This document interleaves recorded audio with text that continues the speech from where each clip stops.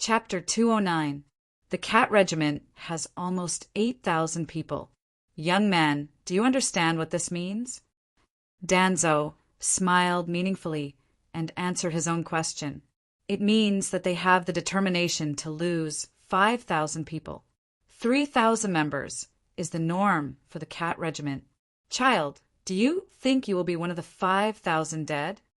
Humph, anyone can say that, but you wind-blowing team have no right to say it. Last time in Yuankai City, only a few dozen of your 2,000 members escaped. The remaining 300 were also redeemed from Dragon Queen. Tell me, what is the casualty rate?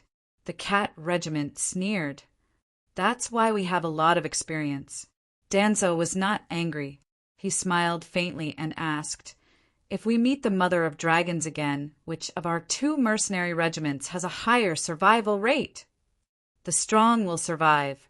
Not only will they survive, but they will also return with a great victory, the Cat Regiment said proudly.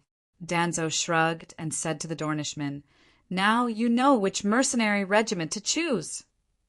How about we join the wind-blowing team? The black-haired man asked his companion. Why? The bald man was puzzled. The wind-blowing team was almost wiped out last time, so if there is a wipe-out situation next time, it will definitely be another mercenary regiment. The blond man smiled. Hey, what are you talking about? Why is it not the Alliance Army that wins? Why must there be a mercenary regiment that will be wiped out? The Cat Regiment shouted angrily. This kind of overly optimistic thinking is extremely dangerous. Last time, with the power of Astapor City, Dragon Queen destroyed Githa's army of 100,000 without any losses. Now that the forces of Mirin, Yuankai, and Astapor have been integrated, the Alliance army may have a Pyrrhic victory, but it will not be a complete victory. The blond man sneered and pulled his companion directly to the wind-blowing team. Sorry, I'm late. At this moment, the moon chant in a floral dress also trotted to the side of the giant elephant. She habitually stepped on the human ladder and explained as she climbed, I didn't mean to waste everyone's time. After receiving the news of Lisbon's death, I have been prophesying in my bedroom all afternoon. The result? Sigh, it's not clear. Danny moved to the side and asked curiously, what are you prophesying? Dragon hatching? Ha! Things like creating miracles, like hatching dragons, are too far away from me. I just don't want to become the next Lisbon and predict whether or not there will be any danger in tonight's banquet. Moon Singer smiled bitterly. Pa! Danny slapped the big shot's shoulder and laughed. There's no need for a prophecy for such a simple question. Let me tell you, just wear a layer of armor under your mage robe. But the armor will obstruct, I know. Danny waved her hand and said, why don't you wear your armor when you go out and take it off before you go home to cast your witchcraft? Witchcraft's lethality is too low. I need to learn a guardian skill. Oh, not the kind of guardian skill that can support a family. It's a combat skill that's similar to that of an assassin or a knight. Wouldn't that be too? Moon Singer's expression was conflicted. She did not know what to say. Too indecent? Could it be more indecent than using a guardian skill to sell his skills? Too difficult? Could it be harder to learn than witchcraft? Seeing the long sword beside Danny, Moon Singer seemed to see an illusion in front of her. It was a blue-robed great wizard who was slashing people with a 2-handed greatsword while casting fire witchcraft. Seems like a good idea? Why don't you work hard to earn money and use the money you earn to nurture a few trustworthy guards?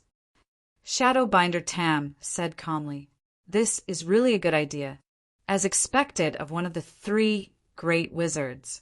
Moon Singer immediately tossed the strange idea of a great sword wizard to the back of her mind.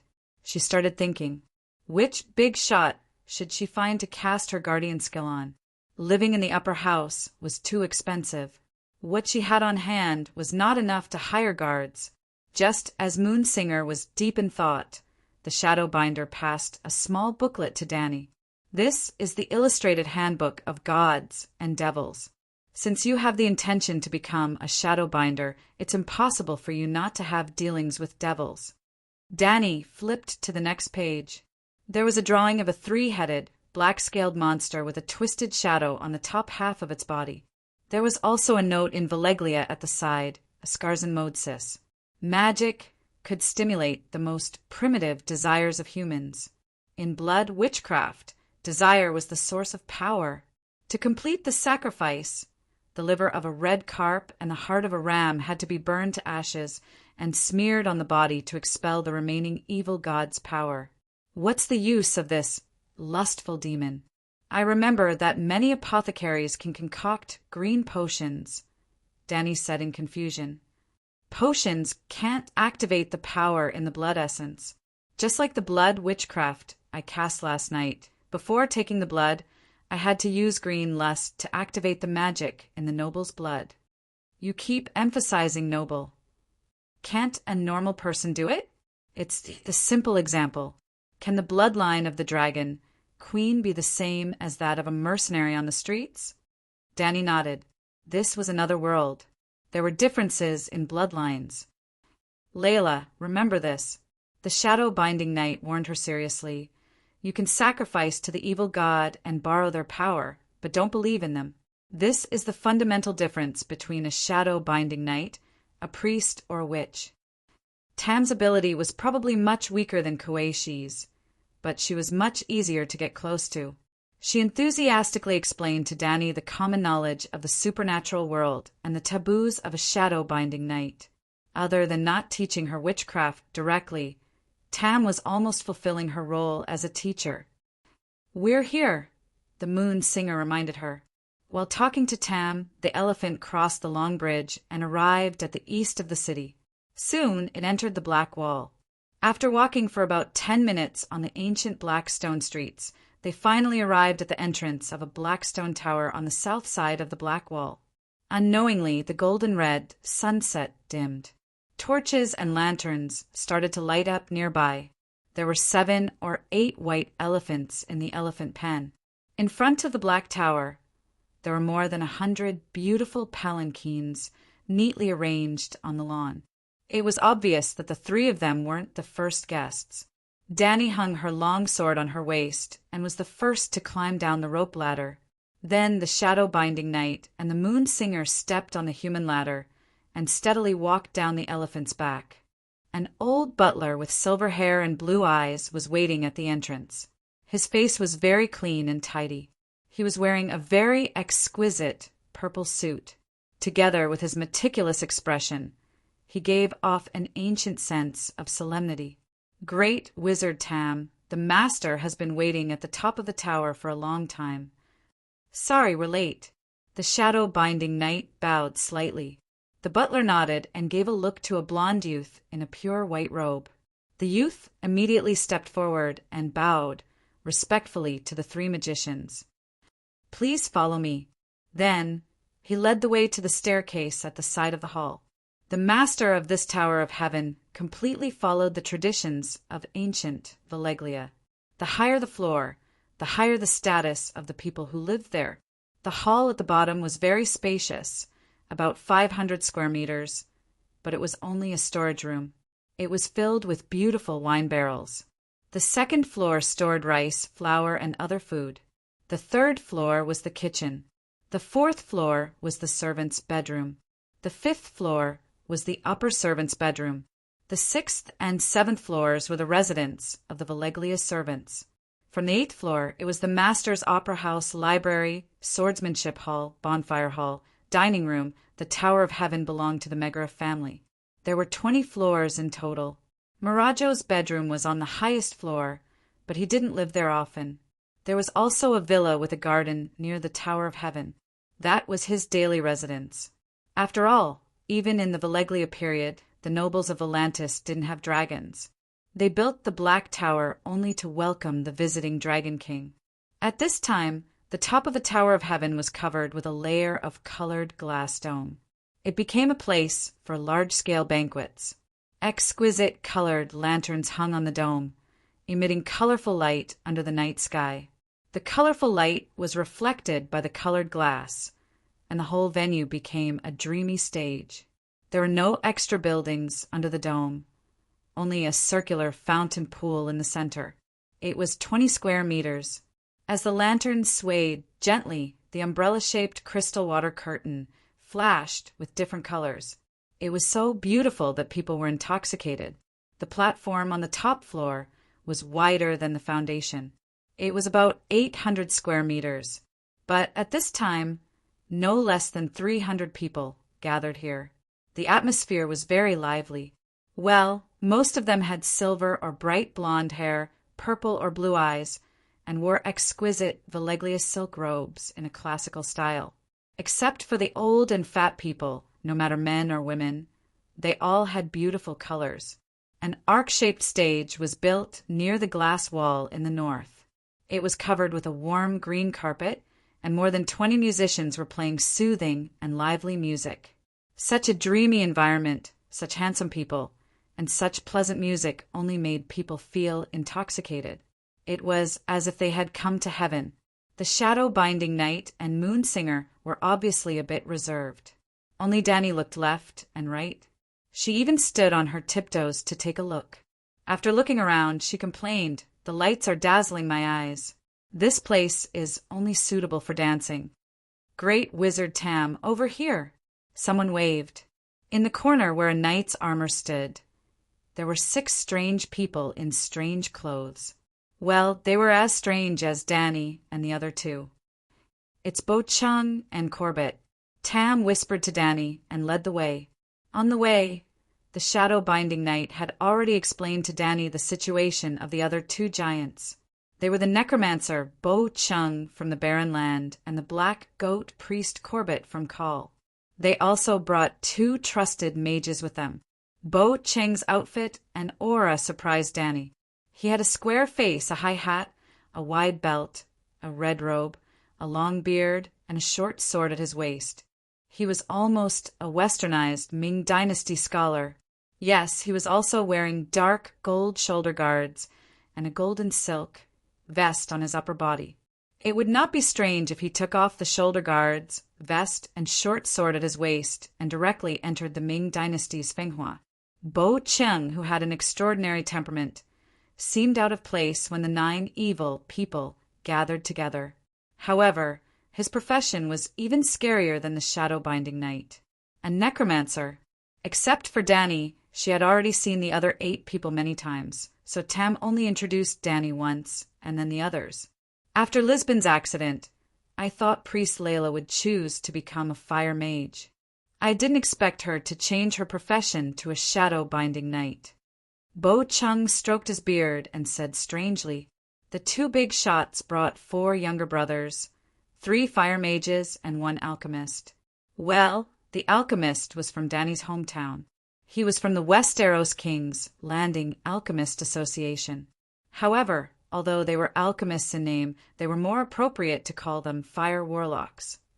They were the ones who helped the Mad King Aerys roast Duke Stark. They were also the ones who helped the Mad King bury the wildfire in King's Landing and prepare to burn down the city. Chapter 210. Shadowbinders can wield the power of fire and shadow at the same time, Tam said calmly. That's true.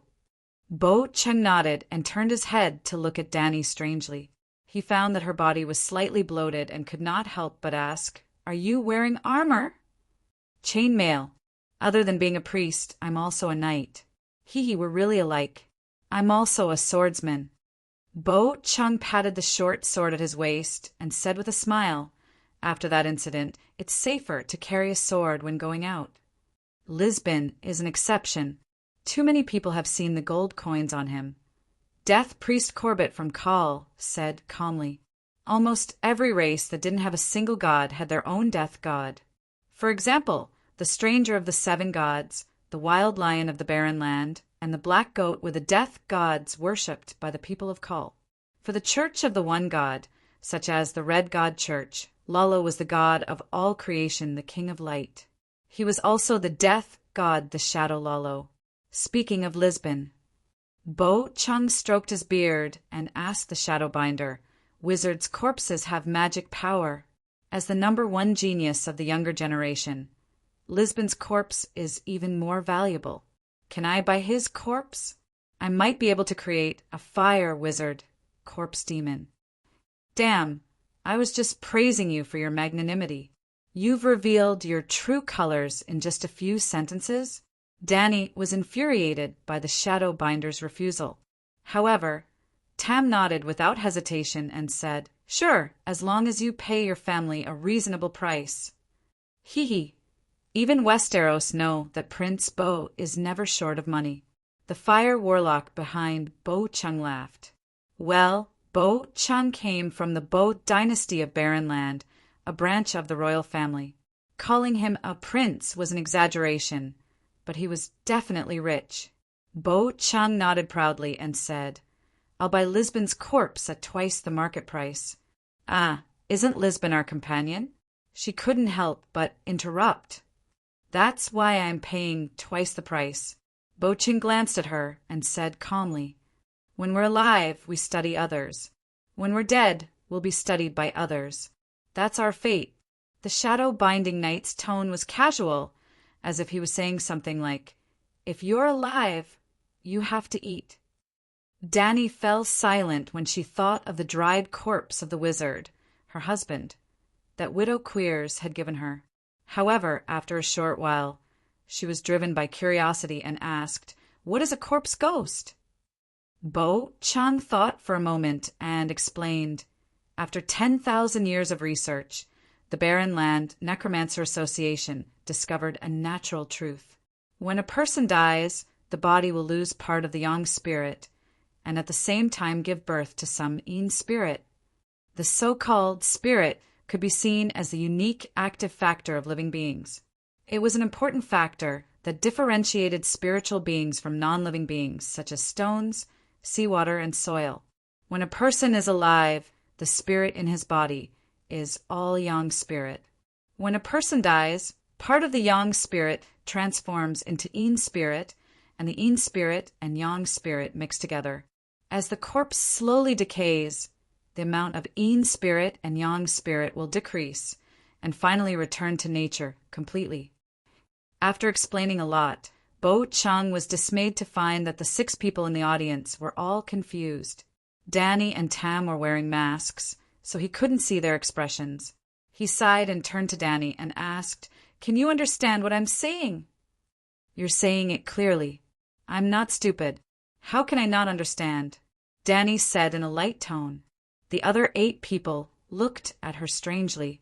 This girl might be very talented, but she didn't have any magic power. She didn't even know a single spell. She was quite thick-skinned. Although they thought so, Tam and the other 6 people in the audience nodded slightly.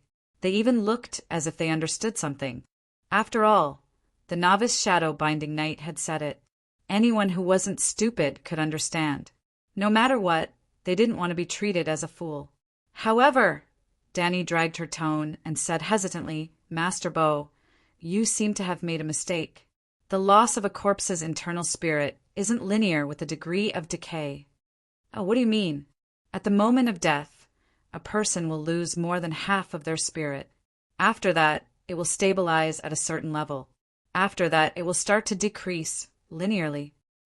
Danny indeed understood, although she didn't know how the people of the East Continent researched it. Their 10,000 years of research didn't go to waste. The so-called spirit should be spiritual quality. The yin spirit and the yang spirit should be referring to the different colors of the spiritual quality. Before meeting Bo Chung, she had always thought that the colorful particles were essentially the same. It was just like how sunlight was divided into red, orange, yellow, green, blue, and purple by a prism. However, they were all part of sunlight. After hearing the necromancer's words, Danny finally understood. Even if the purple and red light were part of sunlight, their wavelengths were different and their effects were different. "How do you know?" Bo Chung asked suspiciously.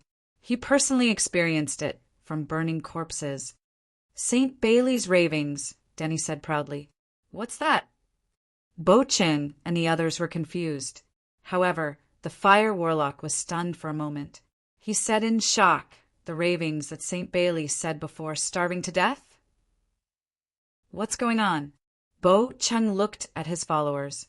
The fire warlock pondered and said slowly, "Have you heard of Bailey who was blessed by the gods?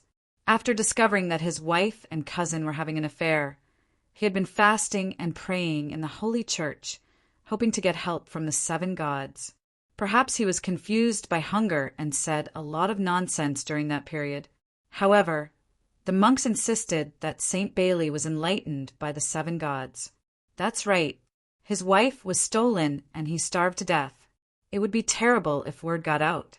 Of course, the 7 gods would help their own sage to cover it up. In short, some monks recorded some of the words that St. Bailey said before he died. The manuscript was called Bailey's Ravings. However, after Aegon, the mediocre king, the cousin, who stole his virgin wife, ascended to the throne, he burned all the information that defamed the Targaryen royal family. No one knew what Bailey said before he died. However, some people also said that some of the manuscripts were hidden by the monks of the old town. My fellow townsmen, you're awesome. You've solved this problem and saved me a lot of effort. Thank you, Danny echoed. I only saw some broken pages. Unfortunately, I didn't understand what they were saying. Now that I heard Master Bo Cheng's explanation, I immediately understood. She didn't spill the beans, but she had revealed information that she shouldn't have.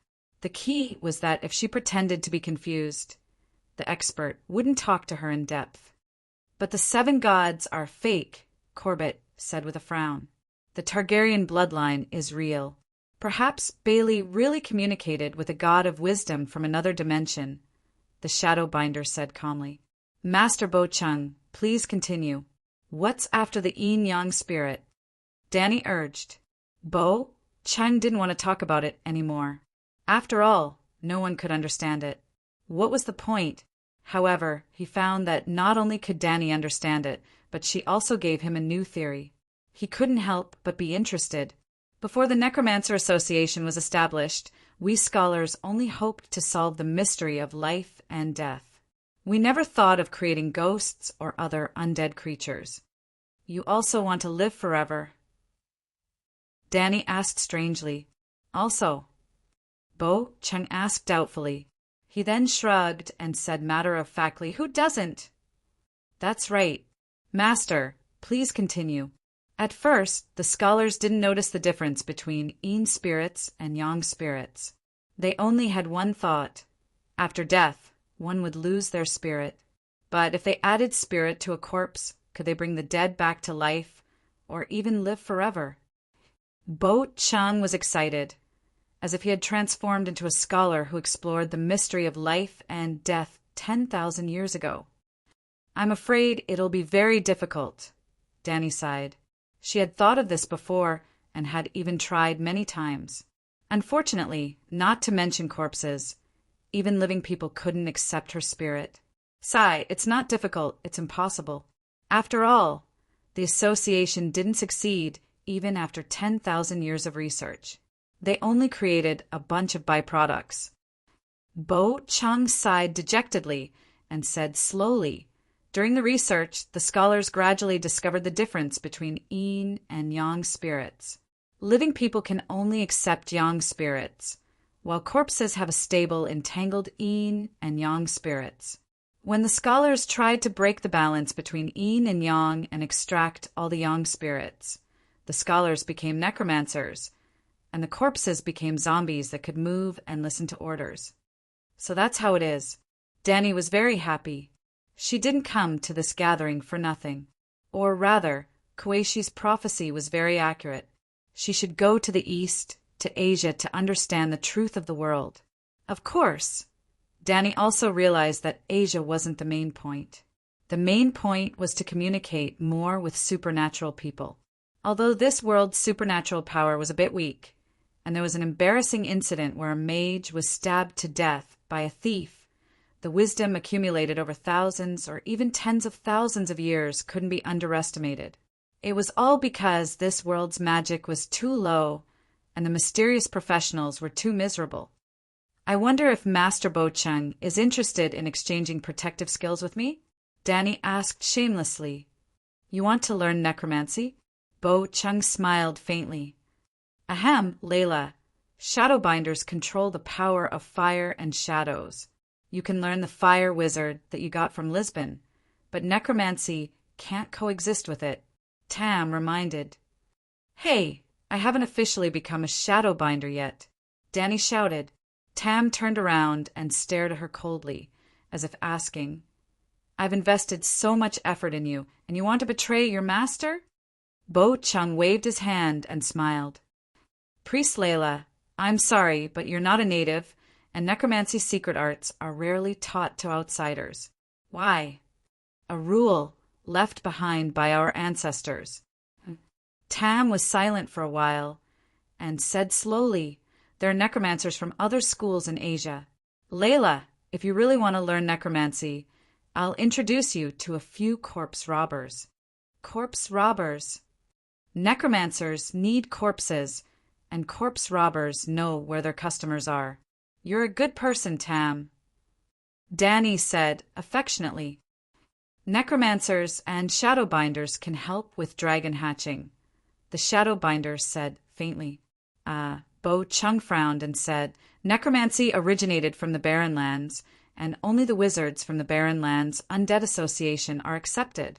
As for the other wild wizards, even the tolerant Asia doesn't allow necromancers to move around openly, and some places even kill them.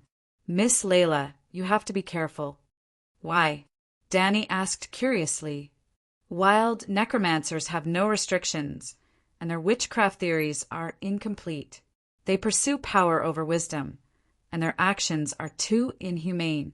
You have to understand that the Undead Association doesn't want to create terror, and our most fundamental pursuit has never changed immortality. Moon Singer glanced at the entrance of the hall and said softly, Malacho is here! Everyone looked over and saw a muscular man in black armor walking toward the stage with heavy steps.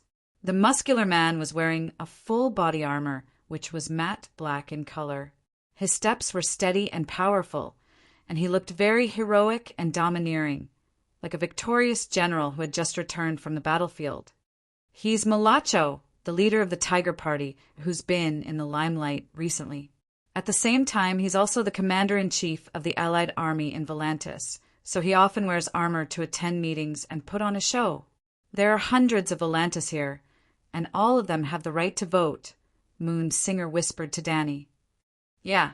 Danny's gaze was fixed on the Gith people behind Malacho, who were wearing golden tasseled toka robes. Why are the Gith people following Malacho? I heard that Malacho has always rejected the Gith people's invitation, and the Gith people are also staying in the Elephant Party's Nessisur mansion, she said doubtfully. Chapter 211. The Elephant Party is made up of sea merchants and moneylenders. The real war depends on the old nobles of the Tiger Party. Now that the Alliance has formed the three major forces of Volantis, Queers and Zingis, Marazzo is the military representative of Volantis. If Zingis wants to take back Slave Bay, they can't do without his support, Bo Chung explained softly. Danny had thought that the main characters of the banquet would be the dragon hatcher mages. But the 9 of them had been talking in the corner for more than half an hour, and not a single guest came to greet them. After Marazzo entered the hall, he walked directly to the Volantis nobles near the orchestra stage. He didn't even notice the mages. Didn't you say you were going to show the dragon egg? Danny asked with a frown. The shadow-binding knight looked away from Marazzo and shook his head. It's still too early. What's your attitude towards the mother of dragons? Danny asked Bo Chung. Now that the 3 kingdoms of Barbarian are established, the 3 sides probably don't want to participate in this matter, and there are no slaves in Barbarian. Well, the 3 kingdoms here weren't Shu Han, Chao Wei, Sun Wu. The Golden Dynasty of Barbarian was named after the color of the dynasty. The history of the land of barbarians was divided into 3 stages. 1. The Kingdom of Dawn before the Long Night. 2. The Long Night during the Asoar and High Period. 3. After the Long Night, the Golden Heavenly Dynasty, or the Rainbow Heavenly Dynasty. In the legends, the Dawn Kingdom's emperor was almost always a god or the son of a god. It was uncertain whether it was true or not, but the Dawn Kingdom had existed for a very long time. It could almost be considered a previous mythical civilization, along with the Children of the Forest. After that, the Golden Dynasty went through 10 dynasties: the Hai's Grey Dynasty, the Chang's Indigo Dynasty, and the Murong's Emerald Dynasty. Well, the last 3 dynasties were more strange. Chagang, Pearl White, and Huazi. Similar to the Western Han and Eastern Han dynasties, the royal family of the same surname extended their lives twice. The strange thing was that after 2 consecutive revivals, the emperor cut off his manhood. The crown prince could get married and have children, but once he ascended the throne, he had to cut off his male root to help the emperor get rid of all distracting thoughts and dedicate himself to the country. Needless to say, this policy was quite effective. The barbarian lands turned from a weak country that was bullied by everyone to a prosperous second largest country in the world. The people lived and worked in peace, and the empire expanded its territory. Even the people of Valeglia did not dare to provoke them. What was even more amazing was that they had also completed the first infrastructure project in the world of Song of Ice and Fire, which was to build a network of stone roads all over the land. Similar to Valeglia's avenue, the 1,000-year-old immortal stone path connected all the cities in raised land. It was ridiculously powerful. After a few thousand years, the barbarians were still using the stone path built by the eunuch emperor of the Huazi dynasty. Unfortunately, the eunuch dynasty did not have a third chance to extend its life. After that, there was the Jia clan Green dynasty and the Luo clan Scarlet dynasty. It was the Luo clan dynasty of Luo Bao who wanted to become Emperor Wu of Han, but had his head chopped off by the zebra people and made into a wine cup. The 9th dynasty was the Chai dynasty. This was the 10th dynasty, the Bu family's Azure dynasty. However, the Bu family's dynasty seemed to have reached a period of decline.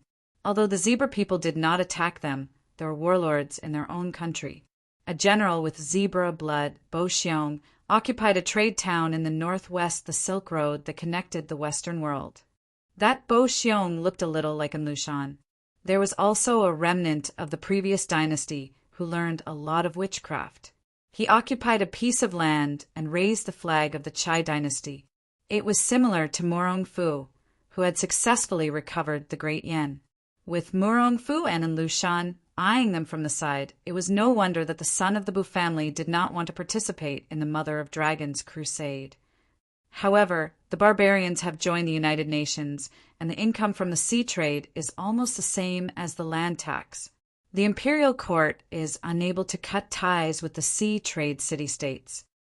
Bu Cheng sighed and said, "Without a doubt, the Dragon Queen is the enemy of the entire world.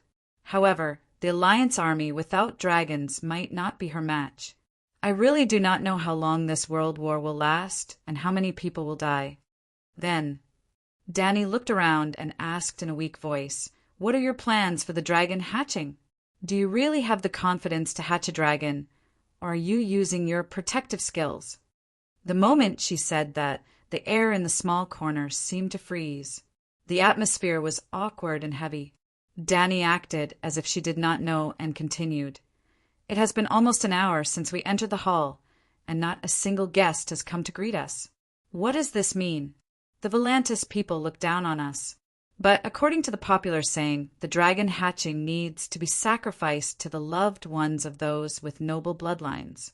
The dragon granny of the new JAS burned 2 small noble families, hundreds of people, men, women, and children, but she did not even hatch a single dragon scale. What kind of future do you think she will have? You will not give her a sum of money and send her out of the country, right? If you cannot hatch a dragon, I am afraid that your ending will be 10 times, no, 100 times worse than hers. We have signed an agreement, but there is no guarantee that we will succeed." The Fire Warlock said nervously, "You are talking about an agreement with a person whose entire family has been wiped out?" Danny sneered. "Then what do you think we should do?" The Call people frowned. "Let's have a good time tonight. Tomorrow we will just break up. Bo Cheng's 2 eyebrows almost stood up. He suppressed his anger and scolded. You have not joined us yet, and you are already encouraging us to break up. What are your intentions? What intentions can I have? I want you to work on that 1,000,000 gold coin project after breaking up. Every one of you is powerful and knowledgeable. You are all talents. Danny stared at him without backing down. Before I came, I thought that even if I would not be respected by the Volantis people, I would at least be able to talk and laugh with Mirajo.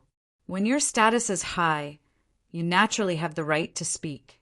But when I came over and saw it, my heart sank. Obviously, if there is a slight setback in the dragon hatching process, we will all be finished. Although it was unpleasant to hear, it was the truth. Everyone's face turned ugly and became silent. After a while, Bo Chung breathed a sigh of relief and said, Hatching a dragon can help me analyze the path of life and death. For the truth, I am not afraid of death. Yes, I am afraid of death, but I am more afraid of missing the opportunity to learn the truth. The Fire Warlock said seriously. Makes sense. The Black Goat Priest smiled and nodded. Damn, they're all so brave. For the truth, they are not even afraid of death. Finally, the Shadow Binding Knight said slowly, We are already the top group of people in the extraordinary profession. We are irreplaceable. As long as the Volantis people do not want to lose to the Mother of Dragons, they must have their own dragons. To hatch a dragon, we must live well. Someone is coming, the Moon Singer whispered. A handsome blonde young man walked over and said politely, Mage's Senator Nisisir has arrived. Senator Mirajo invites you over. When they were whispering, Mirajo stopped the orchestra and gave a campaign speech on the stage. His voice was full of passion, but the content was very boring. Even Danny, an outsider who had just arrived in Volantis for less than 2 days, could tell his campaign outline. In fact, when she passed by the park in the afternoon, she had already heard Mirajo's speech and seen too many elephants with slogans on their bodies. In summary, there were 2 points. 1. I want to fight against the Mother of Dragons. 2. I was born in the old nobility and my ability to lead troops in war is the best in the world. After Mirajo finished his speech, another senator led a group of people into the hall. Then, the blond young man came to look for the dragon hatcher mages. Danny stood behind the Moon Singer obediently and looked at the 3 mages on the stage chatting with Mirajo, Nisisir, and the other dignitaries. Suddenly, she narrowed her eyes and said in disbelief, Valeglia Steel? Her voice was really soft, and it was blocked by the wooden mask, but the Moon Singer still touched her. Don't be rude. No one is paying attention to us. The Volantis people are all surrounding the 3 mages, the pyromancer said sourly. Well, the 3 mages went up the stage, and the 2 senators were like hosts, introducing the 3 guests to the Volantis people. From time to time, they would ask a few questions about the dragon hatching. It was very lively. Danny and the rest were also standing on the stage, but they were very far away, on the left side of the small stage. Mirajo is wearing the Valeglia steel armor? Danny asked in a low voice. The Ararathon family doesn't know about this? Moon Singer's eyes flashed with a trace of doubt. Ararathon has left Volantis for hundreds of years. I only know that the Megaya family belongs to the 14th Fire Peak family. Danny smiled bitterly. Damn, I almost exposed it. Is this a secret that everyone knows? Moon Singer did not think much and explained in a low voice. You are not wrong. The Megaya family has the only Valeglia steel armor in the world. How lucky, Danny murmured.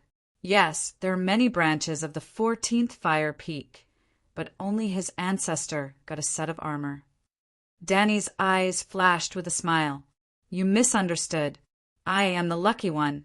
Seeing Mirajo scolding the Mother of Dragons emotionally and waving his arms up and down, she could not help but wonder. In the afternoon, Mirajo's arm was still in a sling.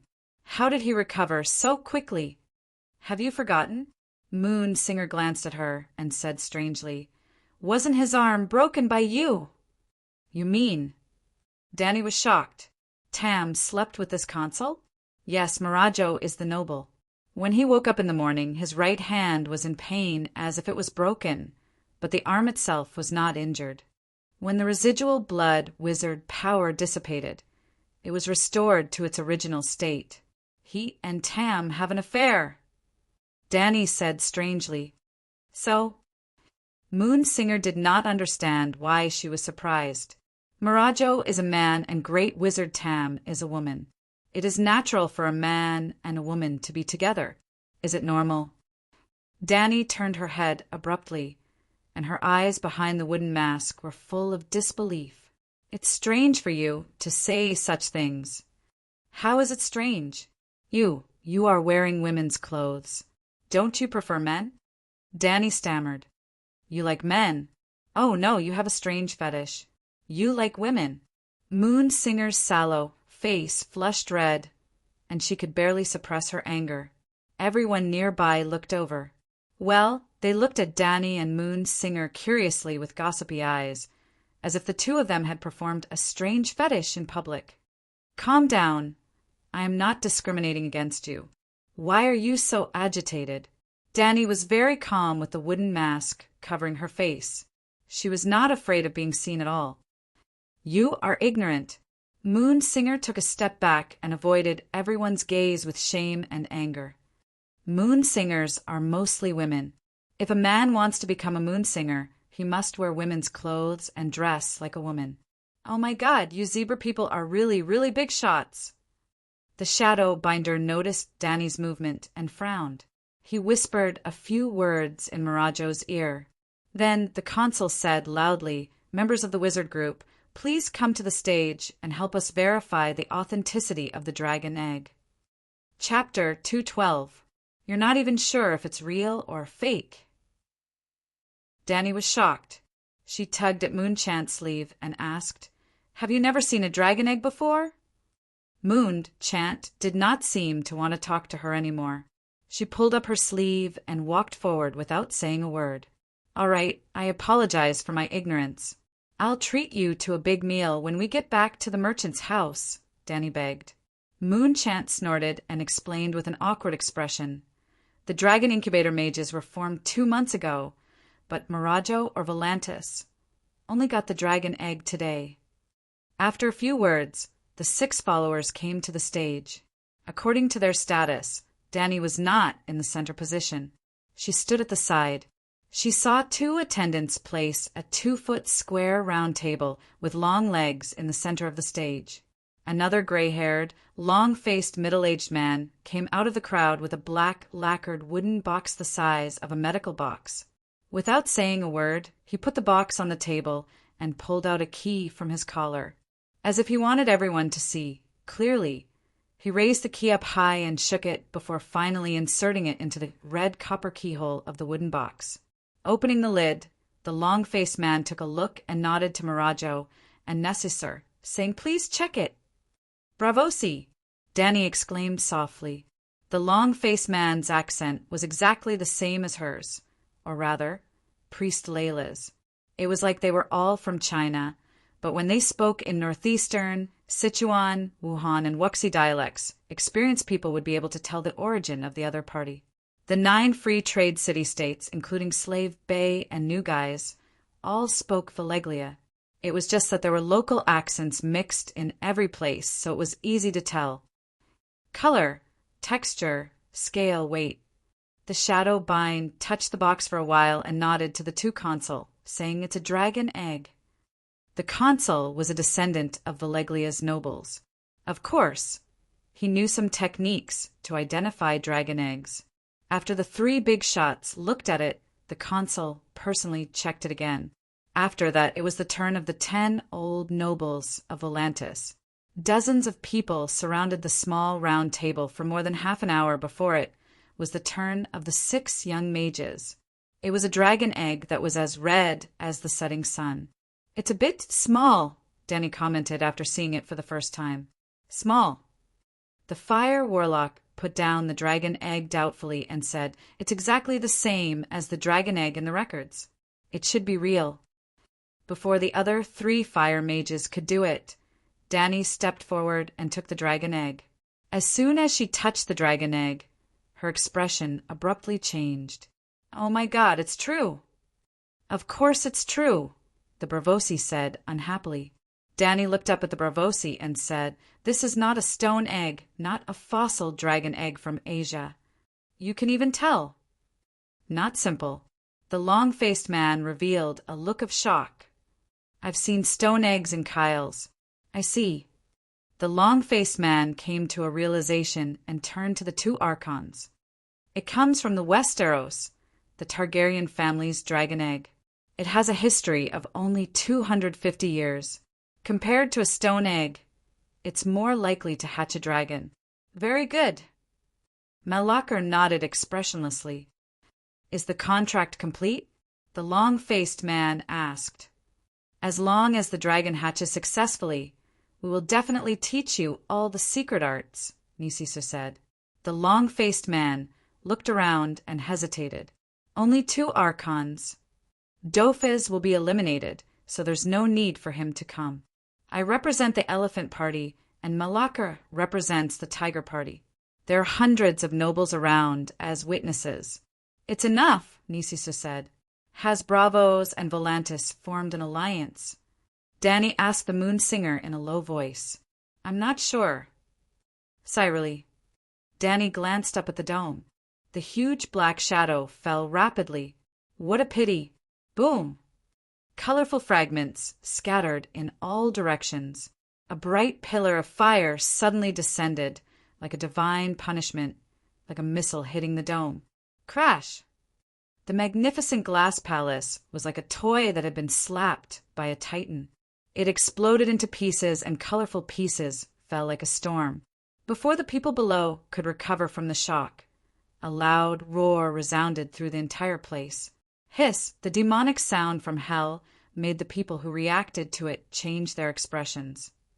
Dragon, Archon Nisisir, screamed like a woman. Malakar's face was expressionless like a granite relief sculpture. Now his face was extremely distorted as he looked at the black dragon descending from the sky in disbelief. 400 years later, a true dragon descended on the Tower of Babel again. If this was during Valeglia's time, it would be a great honor for the Tower Master to receive a Dragon King. But now, no, boom! The bright red dragon flame with black smoke fell directly on the head of the Volantis Land Army commander. It was like throwing a pencil box with ice cream into a charcoal furnace. A brown liquid with a strange meaty aroma seeped out from the gaps of the iron boots. "Ah! Demon dragon!" "Ah! The mother of dragons is attacking." The Volantis nobles shouted crazily as they ran around without thinking. They dove into the flames, rushed into the dark space around them, rushed out of the platform, and fell to the ground. The glass dome shattered, and the wind howled at the top of the tower. The dragon flame was like a plow of death, flipping through the crazily shouting crowd, taking away lives one by one. Hiss! Another white dragon fell from the sea of fire. It seemed to be competing with its elder brother, venting its scorching heat and terror without restraint. Volantis had long been prepared for an expedition to the east. Once the election was over, they would publicly declare war on the Slave Bay and the Dragon Queen. But this peaceful city itself was not prepared to accept the baptism of war. The two dragons were like demons that crawled out from hell, wantonly hunting the noblest people in the city on the platform. There was no mercy, no mercy. The handsome faces of the gods and goddesses melted in the dragon flame, and the dreamy heaven-like venue cried in the fire. The roofless platform of 800 square meters was big enough for a banquet. But in the face of two megalosaurus running back and forth with the dragon flame, the shortest dragon flame was at least 14 to 15 meters long. In 5 minutes, they swept 7 to 8 rounds back and forth, and there was not a single groan in the entire venue. Everyone was dead. The black dragon seemed to have intelligence. After burning Mirajo to death, it had been blocking the entrance of the stairs. Hiss! Hiss! The dragon's roar gradually disappeared into the sky, leaving behind a crackling inferno. Another 3 minutes passed. Plop! In the center of the venue, where the fountain used to be, A few stacked, burning corpses were pushed away. The pointed head of the moon, Chant, popped out, shaking his wet hair vigorously. His chest was like a bellows that was being pulled at high speed, and he was gasping for air. Cough, cough, cough. The thick smoke and the burnt smell made him cough violently. Cough, cough, gone. The demon dragon, cough, flew away. Cough, cough, cough. Plop, plop. The corpses seemed to come alive and rolled to the side. More than 10 black figures sat up in the pool. Ouch, my hand is burned. Bo Chung hugged his right elbow and wailed. It's good enough that you're still alive. Cough, cough. Danny shook her head, looked around, and coughed. The corpses are burning like candles. We can't stay here for too long. The binding knight Tam struggled to get up, and luckily said, Thank goodness you were smart enough, Layla. You pulled us straight to the pool, and didn't try to rush to the stairs like the others. Come and help me. Ouch, my leg was broken by someone. Danny looked closer and said in surprise, Consul Nisisa, you're not dead? This was not an act. At that time, she did not even think of saving any Volantis. She pulled Tam with one hand and Bo Chung with the other, and ran straight to the pool in a snake-like manner. Oh, I didn't pull the moon chanter away, because that fellow had grabbed onto my robe in a death grip. Help, cough, cough. I can't breathe, help me get out of here. He only cared about wailing. Danny did not help him, but grabbed the moon singer who was about to run to the stairs and pushed him over. The consul immediately hugged the skinny zebra man like an octopus. The binding knight walked over to support the other side of the consul and asked curiously, Your Excellency, why didn't the mother of dragons burn you to death? Danny still had a long sword on her waist, and she took it down along with the scabbard. She pushed aside the burning corpses on the way and moved step by step towards the stairs. Other than the 5 of them, there were 8 people who survived. After all, the pool was 20 square meters and more than half a meter deep. As long as they did not faint or suffocate, the people at the bottom would be half alive. More importantly, the 2 dragons adjusted their angles, and most of the dragon flames flew over the pool instead of directly burning it. I'm not stupid. If I don't run when I see Malacho melting beside me, am I going to wait for the dragons to burn me? Narcissus groaned. Why did you think of running to the pool? Moon Singer asked curiously. Hee, this is wisdom. Narcissus grinned and said proudly, That black dragon clearly has a rider, which is that vicious woman. Her heart is like a poisonous scorpion, but she's not stupid at all. If I were in her shoes, if I was riding the dragon, I would also let the dragon block the stairs as I plan to attack the Tower of Babel. Sure enough, that devil is as vicious as expected. She will definitely kill us all. Damn, even you thought of this. Are you a devil? An old man from Volantis looked up at the dark night sky, and then looked around at the corpses that were burning with bloody flames and smoke. Suddenly his pupils shrank, and he came to his senses. He wailed, Tragic, tragic, tragic, too tragic, sob, sob, sob, this is war. Danny sighed with a complicated expression. Priest Corbett is dead. Dark, Lincoln, and Mace are also dead, the fire warlock said with a sobbing tone. You are still alive. Danny glanced at him in surprise. The face and clothes of the Westeros were black, and there was a large burning hole at the bottom of his robe. Dead, dead, all dead, sob, sob. The fire warlock looked around numbly and started crying without warning. His crying was like the fuse of a firecracker, and a series of wails sounded in the dilapidated hall that was filled with the smell of meat. Stop wailing. Come and move the corpses. The stairs are blocked, Danny shouted. Is there anyone still alive? Her words alarmed the people at the bottom. Across the pile of burning corpses, the people on the other side also started to shout and drag the corpses. It's Butler Fox, the Shadowbinder shouted. There's still people upstairs. Butler Fox, move the corpses away. Ah, the fire warlock who was sobbing was like a little girl who was being molested. With a sharp voice, he pointed to the northeast and said, Look over there. The mother of dragons hasn't left yet. She wants to burn the Black Wall. Chapter 213. Of course, there was more than one Tower of Babel within the Black Wall.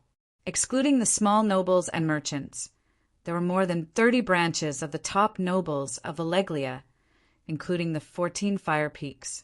Almost every family in the 14 Fire Peaks had a black tower to welcome the Dragon King from the main family. Roughly speaking, there were 22 Tower of Babel within the Black Wall. Of course, like the Megra family in Maracho, the top floors of the rest of the Tower of Babel were remodeled, either with glass or with domes or with flower beds and swimming pools.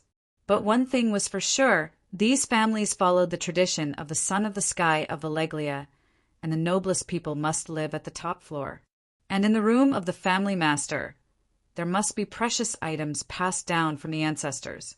For example, Valeglia swords, Valeglia books, statues, secret techniques. The Volantis never thought that the Mother of Dragons would cross 3,000 kilometers and launch a surprise attack on them.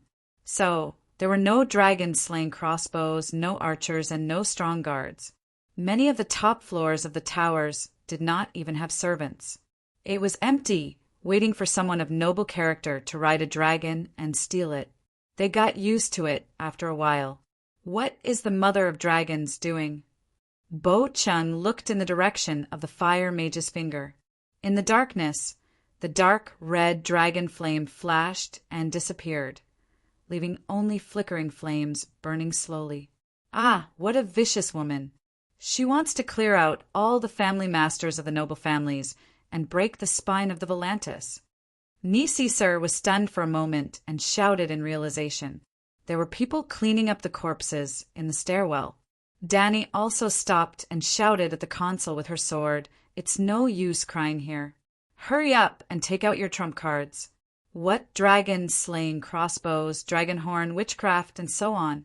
Even at this time, you are still hiding it. No, there is nothing, Nisi Sir said, almost crying. How can there be nothing? You are going to attack Slaver's Bay. It's impossible that you did not prepare dragon-slaying methods, right? Danny doubted. If the real dragon is so easy to deal with, how can we Valeglia rule the world? Why should the Volantis cooperate with the Bravosi to hatch a dragon?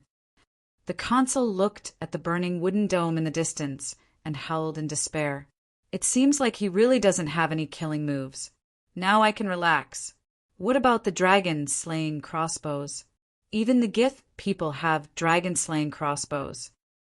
She seemed to be more anxious than the Volantis people. The Gith people use ballistae to defend the city. They are placed on the city wall and have a horizontal range of more than 300 meters. They are very powerful and can kill elephant soldiers. However, its vertical flight altitude is less than 50 meters, so it won't have much effect on the megalosaurus in the sky. Let's disperse. Danny waved her hand and dejectedly said to the shadow-binding knight and the others, "Look, these guys don't even have dragon-slaying crossbows, and they're still planning to conquer Slave Bay." Hoo hoo hoo! A gust of wind blew from the ground, and the flames on the corpses not far away crackled. The staircase was opened, and a gust of wind rushed up. "Hurry, hurry, and rush over," the butler urged the servant loudly. Soon, more than a dozen slaves covered in wet sheets stepped on the scalding stairs and rushed up with a stretcher. "We have dragon-slaying crossbows, real dragon-slaying crossbows from the Westeros." Nessus climbed onto the stretcher and said, "Although Koar didn't join the Allied army, they are still a member of the United Nations. 3 months ago, they accepted an order from the Allied army to build dragon-slaying crossbows for us. Half a month later, the first batch of 1,000 ballistae will leave Koar and go south along the Rhone River to Volantis." Danny's heart tightened and asked, "Where did the Westeros get dragon-slaying crossbows? Did you bring them here?" She turned to look at the fire warlock. The slaves began to run down with the stretcher. Danny followed behind the consul, and the fire warlock and Moon Singer followed behind her. Well, other than Bo Chung and the shadow-binding knight, the other low-level mages didn't get stretcher. The blueprint of the dragon-slaying crossbow is strictly kept in the royal library. How could I come into contact with it? The fire warlock's blackened face showed a bitter smile. Haha, that woman is indeed very strong, but this time she's really going against the entire world. Nessus sneered and said with a twisted face, "The Westeros are even more anxious than us. If the allied army fails, the sea merchants will at most go home to farm. It's a bit hard, but their families won't have to worry about it."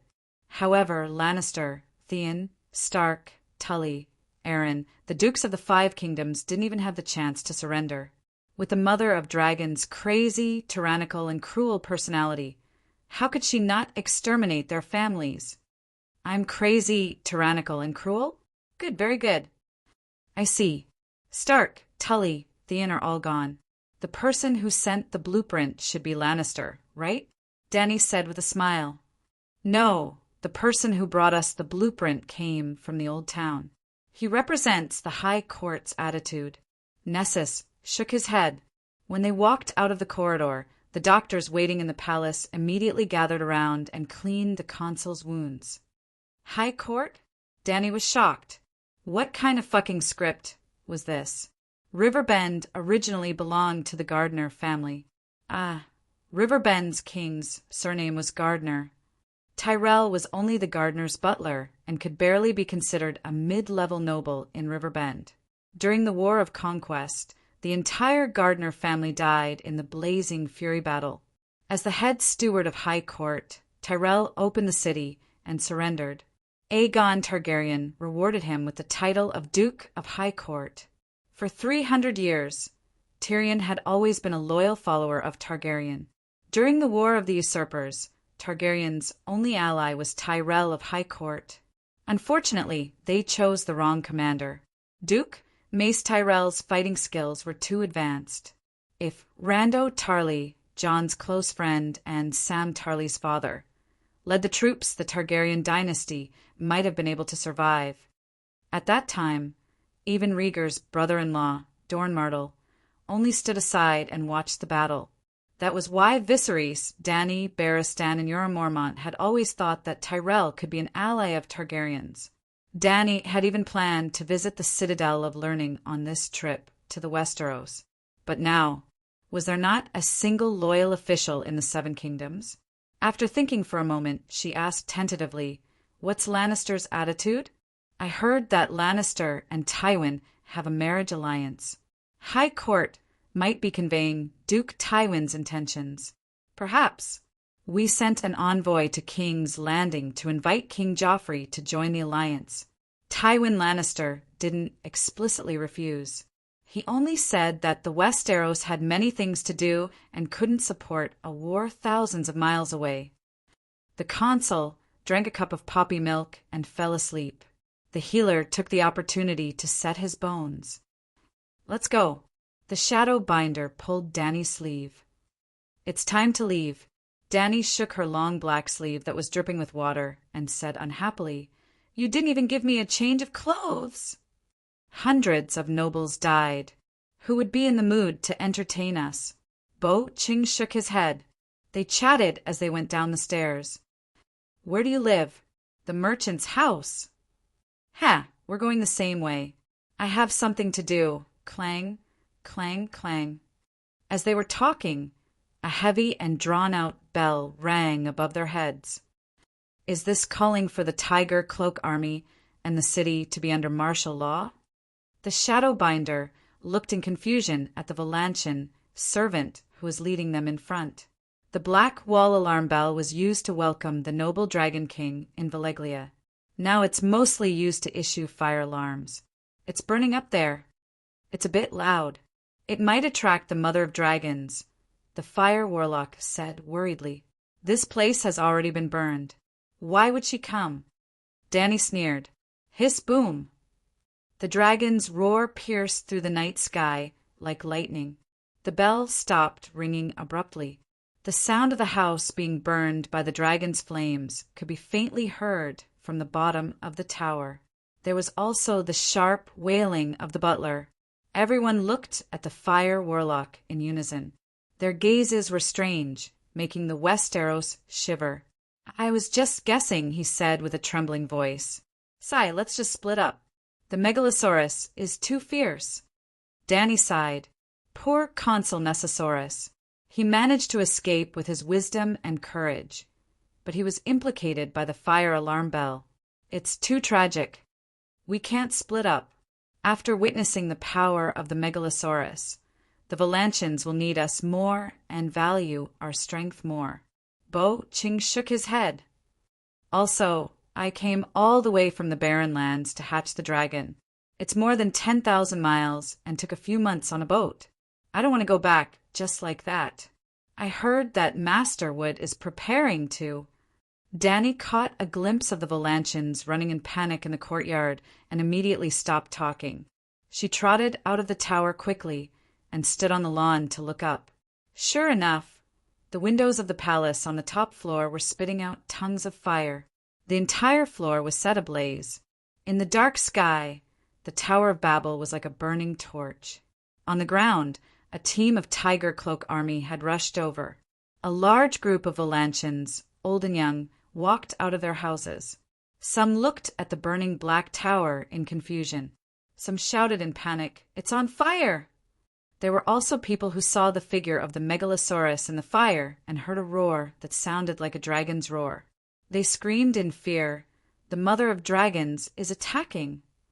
More people thought of the fate of their relatives who attended the Black Tower gathering and couldn't help but cry. In the midst of the chaos, the 5 mages climbed onto 2 white elephants and passed through the crowd that had gathered around them. They slowly made their way towards the Black Wall City Gate. Did you know that Masterwood is going to Slaver's Bay to seek refuge with the Mother of Dragons? Danny asked Bo Chung opposite her. She changed seats with the Fire Warlock. The Westeros, Tam, and Moon Singer sat on a giant elephant. Danny and the Barbarian Necromancer sat on a castle. Mother of Dragons? No future. The Barbarian shook his head. The sky is burning, the Megalosaurus is roaring, and her enemies are wailing in the fire. If I didn't pull you away, you would have been melted into a puddle of burnt grease by the dragon's flames like those hundreds of dead people. Sigh, even if that's the case, the Mother of Dragons did not harm the foundation of Volantis. You also heard that in half a month's time, Kull will hand over 1,000 dragon-slaying crossbows to the Alliance. Danny thought for a moment and said, I saved your life, didn't I? Yes. How are you going to repay me? Danny grinned. Bo Chung was stunned and said, I thought you were a warm-hearted good person. I am a good person. Danny nodded and said with a smile, a good person wants to learn necromancy. What do you think? The Necromancer Association. Bo Cheng's expression changed a few times. Seeing that Danny was staring at him without any intention to ease the situation, he gritted his teeth and said seriously, the basic meditation techniques must not be leaked. I can only teach you 2 techniques. That's fine. Danny already had the most powerful inheritance of the great wizard. She didn't need the meditation techniques of other wizard schools at all. Chapter 214 Volantis was like a bright pearl at the end of the vast plain of the Rhone River.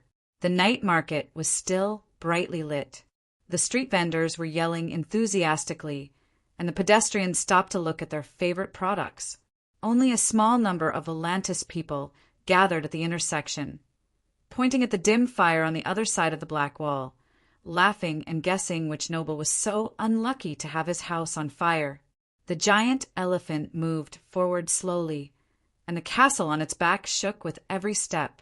Bo Chung sighed. I wonder how they will react when they know the truth tomorrow. No matter how they react, it's useless. These people don't even have the right to vote. Danny shook her head and urged, Tell me some taboos and common knowledge about necromancers. Let me ask you a question first. Do you know what a necromancer is? Didn't you say that it's to study the mysteries of life and death? No.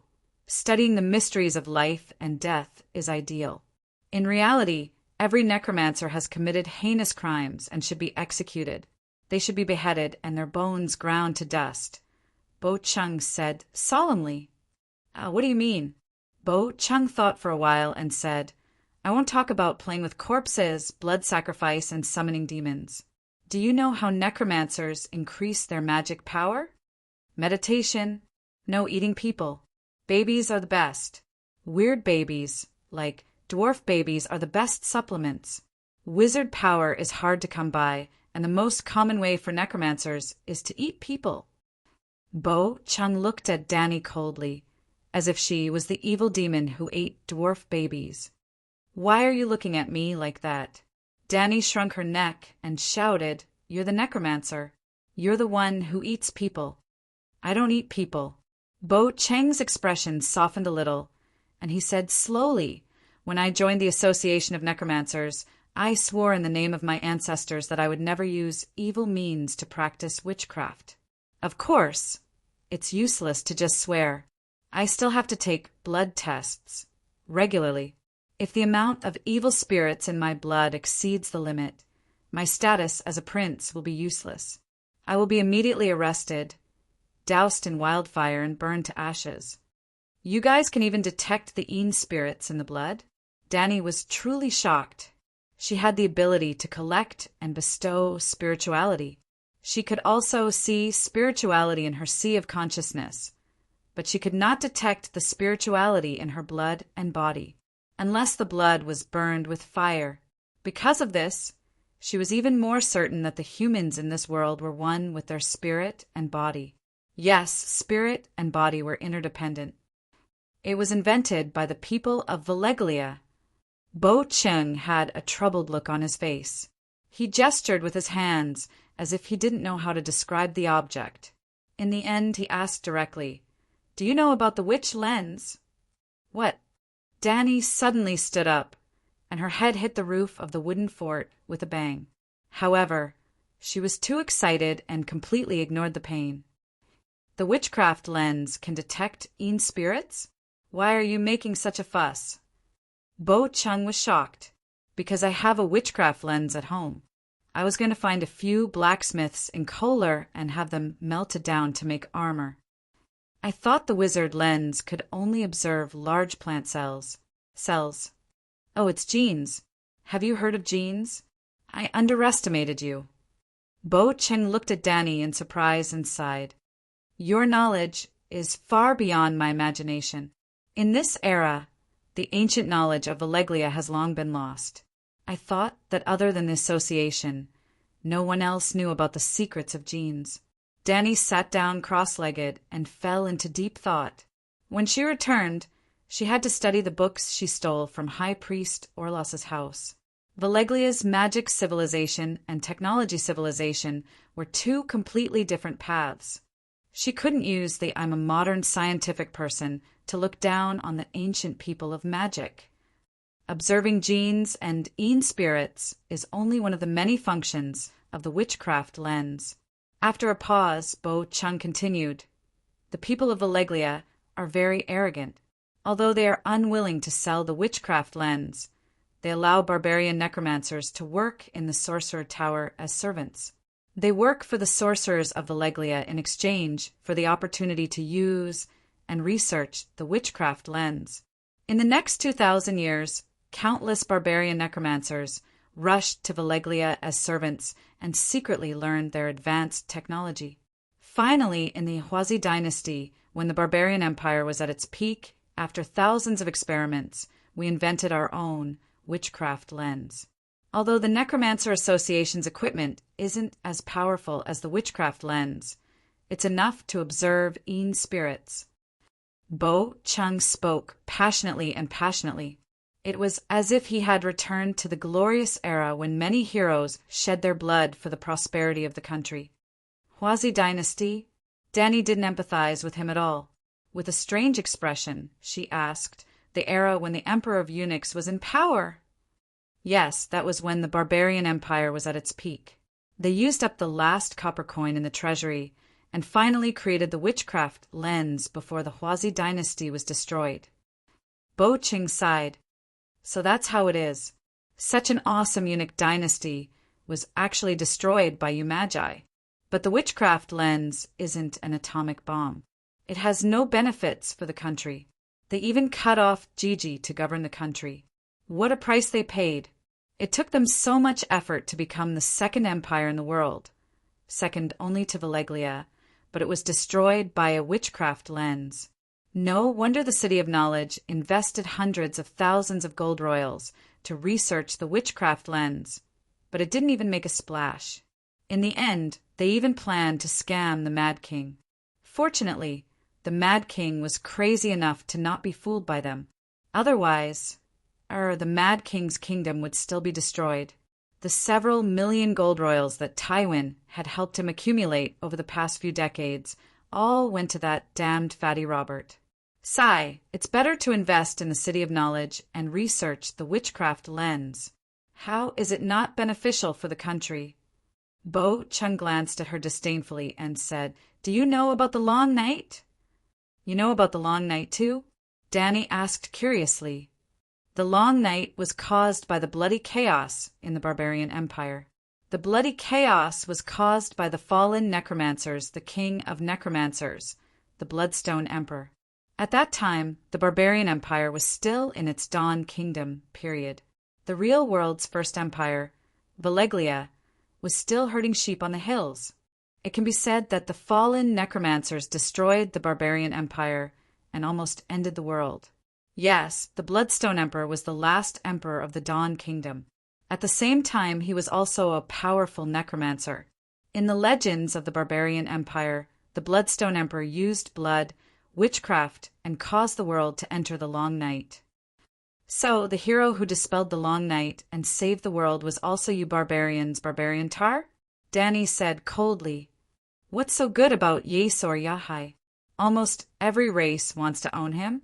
You're not Koreans. Bo Chung didn't know what Koreans meant, but he knew that Dany was mocking him. The barbarian prince's face turned red and shouted. The history books of the barbarian empire are well preserved. It's written clearly in the books. Okay, let's say you're right. The barbarian empire has the witchcraft lens, which is beneficial for the study of necromancy. It can also prevent the birth of a devil like the Bloodstone Emperor. But the prophecy also said that the next Long Night is coming soon. How do you explain this? It's most likely that the red-robed priest is trying to mislead people. Or the Huang dynasty's descendant is the second Bloodstone Emperor. Dany's mouth twitched. She didn't know what to say. The barbarian Bu family was the first dynasty of the Azure dynasty. Before the Azure dynasty, there was the Huang dynasty.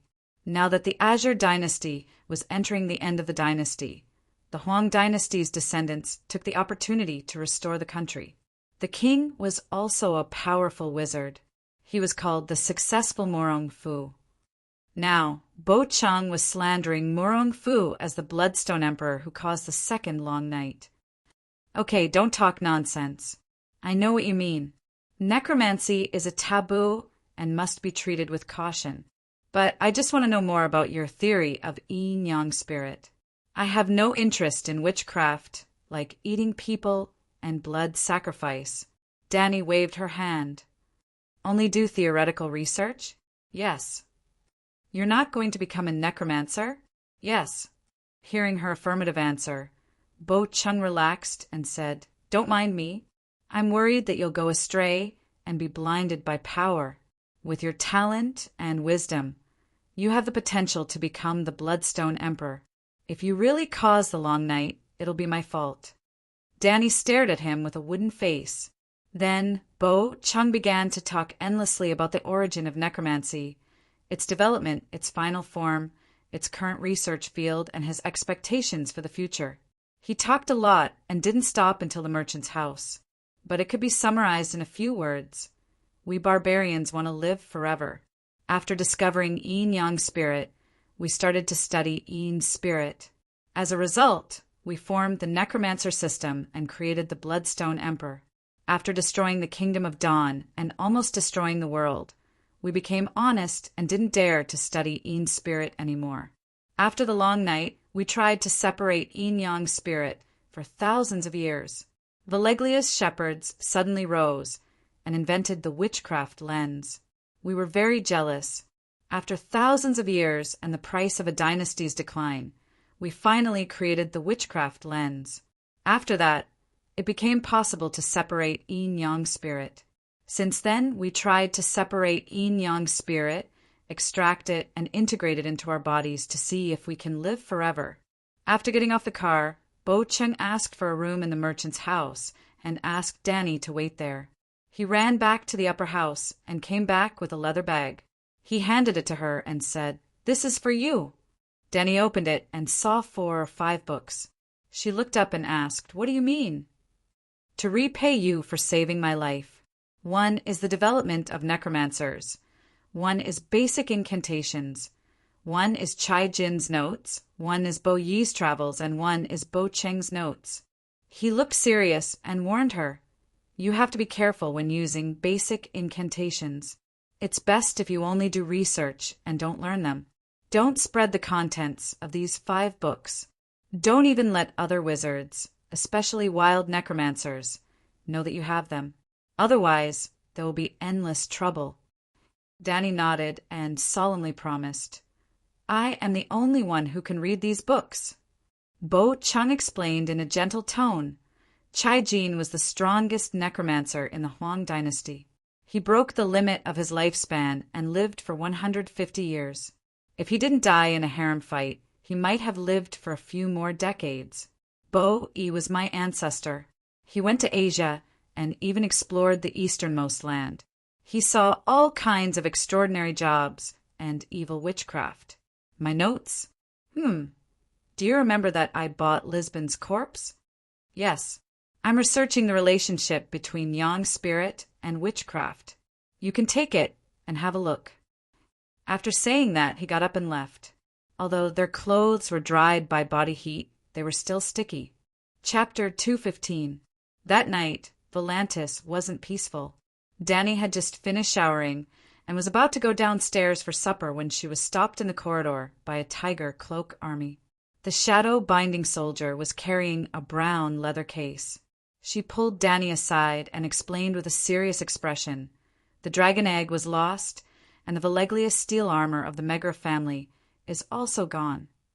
"I didn't steal it," Danny shouted. Her voice was loud and confident, as if it really had nothing to do with her. The shadow-binding soldier ignored her and nodded. "I know it's the mother of dragons. Not only did she steal the dragon egg and Maracho's body, but she also robbed 15 other Tower of Babel. She lost 12 Valeglia steel swords and some books and antiques. I already knew.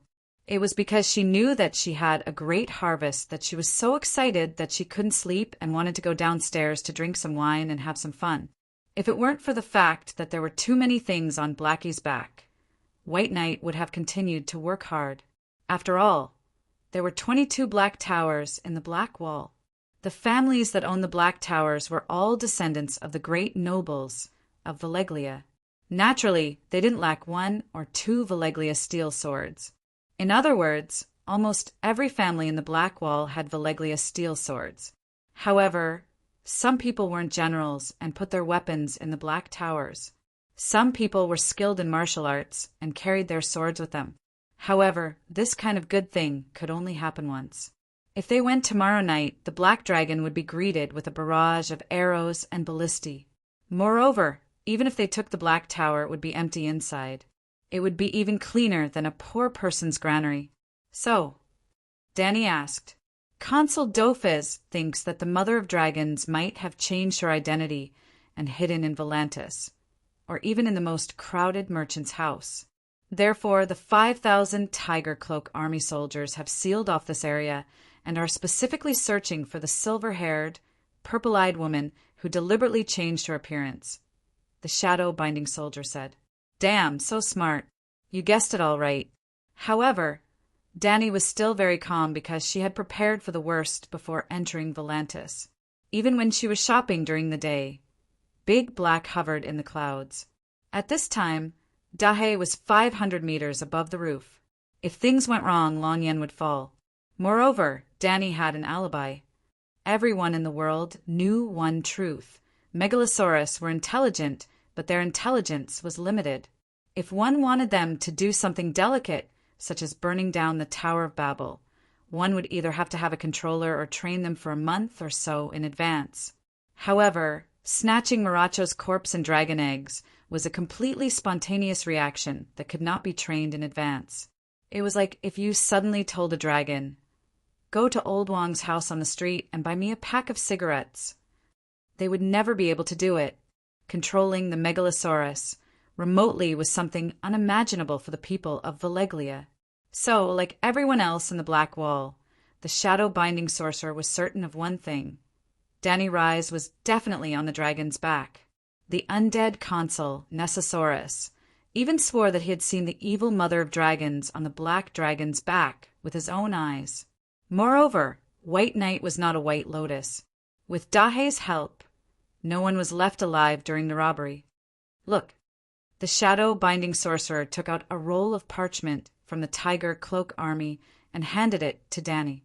There was a painted portrait of a beautiful girl with silver hair and purple eyes.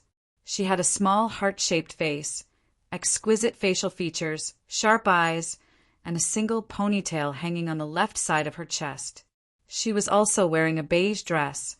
Hey, is this Danny Rise? She doesn't have a big head at all. She's 10 feet tall and 10 feet in circumference. She's a bit like me, Danny said in surprise. Except for her fierce eyes, her facial features were not unique. In other words, the artist had never seen Danny with his own eyes. This was a temporary sketch based on the descriptions of other people. It was like the male lead in a neon anime. They all had a kiwi face, covered their hairstyles, and wore the same clothes. It was almost impossible to tell who was who. Yes, she looks like a lot of Volantis girls. The shadow-binding sorcerer returned the parchment to the Tiger Cloak Army's captain and said casually, "I heard that 300 noble girls suspected to be Danny Rise were found in the Black Wall alone. Whether it was to rob the treasure or to teach the Volantis a lesson, the Mother of Dragons has already achieved her goal. She must have left long ago. The so-called search is just to give an explanation to the families of the nobles who died tonight. After all, there are indeed a lot of people who died." "Then why are you looking for me?" Danny asked doubtfully. The shadow-binding sorcerer waved his hand and said to the Tiger Cloak Army, "Go and wait." After the guards left, she said, "I came to ask you if you want to join the dragon hatching mage group. It's already so late. Can't you ask me tomorrow? Also, the dragon eggs have already been lost. How can we hatch dragons? Why don't we all go our separate ways and look for other bigger projects?" The shadow-binding sorcerer shook the leather case in his hand and explained, "Half a year ago, I went to call with an invitation written by Marajo to bring High Priest Corbett to Volantis. Now he has died tragically in the dragon flames, and even his body has not been found. It is reasonable for me to go to the Black Goat Church personally and explain this to the bishop. Of course, the more important thing is to find another high priest to replace Corbett's position. It just so happens that there is a river boat called Summer Star heading north to call in the early hours of the morning. They are in a hurry. As for the dragon eggs, sigh, there's not only one dragon egg in the world. Elios promised me that he will find at least one more in the short term." "Elios Chihita, the Tiger Party candidate? You found him again?" Danny's expression was strange. In the afternoon, the first group she met at the riverbank in the West City was the campaign team led by Elio's son. The shadow-binding sorcerer was neither angry nor embarrassed. He nodded and said, "He took the initiative to find me. Elios is also a noble. I have no reason to reject him. I think his son is already in his 20s. Danny's mouth twitched. "As long as you can use it," Tam said calmly. "Okay, as long as you're happy. Then, do you want to join the Dragon Incubator team? If you do, pack your bags immediately and follow me to the dock. I will personally help you become a shadow-binding sorcerer on the way. To be honest, I'm a little scared. So many people have died." Danny's face was filled with fear. She hesitated and said, "And if there is a first time, there might be a second or third time. We can't avoid it every time. The risk is too high, and there are no benefits at all. It's not worth it." I see. The shadow-binding sorcerer nodded. She squatted down and opened the leather case. She took out a golden mahogany box. It was 1/2 meter long and as thick as a wrist. She handed the box to Danny and said, "There's a glass candle inside. It contains a meditation technique. Try it." "Tam, you're so considerate," Danny said, touched. "Don't be so excited. It's only a level 3 meditation technique. You saved my life tonight." The shadow-binding sorcerer waved her hand. "Since you said so, then," Danny said shyly, "why don't you teach me your level 1 meditation technique?" Tam's green eyes looked at her with a complicated expression. He sighed and said, "I also cultivate this meditation technique. This glass candle was a gift from my master 20 years ago." Danny was touched and embarrassed. She stuttered, "It's been 20 years. I didn't expect you to be so old. I couldn't tell at all." The shadow-binding sorcerer stood up and swayed. He gritted his teeth and said, 20 years ago, I was only 8 years old." Danny felt even more embarrassed. She quickly changed the topic and asked, "But you're not weak, right? Compared to a level 3 meditation technique, you're not weak. The meditation technique is not static. When your understanding of the world increases, the meditation rune may change or perhaps evolve. 10 years ago, my meditation technique reached level 2. So, do you understand why I'm so obsessed with dragon hatching? If I complete the hatching, my understanding of the mysteries of magic will increase. Maybe my meditation technique will increase again. All meditation techniques can increase in level. Other than the Creator, even the gods are only a part of the world. Their understanding of the truth is also one-sided." Danny's eyes flashed.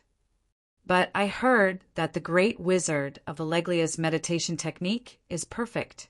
Indeed, it's perfect to the point that it can't be improved. But are there only humans in this world?" "That's true." Danny nodded thoughtfully. Valeglia's people had never been able to cross the boundary between humans and gods. Priest Lalo's complete meditation technique shouldn't be too far behind the great wizard's legacy. Then she asked curiously, "Why don't you teach me the current level 2 meditation technique?" Danny didn't believe that Tam was hiding something. He even gave away the glass candle that was passed down from his sect. "Don't you understand?" Tam sighed and slowly explained, "Because I had some enlightenment, my meditation technique leveled up. But can my enlightenment be the same as yours? I can't even be sure if it's right or wrong. If I describe the meditation runes in my mind to you, not only will you not be able to grasp them, but you will also damage your consciousness if you forcefully cultivate them." After thinking for a while, Tam squatted down and opened his suitcase. He took out a black leather book and handed it to Danny. "My diary. It can help you understand the supernatural world and the basic information of the shadow-binding nights. But don't spread it. There's a lot inside. Sigh, burn it after you read it."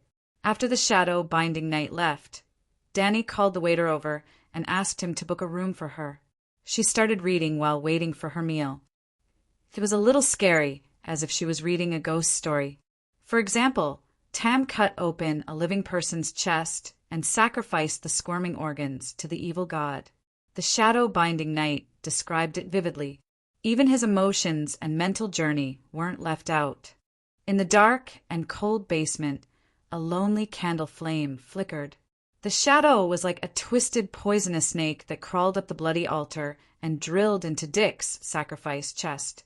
His bright red heart first turned dark red, then black red, jet black, gray black. Finally, it shriveled into a layer of gray-colored mud shell. The shadow let out a sharp and joyful gagaga sound. My entire body trembled and I was almost unable to move. However, Dick wasn't dead yet. He looked at me with his dark green eyes. His gaze was filled with curses and pleading. I wasn't sure which emotion was more. Suddenly, the muscles on his face scrunched up and he let out a sorrowful groan that came from the depths of his soul. It turned out that when I was absent-minded, The squirming shadow extended its greedy tentacles towards his light green liver. "Dear guest, the pork lung soup you ordered is here." Danny, who was engrossed in the story in the book, jumped up in fright. The maid with the wine pot tattoo on her face looked at her blankly. She mumbled, "Dear guest, your pork lung soup." Under the faint yellow candlelight, the soup in the white porcelain bowl glowed with a faint green light. Danny forced a stiff smile and said, "Do you have fried grasshoppers? Give me a plate." Chapter 216.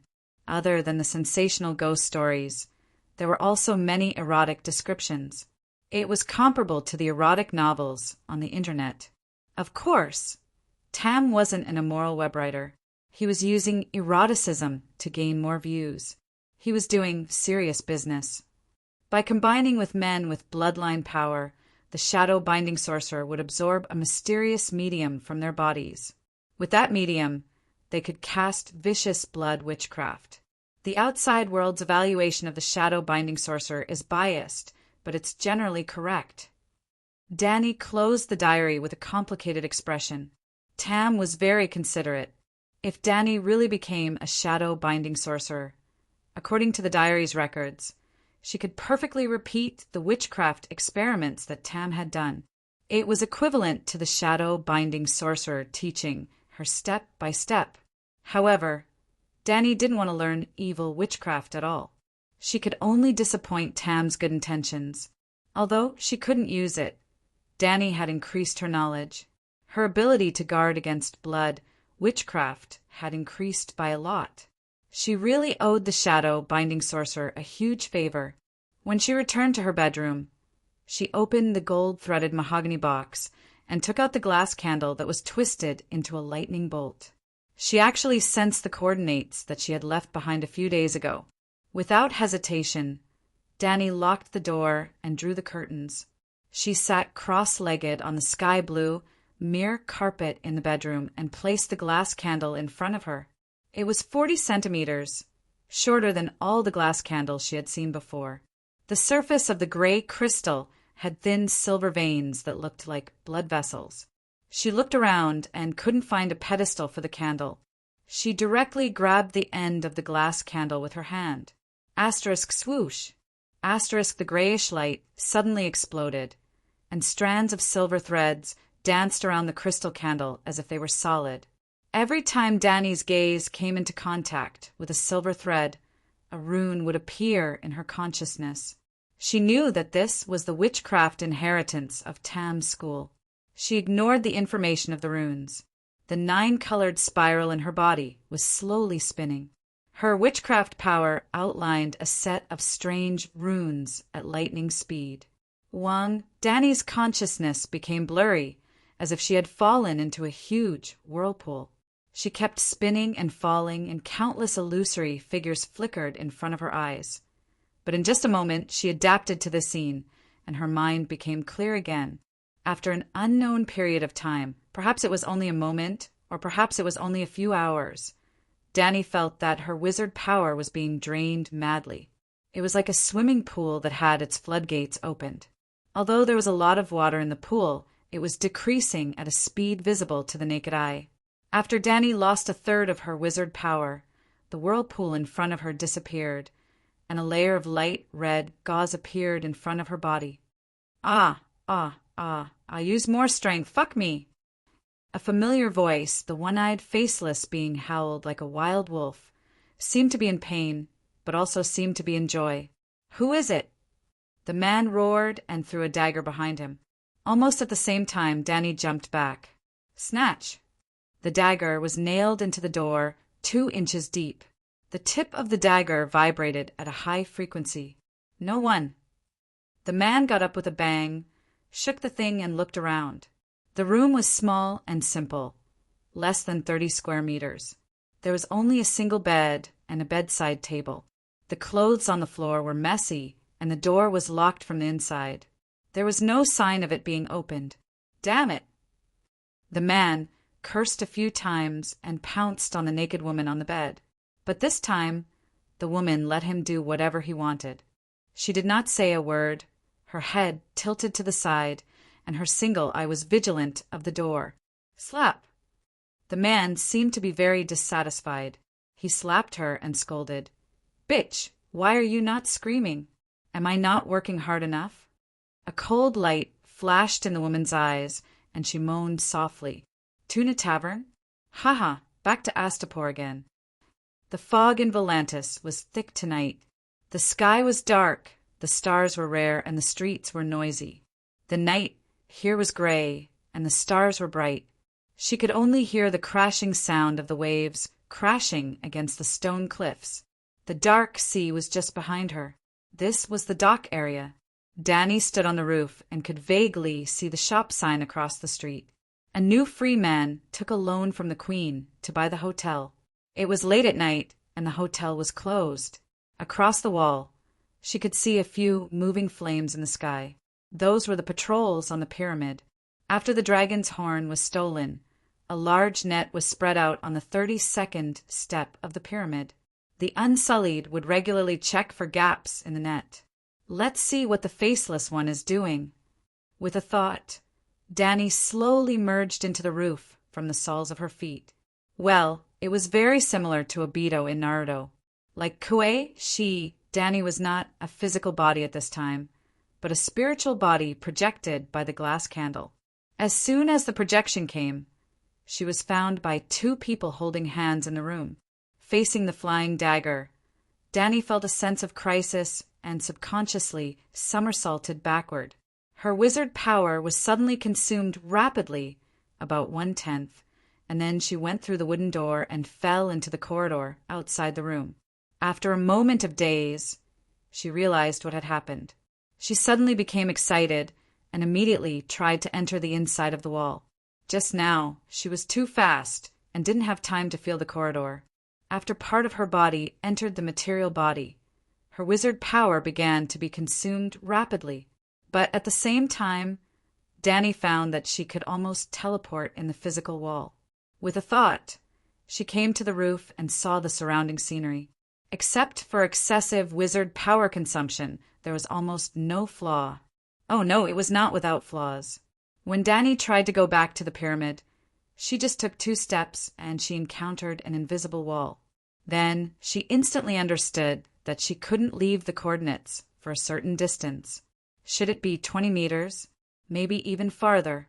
After eavesdropping for a while outside the door, the two of them only cared about holding hands and only exchanged a few words.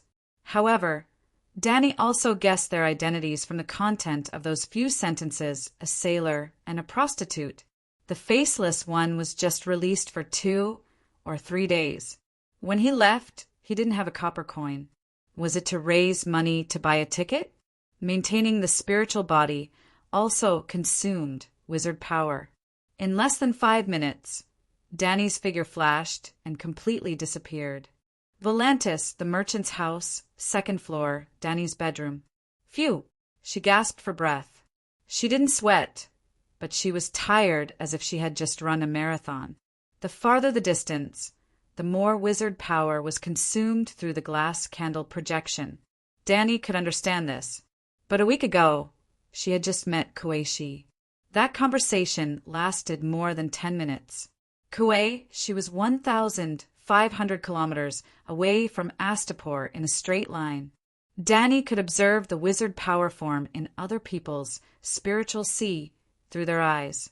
Of course, she couldn't see the basic runes, but she could guess the other person's profession and skill through the wizard power form.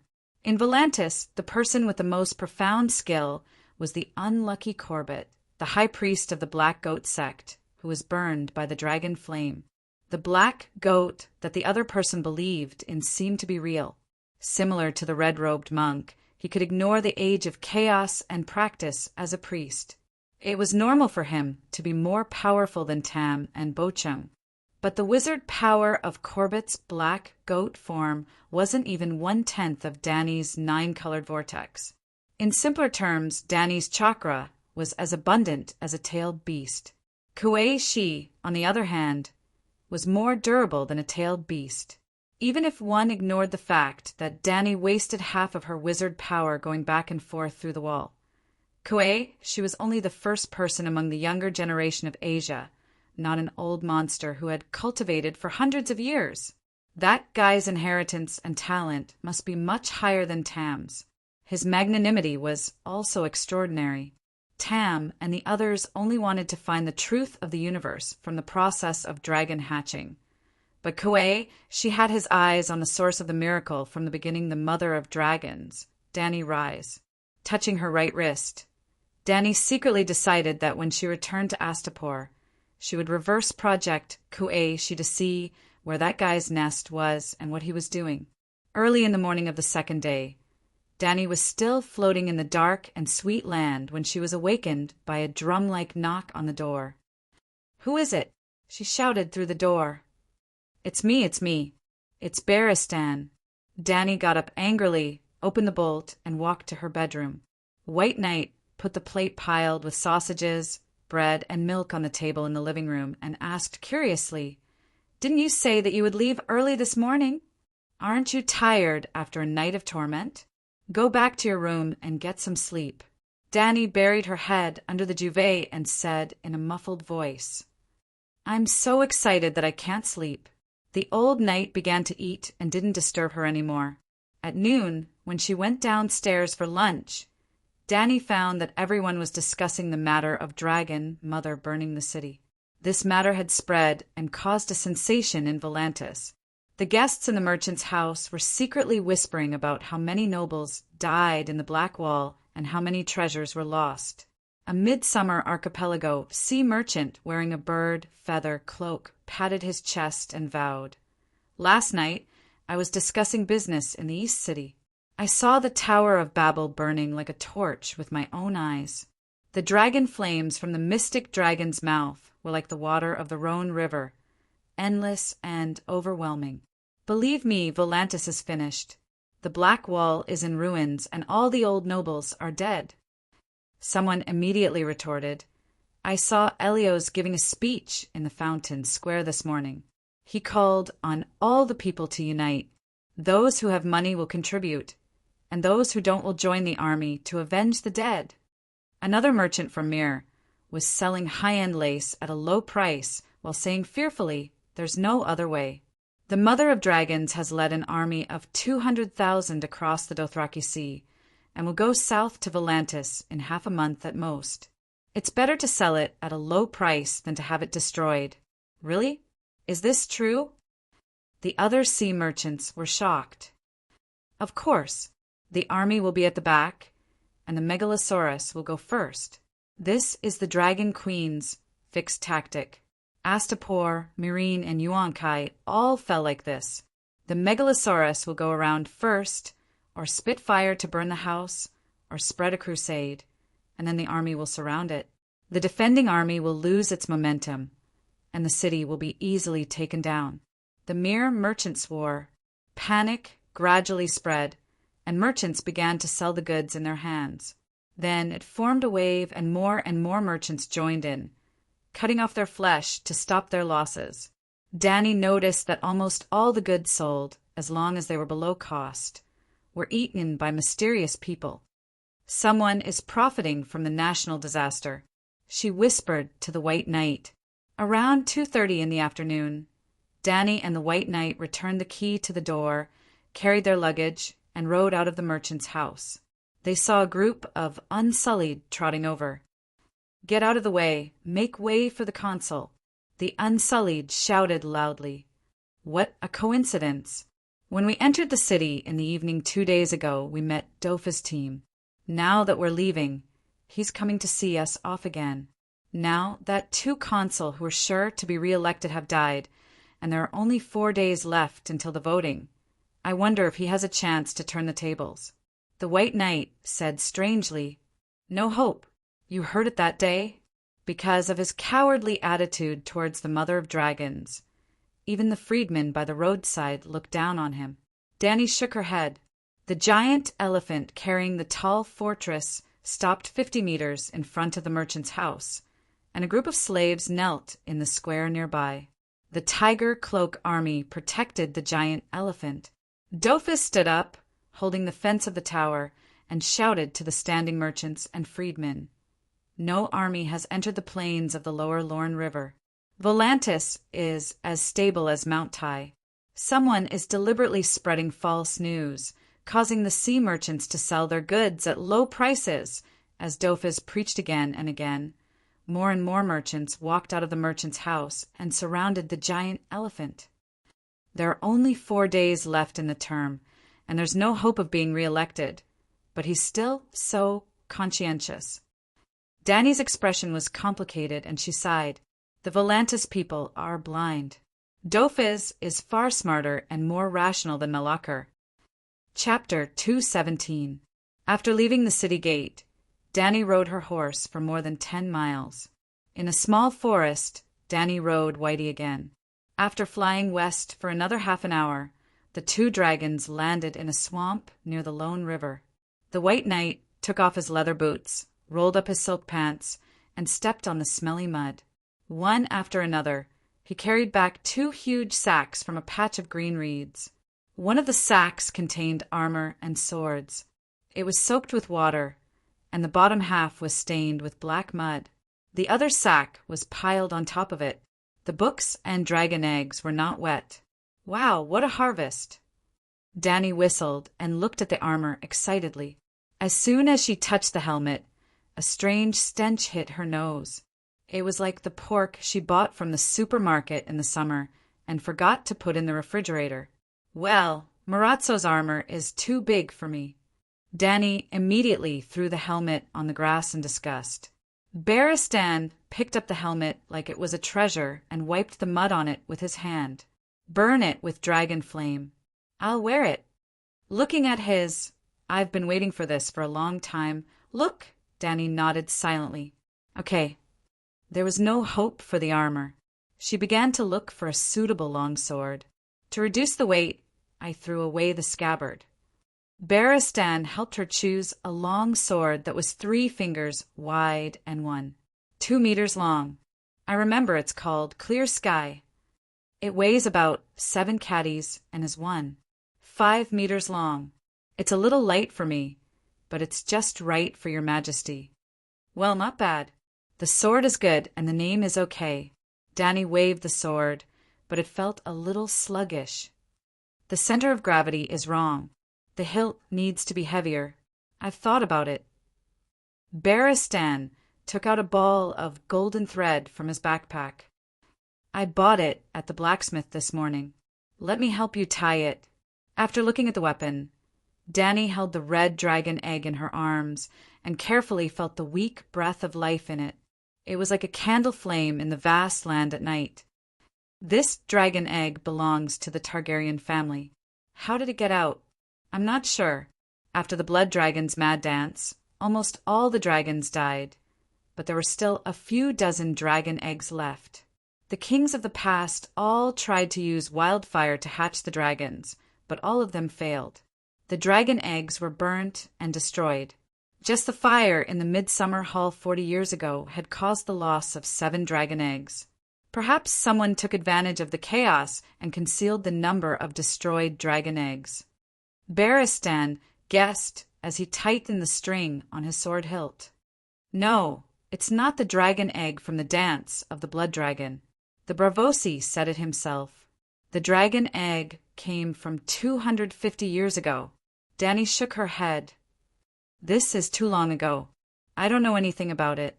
You can go to Old Town and ask the academicians. They have studied the history of House Targaryen, White Knight suggested. Previously, Danny and White Knight had planned to travel to Astapor Volantis, 2,500 kilometers, Dorne, 2,000 kilometers, Old Town, 2,000 kilometers, King's Landing, 1,700 kilometers, Hegian, 800 kilometers. Yep, the above data was based on the distance in a straight line. Danny could fly on a dragon, but the others would have to make a big detour regardless of whether they were on a boat or a horse. The situation has changed. Old Town isn't as safe as we thought. Danny told White Knight about the Dragon Slayer crossbow with a heavy expression. Because of Marjorie Tyrell? How is that possible? White Knight was puzzled. Even if he wasn't good at politics, he understood that the High Court didn't have to be so ruthless with just a widow queen. Yup, Little Rose Marjorie was also a weirdo in Game of Thrones. During the War of the Four Kings, Renly married Marjorie, the first daughter of House Tyrell, in order to win over the High Court. A few days after they got married, King Renly died at the hands of his brother Stannis, leaving Little Rose a widow. The Stags and Roses alliance went bankrupt. Later, under the efforts of Tywin, Rose allied with the Lions. As the price for the alliance, Cersei's son Joffrey was engaged to the little widow Marjorie. On the day of the wedding, Joffrey was poisoned to death by House Tyrell, leaving Marjorie a widow for the second time. According to the plot, Marjorie was about to marry Joffrey's brother Tommen, but Tommen was only 9 years old thus. Little Rose gave herself the bandit title of Virgin Queen. I still have to go to the City of Knowledge. After thinking for a moment, the old knight said seriously, Your Majesty, there are 2 goals for this trip to the Westeros. First, investigate the current situation of the 7 kingdoms and help Sir Mormont understand the current situation of Bear Island. No, the above 2 goals are not important to me. Leaving Slave Bay and leaving enough time for Count Butcher to clean up the Gith nobles in Meereen is my main goal. After causing a ruckus in Volantis, I will find a chance to appear in the Westeros again. The perfect proof of ignorance, the Queen was on official business and everything was done by Scholar Laidler. This way, even if Scholar Laidler went on a killing spree and slaughtered all the Gith nobles, Dany would at most hold a public trial and then kill Masu. Of course, she could not say this to the old knight. She still wanted to be a bright and kind queen. Without a doubt, the old town is the city of scholars. The news of the 7 kingdoms will gather there. At most, you can change your appearance and hide your identity. Whitebeard continued. Can I disguise myself as a Shadowbinder? Dany asked. Well, the old town is not only the city of scholars. Before Aegon conquered the 7 kingdoms, the main church of the Church of the 7 Gods was also there. The appearance of a shadow child would probably attract more attention, the old man said hesitantly. Okay, dye your hair, trim your eyebrows, and apply lipstick. This world also has hair dyeing technology. The dye extracted from plants is applied on the surface of the hair like paint. It can be washed with soap and restore the original hair color. This is an advantage, but at the same time, it is also a disadvantage. It is easy to be discovered that you have dyed your hair. Then, the 2 took out craft paper from their backpacks and wrapped the books and swords. Especially the books, they would bury them in the ground later and could not be soaked in water. They found a relatively dry highland and dug a hole to bury the package. They covered it with a messy layer of grass to make it less eye-catching. Well, the dragon egg was not buried. Dany put it in her backpack and was ready to carry it with her. She wanted to hatch it as soon as possible. After all, the night was coming, and there was not much time left for her to develop. 1 more dragon meant 1 more power. Then Dahe and Little White attacked together. The dragon flame burned Valeglia's armor red, but it did not melt.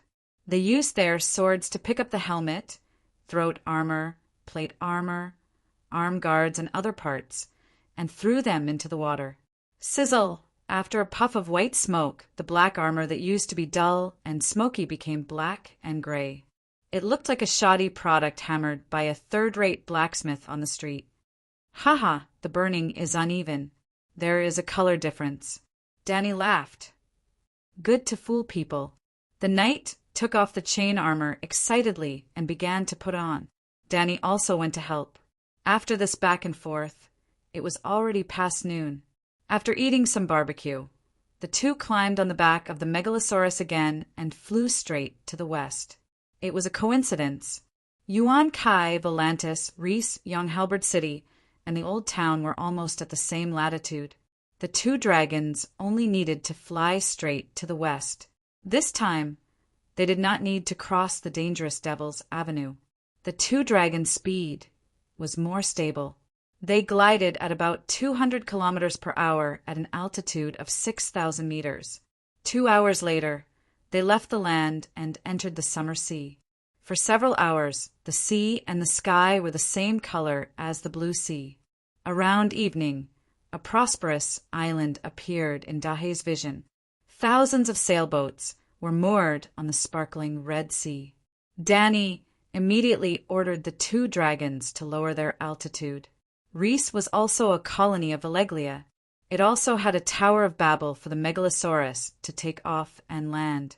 Well, Rhys had also joined the Allied army and was Dany's enemy. So Dany was a little reluctant to do it. Starting from the dock, there was a beautiful palace-like passion garden. Well, it was a place for bed slaves to attract guests. It was commonly known as a brothel. Forget it. I'll only rob the nobles of the Tower of Babel. I won't disturb the common people. Little White muttered and landed on the empty platform below. The black tower in the golden roses was 30 meters high. The top platform was 400 square meters, half the size of Marajo's black tower. There was no glass dome, and there was no one on the flat ground. Under the dim sky, the 2 dragons landed lightly. The whole process did not attract anyone's attention. Whitebeard jumped off the black dragon first. His iron boots made a crisp bang sound on the black stone platform. Who's up there? Hank, did you hear it? There's a sound on the top platform. Let's go and see. The guard's alert call came from the stairwell. The old knight acted as if he did not hear it. He pulled out his long sword and shouted to Dany on the white dragon's back in a relaxed tone. I'll go down first. After cleaning up the enemy, I'll inform His Majesty. Sure enough, he was used to robbing people. The first time he robbed the Black Tower of the Orys Bellerus family, the old knight was still hesitant and kept refusing. Now, without Dany's order, he jumped off the black dragon skillfully entered the stairwell, and skillfully cleaned up the guards in the palace. After a while, there were a few screams of the guards before they died. Barristan poked his head out from the stairwell and shouted in a strange tone, "There's an accident. Your Majesty, you have to come and see it in person." What accident? Dany's body tilted, and like a slide, she lightly slid down the white dragon's wings. This made her feel emotional.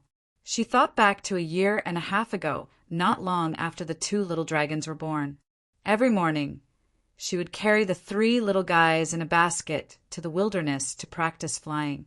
Every time she threw them up, her movements were so gentle, for fear of breaking their slender and almost transparent wing bones. Now, the thick, carpet-like wings could bear her weight of more than 50 kilograms, including mail armor and backpack. With complicated thoughts, Dany walked down the stairs and entered a magnificent palace. The mire carpet was embroidered with colorful flowers and naked girls.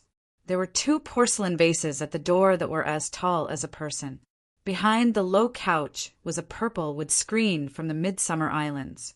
The sunset passed through the mosaic glass on the window, projecting the halo of a giant crown in the air. Compared to the Pyramid Palace in Slave Bay, the aura of wealth was not to be outdone, and the artistic details were even better. In such a magnificent palace, the 2 corpses lying on the carpet were a bit of a killjoy. What was even more of a killjoy was the 3 men and 1 woman kneeling on the carpet.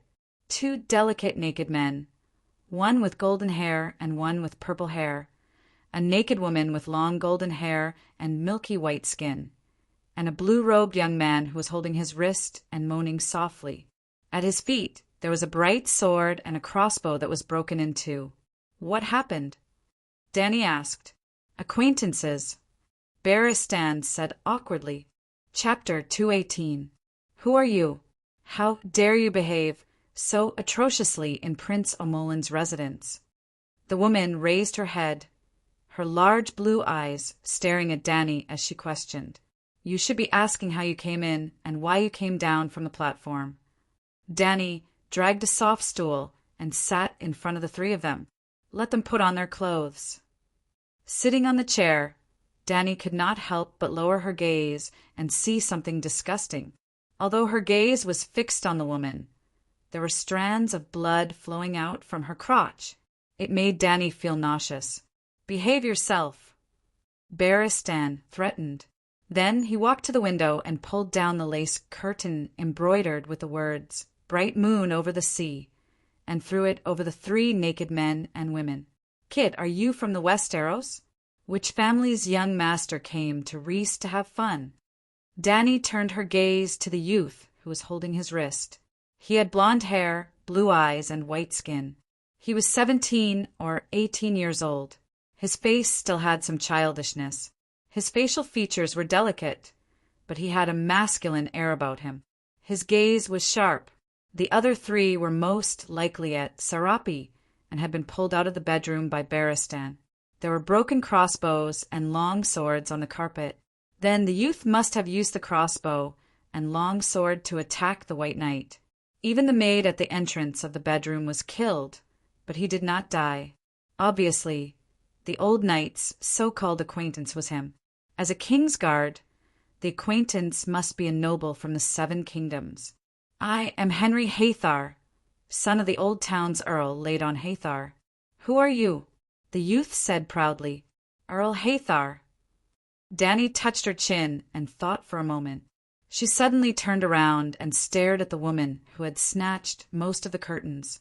Upon closer look, the youth's appearance was similar to hers. "Isn't this too much of a coincidence?" Dany looked at Beristan and smiled bitterly. "Fortunately, it was me who came." The old knight nodded emotionally. If another White Knight came here, then the situation would be too awkward and unimaginable. "Lady Lioness, I remember that you are now married to a prince of trade," Dany asked tentatively, turning to the woman. "This is the residence of Prince Treg O'Molin. Who are you? You know me?" Linnes asked doubtfully. "I rode a dragon here." Dany turned around and shouted at the stairs. "Black Diamond, roar for them." Dahe didn't howl foolishly. It climbed down the platform along the wall like a gecko and firmly grasped the relief sculpture on the wall with its claws. Boom! It smashed through the mosaic glass window and stuck a ferocious dragon head in. Hiss, hiss! 2 streaks of white smoke with sparks of fire came out of his nostrils. His blood-red vertical pupils with a hint of black coldly sized up the 4 captives in the room. "Dragon." Humphrey Hyder's eyes bulged as he groaned. "Dragon, it really is a dragon." The sea merchants weren't lying. The alliance is real and the dragon is real. "You," he turned his head abruptly and looked at Dany, saying in disbelief, "You're Dany Liz Targaryen. Why are you here?" "Haha, you know about the alliance?" Dany asked with a smile. "I thought they were bragging. After all, the dragon has already—" Humphrey shook his head and smiled bitterly as he turned to look at Dahe, who had retracted his head. "I was ignorant. Now do you know why I'm here? Burn down Reese City." Humphrey's face was pale and his voice trembled. "Sigh, I'm not that cruel." Dany waved her hand and smiled. "Besides, my dragon is still too young and doesn't have the ability to burn down a city. I came here today with 2 goals. Kill 180 princes to establish my authority, and steal a few dozen. Oh, Reese only has 3 sky towers. This is going to be difficult." She rubbed her chin as if she was troubled. Kill 180 princes." Humphrey's face twisted. How could she say that she wasn't cruel? That was a prince of trade. Even if his status couldn't be compared to the dukes of the 7 kingdoms, he was definitely above the level of an earl. And she even said that she wanted to steal. This, even the cruel Meg, was not as cruel and greedy as you. "Reese doesn't have that many princes," Linnes, who was cowering at the side, couldn't help but say. Dany glanced at the 2 young men who were barely covering their crotches and asked Linnes, "Since we're from the same hometown, I can do you a favor. Tell me, where is your dead husband? I'll kill him for you on the way." "Which husband?" "Mormont. I don't know which city. He's working as a mercenary." "If you must kill him, you can go to Bravos and look for him," Linnes said with a confused expression. Bam! Beristan slapped his helmet and tilted his head, as if he couldn't bear to look at the scene in front of him. Danny stared at the woman for a long while before asking, "How did that Yora Mormont offend you, that you must kill him?" Linny's had an expression that said, "You're being unreasonable." She felt wronged and said angrily, "I didn't say that I wanted Mormont dead. It was you. You said that you would do me a favor and kill him. Could I have guessed wrong?" Seeing that she was so self-righteous, Danny couldn't help but look at the White Knight in confusion and asked, "The three of them didn't mess around." They were in a daze. Fortunately, His Majesty didn't see it. "The scene was unsightly and inhumane," the old man said disdainfully. Linny's face was full of shame and anger as she glared at the armored knight. "How is it unsightly?" Her brother Humphrey blushed and turned his head away. "These two," Danny pointed at the two young men, "are submissive. They're definitely not Prince Omran. There's nothing wrong with having sex, but they're just your lovers, right? It's fine to have an affair behind your husband's back, but you rely on the Prince of Trade to make a living. Would it be good if he knew? So I'm going to help you murder your husband. You can at least get half of the family property, right? In the future, you can find whoever and how many lovers you want." Hearing this, Linny's expression was strange, and she wanted to say something, but stopped. Dragon Queen, you've misunderstood. The golden rose and the purple rose are my bed slaves. My husband Shui knows about this, and even encouraged me to practice the 7 cries of spring. Sometimes he would also join in. Lizi is the capital of lust and literature, and it's different from the 7 kingdoms. Oh, right, there's a lust garden in Slaves Bay, right? The situation here is actually similar to Yuan-Kai. You should be able to understand it easily. In the end, she still had a puzzled expression. I've known about Lizi's openness for a long time, but this... Sigh, your husband is awesome. Danny sighed with a twisted expression and then asked doubtfully, "Why should I understand you?" Everyone is saying that after you took down Yuan-Kai, you took in 8,000 bed slaves. They're both men and women, and you change 7 or 8 every night. Linny's mumbled. Danny glared at her, and she lowered her head in fear before asking, "Who's saying that? Is there a Gith diplomatic group here too?" Everyone on the streets knows, but the Gith people have been here before. But after the Prince Council announced that they were joining the alliance, they left and went up north to persuade the Taroshi people. Linny's whispered. Nodding, Danny asked about her previous doubts. "Why did you say that killing Maul was a help to you?" When she said that she was going to help this woman, Yora, Maul's name came out. Obviously, the Big Bear's death must have been beneficial to her. "I'm not Shui Ji's wife. Lizi believes in the goddess of lust. Here, married men can openly have mistresses." Linny's looked ashamed. Clearly, she had not completely thrown away her identity as the old town of Hyder. After a pause, she continued, "Maul and my marriage was blessed by the 7 gods. Even if he promised not to disturb me again, according to the laws and customs of the 7 kingdoms, we're still husband and wife. But if he's dead, I'll be completely free." The Church of the 7 Gods allows for divorce. All you need to do is to go to the other side of the strait and find a respectable monk and dissolve the marriage under his witness. Why do you have to kill? Danny sneered. Linny's shrunk her neck and stuttered, not knowing how to explain. No one is willing to conduct the divorce ceremony for her, Humphrey said with a look of shame. They're all calling her a whore behind her back. No monk is willing to sully their reputation, and the Hyder family will not allow this to happen. Linny's glared at her brother and shouted righteously, "What's wrong with me choosing the life I like? Yes, my actions are shameful in the Westeros, and even against the teachings of the 7 gods. But in Lizi, I'm carefree, and no one looks at me differently." At this point, she turned to look at Danny. 200 years ago, a Targaryen princess even voluntarily gave up her inheritance and noble status, and went to Volantis to be a prostitute. Business was good, and she thought that it was her own pursuit. She lived a happy life. Damn, are you serious? Is that true? Danny looked at the White Knight suspiciously. He shook his head and said, "I'm not sure." Danny turned to Linny's again. "How do you know?" "Don't forget, I grew up near the City of Learning." "Hank, Sandy, what happened? Why is the door locked?" A man's shout suddenly came from outside the palace gate. Meeting Danny's questioning gaze, Linny's whispered, "Butler! Can you send him away, or can my knights kill him? Scram, don't disturb me."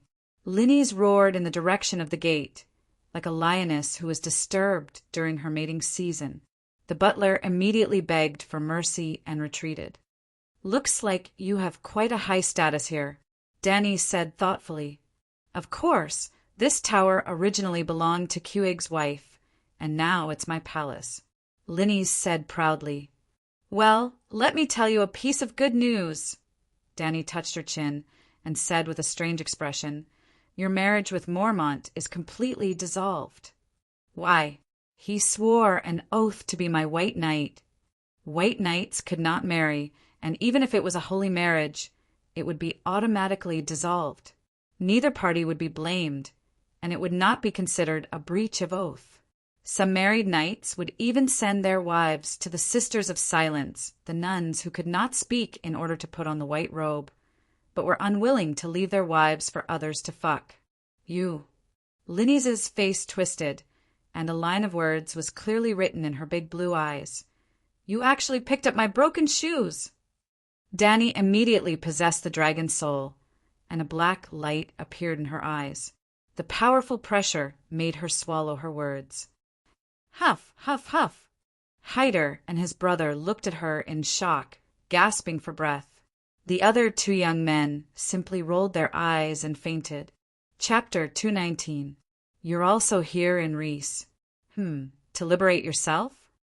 Danny dispersed her draconic aura and looked at Henry Foley strangely. "No, I'm here to seek help." Henry Foley looked at her in awe, then lowered his head and said honestly, "After Duke Tywin died, King Balan, who had lost his deterrence, went back on his promise to only go up north and not down south. He first attacked Lannister Port and then took down the Shield Islands. From the Monday River downstream of Hiding, to the old town at Whispering Bay, to the Redwine Straits north of Chinting Island, there were Iron Seed soldiers everywhere. For the old town, for the kingdom, I came to Reese alone to seek help from my dishonorable sister." "Where did Earl Pixter go?" "The Chinting Island fleet under his command is the strongest of the 7 kingdoms." Barristan couldn't help but ask. The 7 kingdoms of the Westeros had a total of 5 regular naval fleets. Lannister Port's Guard Fleet, Redwine family's Chinting Island Fleet, Dragonstone Fleet led by the Royal Family, White Harbor Fleet in the north, and Taimin Island's Iron Fleet. The White Harbor Fleet was ignored because the House of Stark didn't support and didn't have the financial resources to develop a navy in the north. All along, the White Harbor Mandalay family's navy could only fight pirates and didn't have the ability to engage in large-scale naval battles. During the reign of Mad King Aerys, the Dragonstone Fleet was the strongest. After Robert usurped the throne and King's Landing fell, the huge naval fleet escorted the pregnant Queen Layla and little Viserys back to Dragonstone Island. Seeing that Robert was gradually unifying the country, and the fleets of the 7 kingdoms were converging on Dragonstone Island under Stannis' command, the Long family's naval fleet already had the idea of surrendering to King's Landing. But that night, Dany Rise was born. The Stormborn wasn't just for show. The unprecedented storm completely destroyed all the fleets on both sides and sank hundreds of warships into the sea. Since then, the Dragonstone fleet became the second-rate fleet, and the Iron Islands fleet became the leader. But Balon Greyjoy was looking for trouble and started a rebellion 5 years after Robert's ascension. At the beginning of the war, through a sneak attack, they blocked Lannister's fleet at the port and burned them all. However, with the power of 1 island against 7 nations, there was no chance of victory. In the end, the Iron Fleet was taught a lesson by the Royal Fleet, led by Stannis. Stannis was the Duke of Dragonstone Island. He commanded the Royal Navy, which was the rebuilt Dragonstone Island Fleet. After Greyjoy's rebellion, 2 fleets were crippled at once. Lannister suffered the most. Even after 10 years, they still hadn't recovered. They had enough to protect themselves, only Port Lannister, but not enough to attack. From then on, the Dragonstone Island fleet once again took the top spot on the power rankings.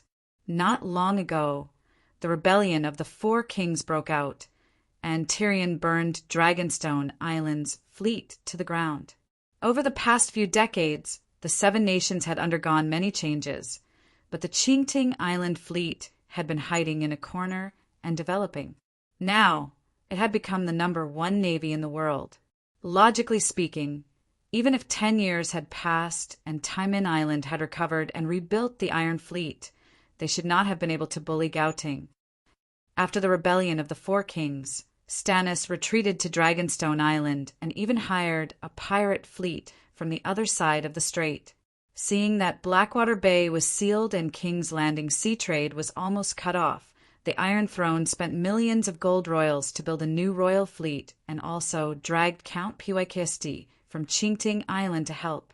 Finally, the Qingting Island fleet was dragged into the water. Dany sighed to herself.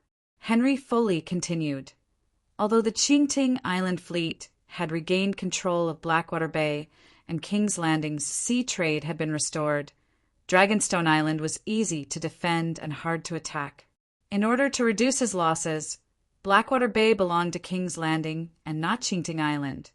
Count Pyst used a more time-consuming siege technique in an attempt to deplete Dragonstone Island's food reserves, but, Taiman came aggressively. Dragonstone Island was not taken down, and the Qingting Island fleet was trapped in Blackwater Bay. I had no choice but to ask for help. I'm afraid the people of Lys can't help you, right? Dany sneered. They sent their entire fleet to Volantis, a total of 200 longships. I only arrived in Lys yesterday afternoon. Henry Foley looked at his bitch sister expectantly.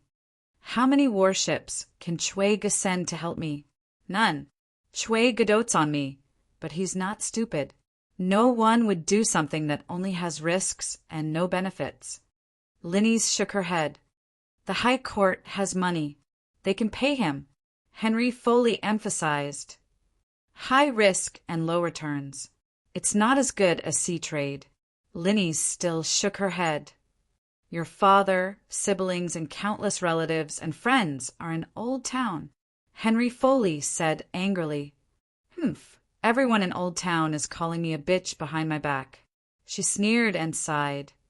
If it was another time, I might be able to persuade him. But now the alliance is about to set off. I can't do anything even if I want to. After all, that's an iron fleet with 100 longships. It's useless to send 8 or 10 ships to help.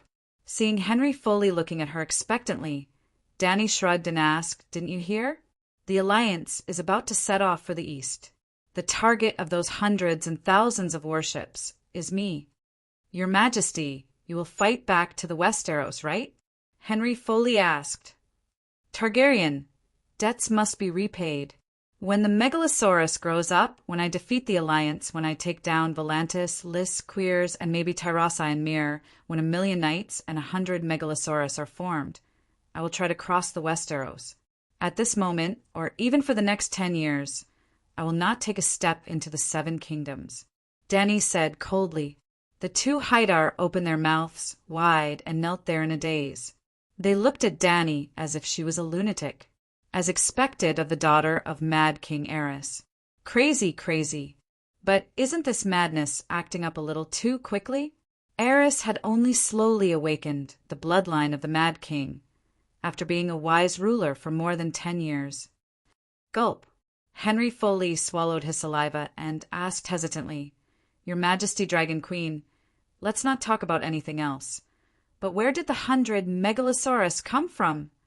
Clap. Dany clapped her hands and shouted, That's a good question. Hurry up. Take out the dragon eggs, Valeglia steel weapons, witchcraft secret techniques, magical artifacts. Take them all out. Take them out for what? Linnies asked foolishly. Robbery. Robbery, robbery? The two pairs of similar blue eyes almost popped out of their sockets. The poor Haidar siblings' worldview was completely shattered at this moment. Didn't I say it before? I came to Lys for two reasons: kill the prince and steal the Black Tower. Danny said matter-of-factly. But you are the queen. Henry Foley shouted in disbelief. Danica shot him a sideways glance and asked, "Child, have you never participated in a martial arts tournament before?" "I'm not a child. I'm 2 years older than you." Henry Foley's face turned red as he shouted. "Also, my idol is the fearless Barristan.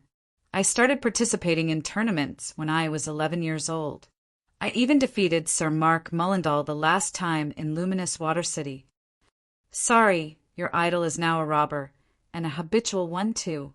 Danny glanced at the White Knight, who was twisting his body uncomfortably, and said, "Since you have participated in a tournament before, you should know that the losers will hand over their armor, sword, and warhorse. Now that you have lost, are you willing to hand over Valeglia's steel armor, weapons, and the world steed?" "Seven gods above. Can you explain it this way? Valeglia's steel armor, Valeglia's steel longsword, and then the world steed dragon? What the fuck?" Henry Foley's mind was filled with 1,000 curses. There was only one thought left in his mind. "I have to hurry home and inform my father that Hathar and the old town have to take sides again. Although the Dragon Queen has the blood of madness disease, her shamelessness is enough to make up for the defects brought about by her insanity. There is no other way. The shameless are always strong." After a while, Linnes recovered from the shock and shook her head, saying, "No, there is nothing here. This is the Black Tower, the castle of Valeglia's great nobles." Danny emphasized, "Let's not talk about the dragon egg. Anyway, I have already snatched one in Volantis. But there is no steel sword. Your Majesty, Chuegu is not a descendant of Valeglia's great nobles.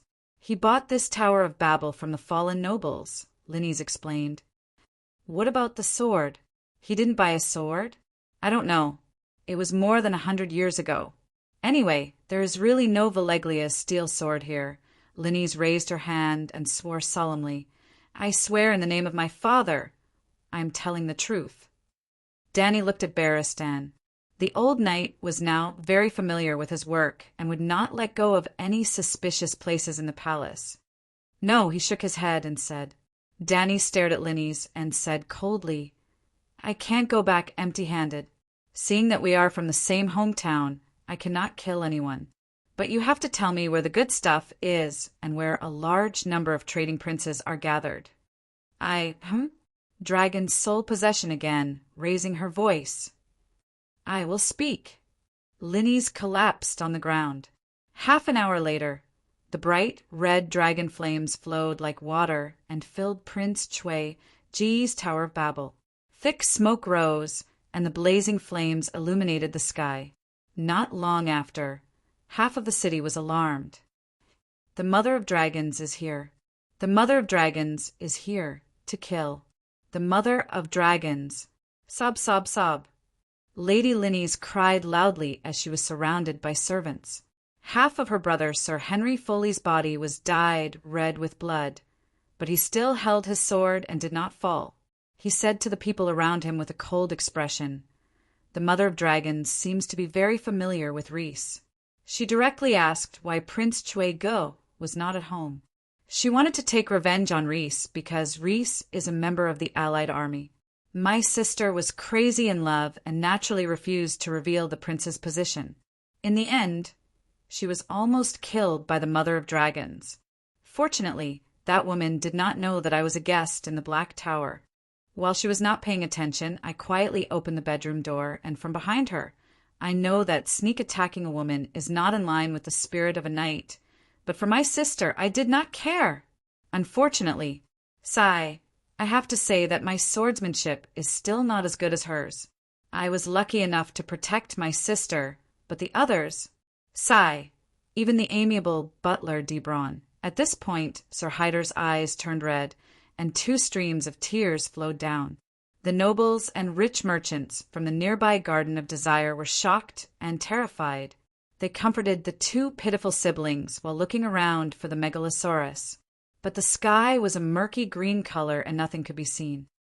"Ah, the Hall of Bliss is on fire!"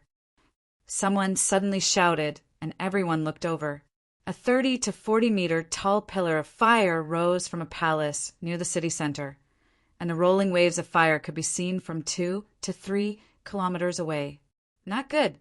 The princes are in the Hall of Bliss. Chapter 220. The Dragon Queen is angry. She's riding her dragon and robbing the Alliance's capital. 2 Volantis senators were burned. Nearly 300 nobles were devoured by the dragon's flames. Countless nobles' mansions were plundered, and the losses were uncountable. Dukes of Taurosai, please be careful. The Dragon Queen set fire to the Hall of Bliss. 12 princes and 35 nobles were slaughtered. Tragic, tragic. Another 10 nobles' mansions were plundered. 8 Valeglia steel swords, 1 sea monster horn, 2 dragon horns, several family heirlooms, countless jewels and books. Princes of Mir, please be careful, and be careful. The Dragon Queen has transformed into a devil dragon, specifically devouring the nobles of the free cities. As the saying goes, without the lips, the teeth are cold.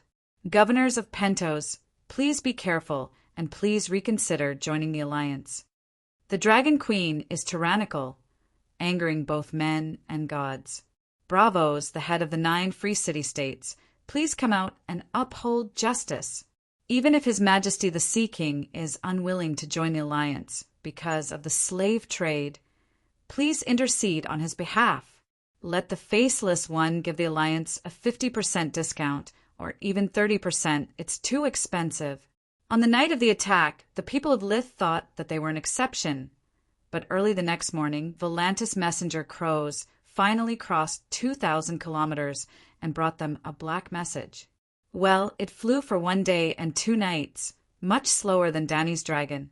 Now the people of Lith understood that the Dragon Queen had gone mad and was madly taking revenge on the alliance. So, countless messenger crows began to fly to other trading cities. In a few days, the notoriety of Mother of Dragons, Dany Lith, spread across the continent of Ursos. But this was a story for later. As a super social butterfly, Linnes knew the situation of the nobles of Lith like the back of her hand, who had Valeglia's swords, who had large diamonds, and strange treasures. She told Dany one by one. She even took out a map of Lith from her bedroom and marked it one by one. Dany also returned the favor. Not only did she cooperate with the siblings to put on a show, she even let go of her backer, Prince Chwega. At first, Henry had suggested that his sister become a Black Widow and use Dany to kill Chwega and his wife so that she could monopolize the Omron family's wealth. This way, they could also send dozens of longships back to the Westeros to save the old town. But Linnes was unwilling. She said, "I wear gold and silver here, eat and drink well, and spend hundreds of thousands of gold radiance coins every year. But I don't have the ability to manage the sea trade. Even if I get half of Chwei Ge's family fortune, I won't be able to squander it for more than a few years. The prince is my lover, and also my long-term meal ticket. As for going back to the old town with you to lead a hard life, don't even think about it. I've lived in heaven for a few years, and you want me to go back to hell? You might as well kill me." Humphrey blushed and stared at his sister in disbelief. For the first time, he realized that his family also had the mad blood gene. It must be the side effect of the marriage with Targaryen. His sister's madness was more terrifying than the Dragon Queen's. As an admirer of the fearless Barristan, it was normal for Knight Humphrey to have such thoughts. But Dany secretly praised Linnes for having self-awareness. But she would grow old one day. What should she do when that time comes? Look for the big bear to be the hero? It seemed, together with the 8 steel swords that Rhys had obtained, Dany had obtained a total of 20 swords during her trip to the west. It was a great harvest, other than the weapons and the precious jewelry that Linnes had been coveting for a long time. She also found 2 horns in Rhys's body. the fake dragon's horn and the broken sea monster's horn. The dragon's horn was as big as a bull's horn and was made of Valeglia steel. It was very light and did not feel heavy when hanging it around her waist. If it was purely used as a marching horn for the army, the horn sound would be loud and long, and it would be easy to blow it. But calling it the dragon's horn was a bit boastful. It was not made of a dragon's horn, and there was no dragon soul sealed on it. How could she control the megalosaurus? But the sea monster's horn was a bit interesting. It was made of a dragon's horn, but there was no dragon soul sealed. Or rather, there might have been a dragon's soul once, but now the runes were broken and the dragon's soul had dissipated. Danny could also sense the mysterious Valeglia runes in it. As for the specific effects, it still needed to be studied. Reese was a narrow island that was nearly 200 kilometers long. Danny found a cliff cave that was rarely visited by people and stuffed the jewelry, books, steel swords, and the fake dragon's horn into it. She put the sea monster's horn in her backpack and carried it with her for research. It was already late at night. The two wrapped themselves in blankets and leaned against Dahe to rest for the night. In the early morning of the second day, the sky was just beginning to brighten. They ate something casually and continued their journey to the west. Well, they did not go north to Tyrossae and Myr. They were able to successfully attack Volantis and Reese all because of a surprise. They crossed the heavily guarded city walls, descended from the sky, and went straight into the weak core of the other party's mansion. No one would place a siege crossbow or ambush a large group of soldiers near the bedroom, so they succeeded time and time again. But if the other party was alerted, first, valuable items such as Valeglia's steel sword would be hidden in an inconspicuous place that no one knew about. Then, they would ambush a large number of siege crossbows. At that time, if Danny dared to ride a dragon and charge in, there was an 80% chance that she would not be able to return. Young Halberd City, the capital of Dorne, was located at the easternmost tip of a sandy peninsula and was surrounded by the sea on 3 sides. At around 6:00 in the morning, they set off from Reese. At around 10 o'clock in the morning, the 2 dragons passed Young Halberd City and flew another 5 kilometers to the west. They landed in a desert on the south bank of the Green Blood River. Well, Dorne had the only large desert in the Westeros. Although the entire Dorne territory was surrounded by the sea on 3 sides, and there were 2 rivers that stretched thousands of miles in the territory, 80% of the land lacked water. For example, the dark green river in front of them seemed to be 4 to 5 miles wide, but the flow was extremely slow. The river was so shallow that they could see the silt at the bottom of the river. It was close to noon. The white sun shone brightly, and the yellow, scalding sand was sandwiched in the middle. It was as if one was in a steamer, steaming hot. Well, the main thing was that the clothes were not suitable. The leather armor was not breathable. They should have paired it with the mail armor. Do you feel uncomfortable? Danny tugged at the brown leather vest and asked the fully armored knight beside her. It's all right. I've been to Dorne many times, and I've always worn the armor of the Kingsguard. The old knight was not only fully armored, he also had a gray wool cloak that reached the ground. The 2 of them walked along the river for more than a mile. After crossing a sand dune, they found a ferry on the wide river. 7 or 8 wooden rafts were parked by the river. More than 10 children were playing by the water. On each raft was a woman with a sunburned face. Some of them were washing turnips and carps by the rafts, while others had already started a fire to cook. It was a very strange wooden raft. A low-ceilinged house was built on the wide boat, like a matchbox in the middle of a phone. It looked very simple, but the patterns on the boat were beautifully carved. It had an attractive and unique foreign charm. They are the orphans of the Green Blood River, Barristan said in a low voice. After the defeat of the Loyner people, they were forced to leave the vast and rich plains of the Lorne River. Finally, under the leadership of Queen Nymeria, 10,000 broken ships crossed the narrow sea and integrated the last of the people into Dorne. However, there were also proud loiner people who were unwilling to give up their ancient river traditions. Due to the developed branches of the Lorne River and its wide basin, the loiner people were used to living on the river boats. Some of the loiner people who fled regarded the Green Blood River as their mother river and still lived a carefree life on the river. This group of loiner people who could not integrate into Dorne were called the orphans of the Green Blood River. It sounded a little pitiful, but in the Dorne Hill, where there was an extreme lack of water, this group of orphans lived the happiest lives. "Where are the guests from?" Seeing Dany and the armored knight, a bearded man in a grey robe immediately came out of the matchbox to solicit business. "Don't ask me where I'm from. I'm going to Young Halberd City on the other side," the White Knight said in a skilled tone. "Okay." The bearded man shouted at the children swimming in the river, which roughly meant, "Gooden, Taiwa, come back for dinner."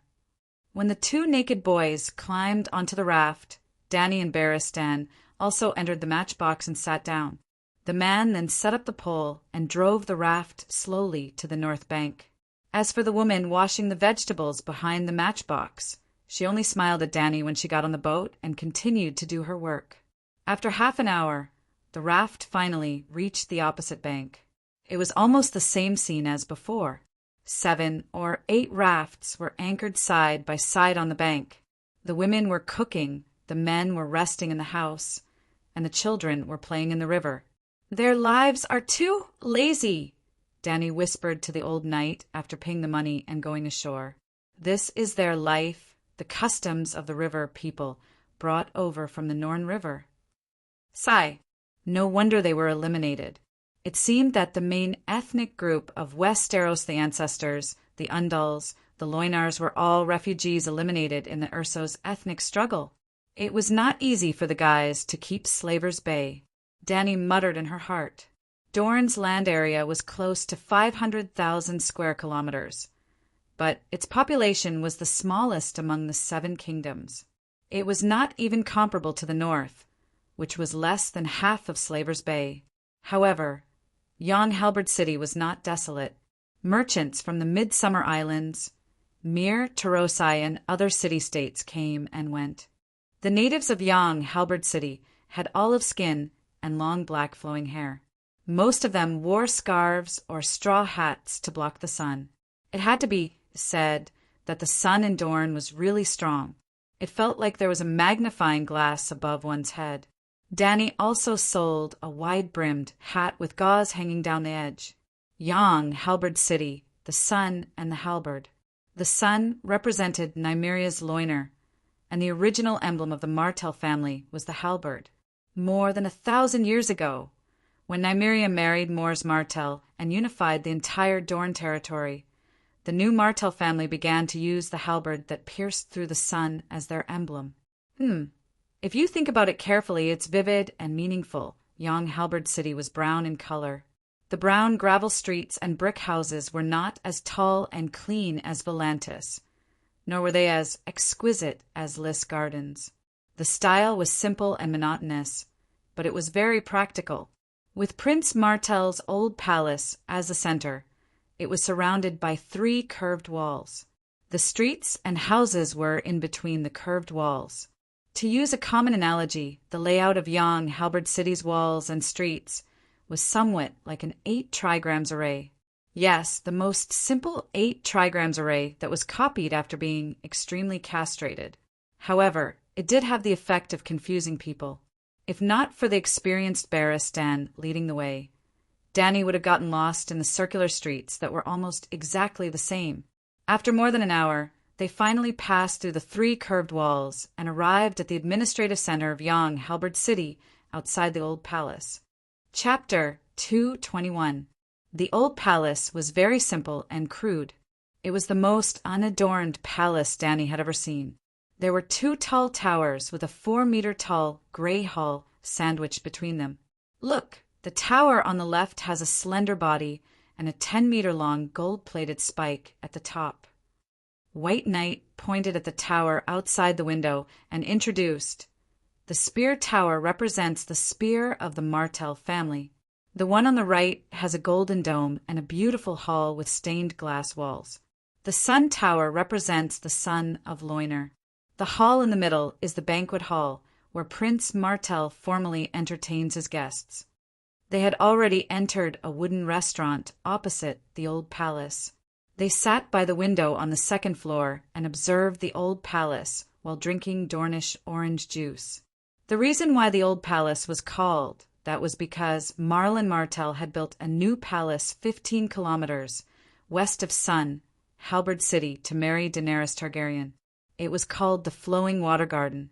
Oh, the Dany Liz from 130 years ago. It was unknown whether the previous generation of Targaryen was too useless or if the Dornishmen really added points to their guerrilla warfare skill to divine level. In short, the other 6 kingdoms had already submitted to the Long family. However, the Dornishmen rebelled today and tomorrow. From Aegon the Conqueror 300 years ago to St. Bailey 150 years ago, the Dornishmen had been rebelling against the Targaryens for almost 2 centuries. The Dornishmen had the least population and the most resources. However, the Long family had the Megalosaurus. Dragons were not extinct in the early days of the dynasty. However, the Dornishmen almost made the Targaryens bleed dry. Not to mention the Targaryens who died at the hands of the Dornishmen. Even the Megalosaurus, Miracis, died on this land. To be honest, when Dany saw the history of Dornishmen conquering Dornishmen, her first thought was that it was another 3,000 unsullied men defending Kolar. She did not understand. While it was true that Dorne's environment was harsh, with lots of sand and complicated hills, and the Dornishmen were unruly, it was precisely because of this that there was very little land for people to live in.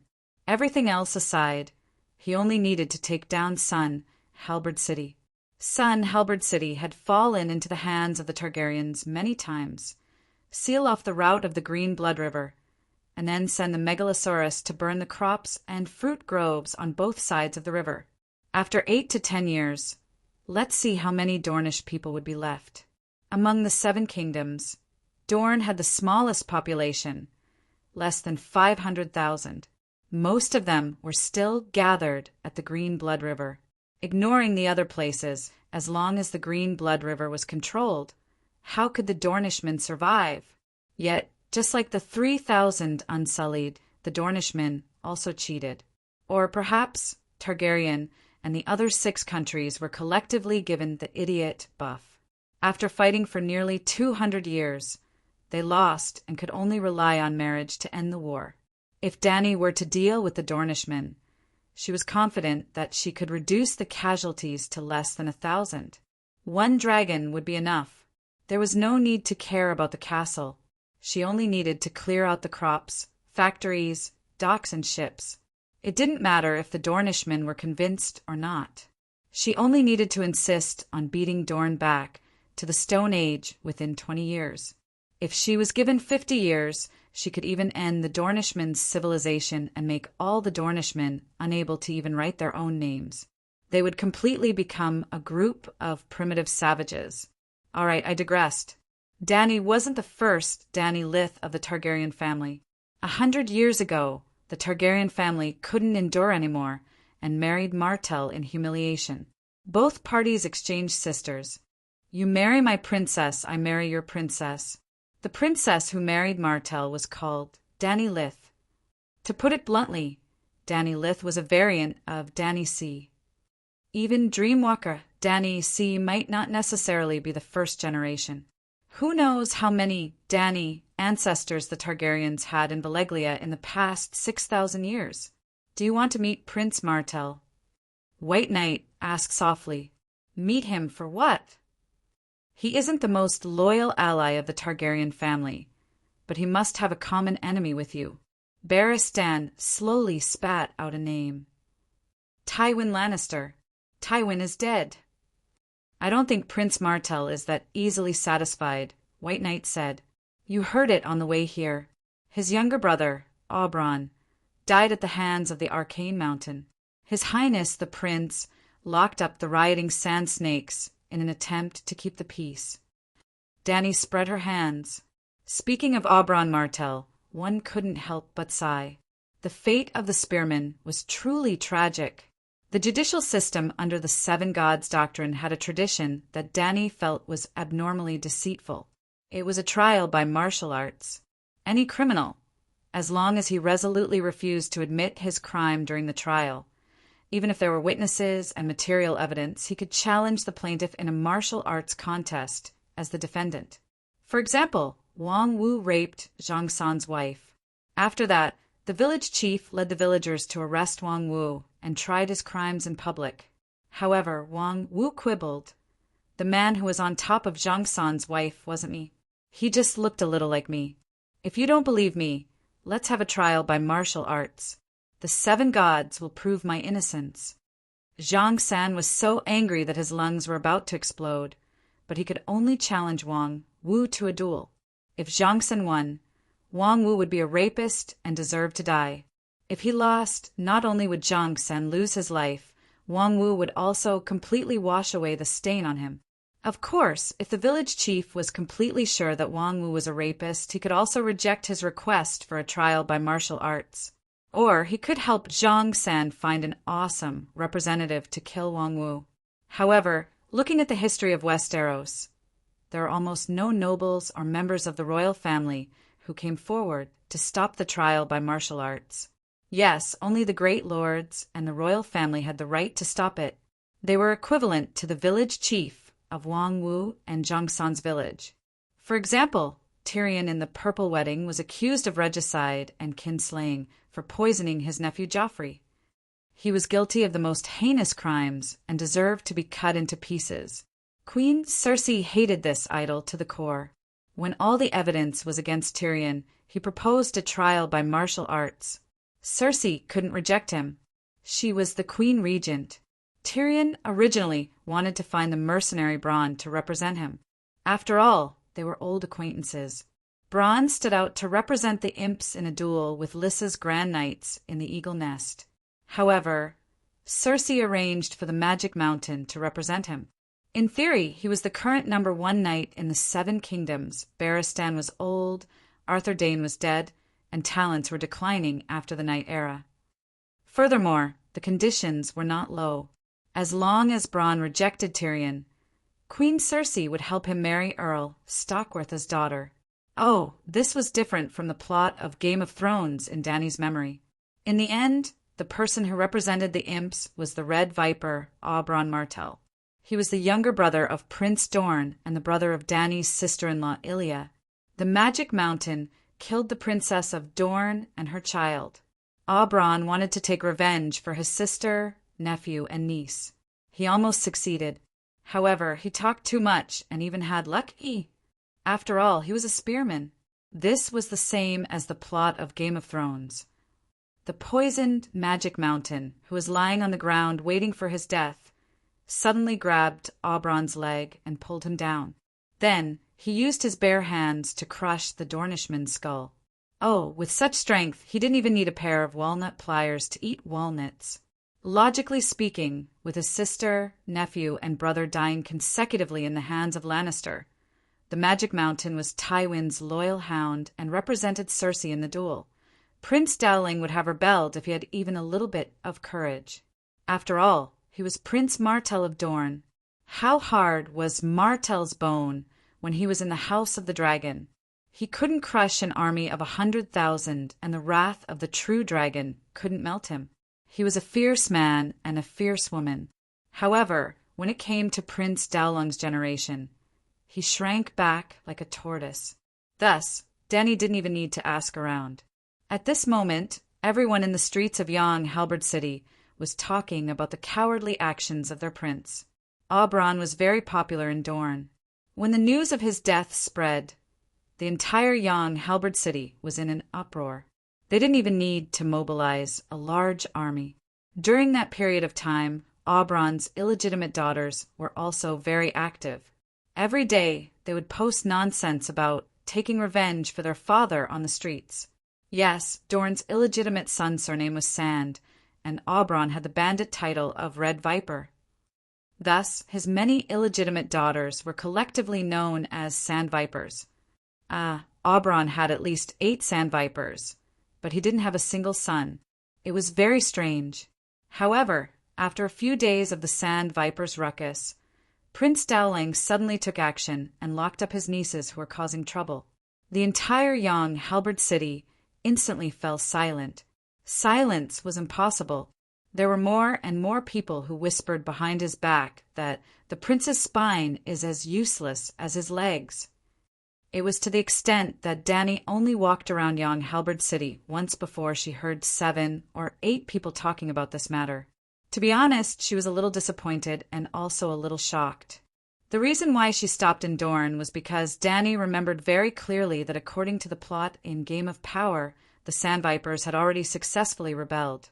They had poisoned Cersei's daughter, Princess Myrcella, and stabbed the cowardly and easily bullied Prince Dowling to death. They were preparing to launch an attack on the Iron Throne. Only such a big event was worthy of her staying in Yong, Halberd City, for a while. It wasn't the first time that the plot had deviated. Although she was disappointed, she could still accept it. However, through this incident, Dany discovered one thing. The coward Dowling's control over Yong, Halberd City, and Dorne was far beyond her expectations.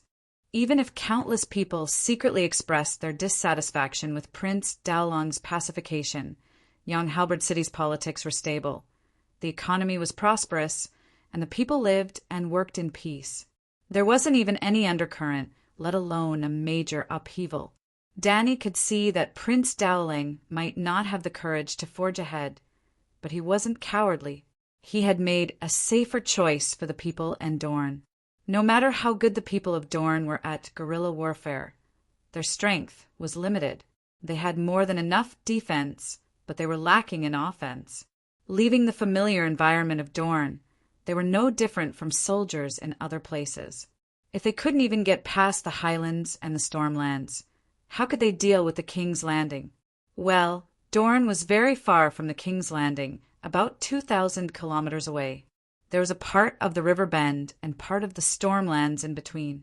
Because of this, Dany wasn't interested in Barristan's suggestion. Let's rest. Dany stopped talking and looked up. A red shadow flashed across her purple eyes. She was confused for a moment. She shook her head and said in a low voice, "Did you feel it? We're being watched." Barristan got up quietly and called out to the waiter standing by the corridor, "1 pepper-stewed chicken, please." With a few words and a few routine actions, he had already inadvertently scanned his surroundings. A few crows flew past the window, but there was nothing unusual. "No one is watching us. Are you sure you are not mistaken?" The old knight sat down and asked doubtfully, "This?" Dany heard him and stood up to look around. She didn't even miss the street outside the window, but she didn't find anything. It was close to 2 in the afternoon, long past the mealtime. Although they weren't the only 2 people in the lobby, it was very empty. There were only a few silk merchants discussing business in low voices. "Leave immediately after we finish eating." Dany frowned. Chapter 222. The sun was scorching, and the world was filled with light. The white light of the sun, the yellow light of the desert, and the hot light. Dany was wearing a veil hat and riding a horse in the desert. The veil in her ears fluttered in the wind, and she shouted in surprise, "Wow, this sand horse has great endurance!" She was riding a slender gray horse with short hair. It was as fast as the wind, and its steps were light. According to the old knight, this was a sand horse that was a specialty of Dorne. It would not be tired even if it ran for 2 days straight. It might be a little difficult to run 1,000 miles in a day, but most sand horses could run 500 miles in a day without any weight. Dany did not believe it at all. If there was such an awesome war horse, all the cities in the world would come to Dorne to look for stallions. However, after running in the desert for more than an hour, she had to believe it. The sand horse's strange running style gave them great endurance in the desert. In modern society, scientists had simulated the movement of ostrich foot tendons and created an exoskeleton equipment that allowed the wearer to run at high speed and for a long time. The sand horse's leg muscles and running style had a similar effect. but they were only suitable for the desert environment. If they were to go to flat mud, the effect might not be as good. How is it? Beristan looked around sharply and asked, "Do you still feel like you are being watched?" "Sigh, it's vague. At first, my spiritual sense felt something strange, but it was not strong if she had not entered the dragon spirit state and pulled Big Black into her spirit realm immediately. Danny would have thought that she was drunk and hallucinating because of the strong aftereffects of the Dorn wine. Not long after we left Sun Halberd City, the feeling of being watched disappeared.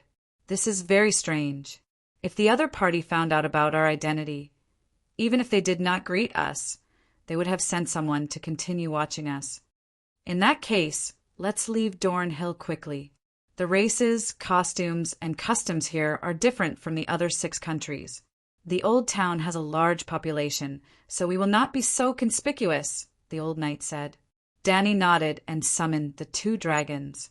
She left the 2 sand horses in the desert, and the 2 continued to travel west. After flying for more than 2 hours, it was close to dusk. They watched the red sun gradually bury in the desert from an altitude of 3,000 meters. The vast red light on the earth was intoxicating. Danny had never seen such an infectious sunset before, nor had she ever seen such a huge red sun. It seemed like Little White would catch up to the red ball if it was just a little faster. She was very worried. What if they hit the sun? The stunning scenery intoxicated the white knight. He shouted, seeing such a sunset, "I have no regrets in my life." Danny was also very excited. She opened her arms and shouted, "We still have a long time in the future. We want to see sunsets all around the world, Summer Island, Snake's Lizard Horn, Saucerose, the Jade Sea Barren Land." She did not stay idle during the flight. Beristan still had to hold on to the belt that extended from both sides of Big Black's neck to stabilize his body. Danny did not fall off the dragon's back, even when she was lying on the dragon's back. Little White would subconsciously adjust her position to keep her balance at all times. So Danny had extra energy to do other things, such as multitasking. She could look at the scenery while studying the blood dragon dance that she got from the dead Lisbon. That guy made up the name. When Danny held the heritage iron plate and tried to use her mental power to sense the runes, a QR code was immediately imprinted into her mind. She skillfully used her wizard power to decipher the information within. Fire manipulation incomplete for the disciples of the Fourth Peaks Millaris branch. It was divided into 3 major realms. Fire magician freely controlling the form of fire. Flame spirit gathering the fire elemental energy in nature to form a rootless fire. Fire demon king transforming other elements into fire elemental energy and even igniting all high energy elements. The fire devil king of the highest realm made Danny's heart surge. Igniting all high energy elements. What did that mean? The mental power, wizard power, and magic in the body of an extraordinaire were also high energy elements. As long as she was willing, she could burn Tam, Lisbon, and Bo Chung into a torch with just a glance. Sigh, why is it incomplete? Danny was very regretful. The iron plate only recorded the runes of the first 2 realms. It was no wonder that the iron plate did not even have a basic wizard password. Fire mages could learn it regardless of their bloodline or talent in witchcraft. It was specially prepared for the disciples of the 4th Fire Peak. The process of sketching the runes was far more difficult than Danny had imagined. It was even more difficult than the coordinate spell that she had groped for from scratch. Before leaving Volantis, she had been assembling the QR code bit by bit like building a building of blocks. There were about 30,000 basic runes in the first realm. She had not used all the runes in the 108 rune tables, only having 32 types. Many of the runes were repeated, and some of the runes had only appeared once or twice. Comparing it to the Lisbon 64 rune table that the fire mage had given her, Danny realized that there were 7 runes that were repeated too infrequently. The fellow had not been able to distinguish them at all, and had instead created another 5 runes. After 2 days and 2 nights, Dany had only completed the construction of the runes of the first realm when she arrived in Dorne in the morning. While flying to the old town in the afternoon, she began to reassemble the rune incantation of the second realm. 150,000 basic runes, using 82 types of runes. Lisbon was almost half wrong. It was no wonder that he was panting and exhausted his wizard power after only burning Tyrion's beard. The second realm required even more time. Dany tried for a few hours and realized that she would need at least 10 days to complete it. Back then, she had used 4 days to figure out Ku'e-Shi's coordinate spell, and only 2 days to assemble the runes of the coordinate spell in her mind.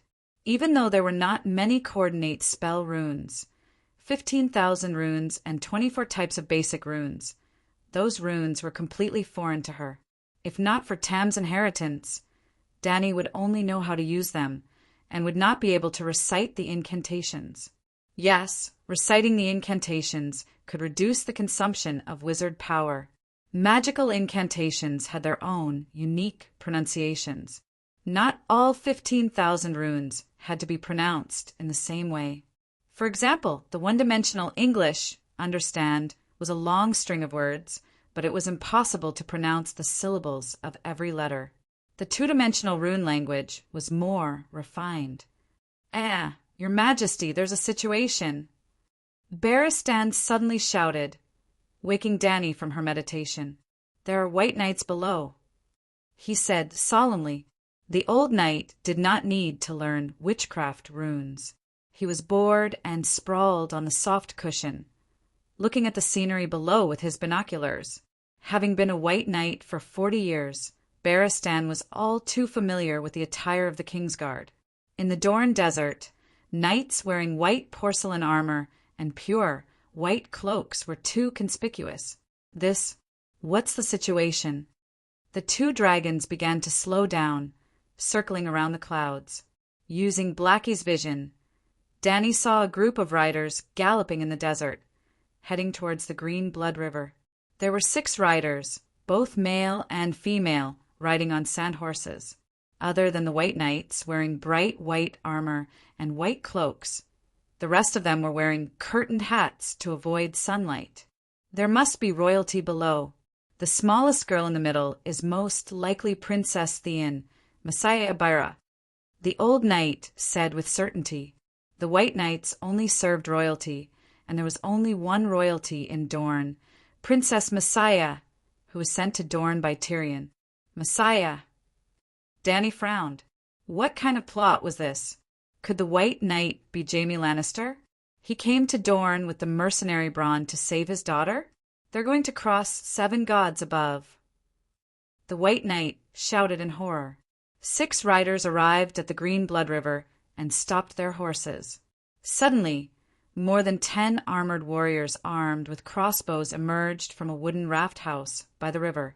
Almost without exchanging a few words, the White Knights immediately drew their swords and charged towards the wooden raft. A tragic scene happened. At such a close distance, the crossbow arrows almost pierced the Kingsguard's horse into a sieve. The Kingsguard was also brave. He killed the enemy, 2 soldiers, before he died. This with a cold flash of the axe. The White Knight's arm was cut off at the elbow, giving him no time to cry out. The axe drew a beautiful arc, and his head, which was the size of a rice cooker, splashed into the river, blood gushing out from his neck. The entire process took less than 2 minutes, and a White Knight went to meet the 7 gods. I probably won't be able to meet the 7 gods, but I might be able to meet the Mad King Aerys and Usurper Robert in hell. Dany exclaimed softly. The White Knight's tragic death was shocking enough, but the other unforeseen event was even more shocking. Originally, the 6 riders were surrounded by the ambush. The others seemed to be planning to surrender. Only White Knight rushed forward. But when the ambush was distracted by the berserk Imperial Guards, her companions suddenly turned hostile. They drew their swords and hacked down the defenseless Messiah, if that was really her. What's going on? The 2 were confused. That guy ran away. Let's go ahead and stop him, the White Knight suggested. What if our identities are exposed? Danny hesitated. Kill him, Barristan said without hesitation. Only an animal would hurt a little girl. Sir, please pay attention to your position. You belong to the Long family now, but the girl below is a Lannister. Although she was complaining in her heart, Danny thought about it and agreed to his suggestion. Sir, take off your gloves, she shouted. What for? I can't go down. What do you mean? The old knight was confused, but he still struggled to take off the lobster gloves on his right hand. Raise your arm, Danny shouted again. So, the old knight raised his right hand above his head with a confused expression. Huff, huff. Whitey suddenly accelerated and circled around in the sky. When it arrived behind Blackie, it suddenly did a side flip, almost belly up, and flew over Barristan's head. Taking advantage of this opportunity, Danny, who was hanging upside down on the dragon's back, moved her lips and gently tapped the old knight's right wrist with her finger. Before she fell, Whitey's body twisted like a snake, carrying Danny and flipping her body. The entire process was as delicate as acrobatics. Ouch! Even though the old knight had been in battle for a long time and had been injured countless times in his life, he still held his wrist and cried out. What's going on? It feels like my soul was burned by fire, the old man said in confusion. Hee, centaurs are actually quite smart.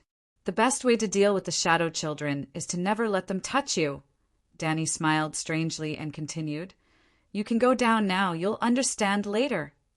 Chapter 223. The red sun completely disappeared into the endless sea of sand. The sky in the west was like a dark purple tapestry. The desert itself turned from gold in the day to red in the evening, then to purple after sunset. Not long after, it would turn into an indigo color. You two bastards dared to chase after me? The knight lightly swung his long sword, leaving a dark red wet mark on the sand. Not far away, two sand horses that had lost their masters ran away, neighing, leaving two gray-robed soldiers lying on the ground, their blood staining the yellow sand. After killing the last two soldiers, the knight slowed down and rode towards the southwest, away from the Green Blood River. Just as he crossed a sand dune, the knight stopped his horse and shouted at the two people below, Who are you? Barristan Selmy. The White Knight did not lift his helmet, but he still reported his true identity. Barristan the Fearless? The knight took a few steps forward and asked in surprise, Sir, I haven't heard from you for a few years. When did you come to Dorne? You. The White Knight carefully looked at the man's appearance and clothes. He had a clean-shaven chin, a huge hooked nose, dark purple eyes, and thick silver hair that fell over his shoulders was split in half by a strand of black hair in the center of his forehead. He carried a huge sword on his back, and his purple leather armor had a family emblem in the shape of a black sword. The old man looked familiar, but he did not recognize the family emblem at all. Who are you? I have never seen the family emblem of the black sword. The old man said directly, Oh, this is not the family emblem. The young man raised his right hand and slowly pulled out the huge sword on his back. He looked down at his chest and smiled. I gave myself a nickname, Starved Darkness. This black sword symbol, haha, my personal emblem, you see it? This is it. You want to fight with me? The White Knight said coldly. Let's not beat around the bush. I can feel the murderous aura on you. The hooked-nosed young man licked his lips and said with his eyes shining, Actually, I am looking forward to it, really. Danny's mouth twitched as she said, Don't kill him. I understand. Ha, old man, you're boasting shamelessly. I'm going uphill and you're going downhill. I have a horse and you don't. You're already over 60 years old. Even if you were 40 years younger, you would still lose today. Dark Star sneered and whipped his horse forward. That bastard actually kicked the spur of his horse and pulled it to the side, charging towards Danny, who was wearing a veil hat. With a sigh, Danny looked at the young man with eyes full of pity. Sure enough, the The scene where Barristan hurriedly came to the rescue that the young man expected did not appear at all. Although he did not know Dany's identity, he could tell that White Knight valued her a lot. His vision blurred, and the woman in front of him moved at an astonishing speed. In the blink of an eye, she had reached the side of the warhorse, in the opposite direction from where he had swung his sword. The young man missed his attack. Although he held back 70% of his strength, his body still swayed.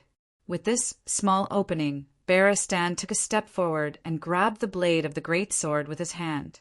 He was not worried about the iron gloves being cut. He pulled with all his strength and pulled the young man's body to the side. The young man had no choice but to let go of the sword. However, the next moment he felt a pain in his back.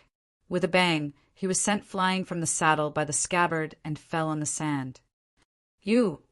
Turning over, he saw the long sword in White Knight's left hand. The long sword was still in the scabbard. His face was ashen as he muttered, "Impossible, this is impossible. Kid, you have probably been living a smooth life and have never met a pay-to-win player, right?" Indeed, the iron gloves in the shape of a normal lobster would not be able to snatch the blade of an opponent of equal strength. Before snatching the opponent's weapon, the blade would have already cut through the metal plates protecting the finger.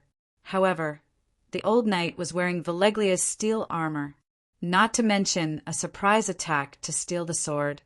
Even if you were to fight 10 rounds with him, you would only lose and never win. "Which family are you from?" the old knight asked. The young man was not stubborn. If he told the old knight his family background and identity as a nobleman, there was still a chance that he could pay for his life. If he did not say anything, he would probably be killed by the old knight. "Angelo Dane. I come from the Dane family of High Hidden City," he said.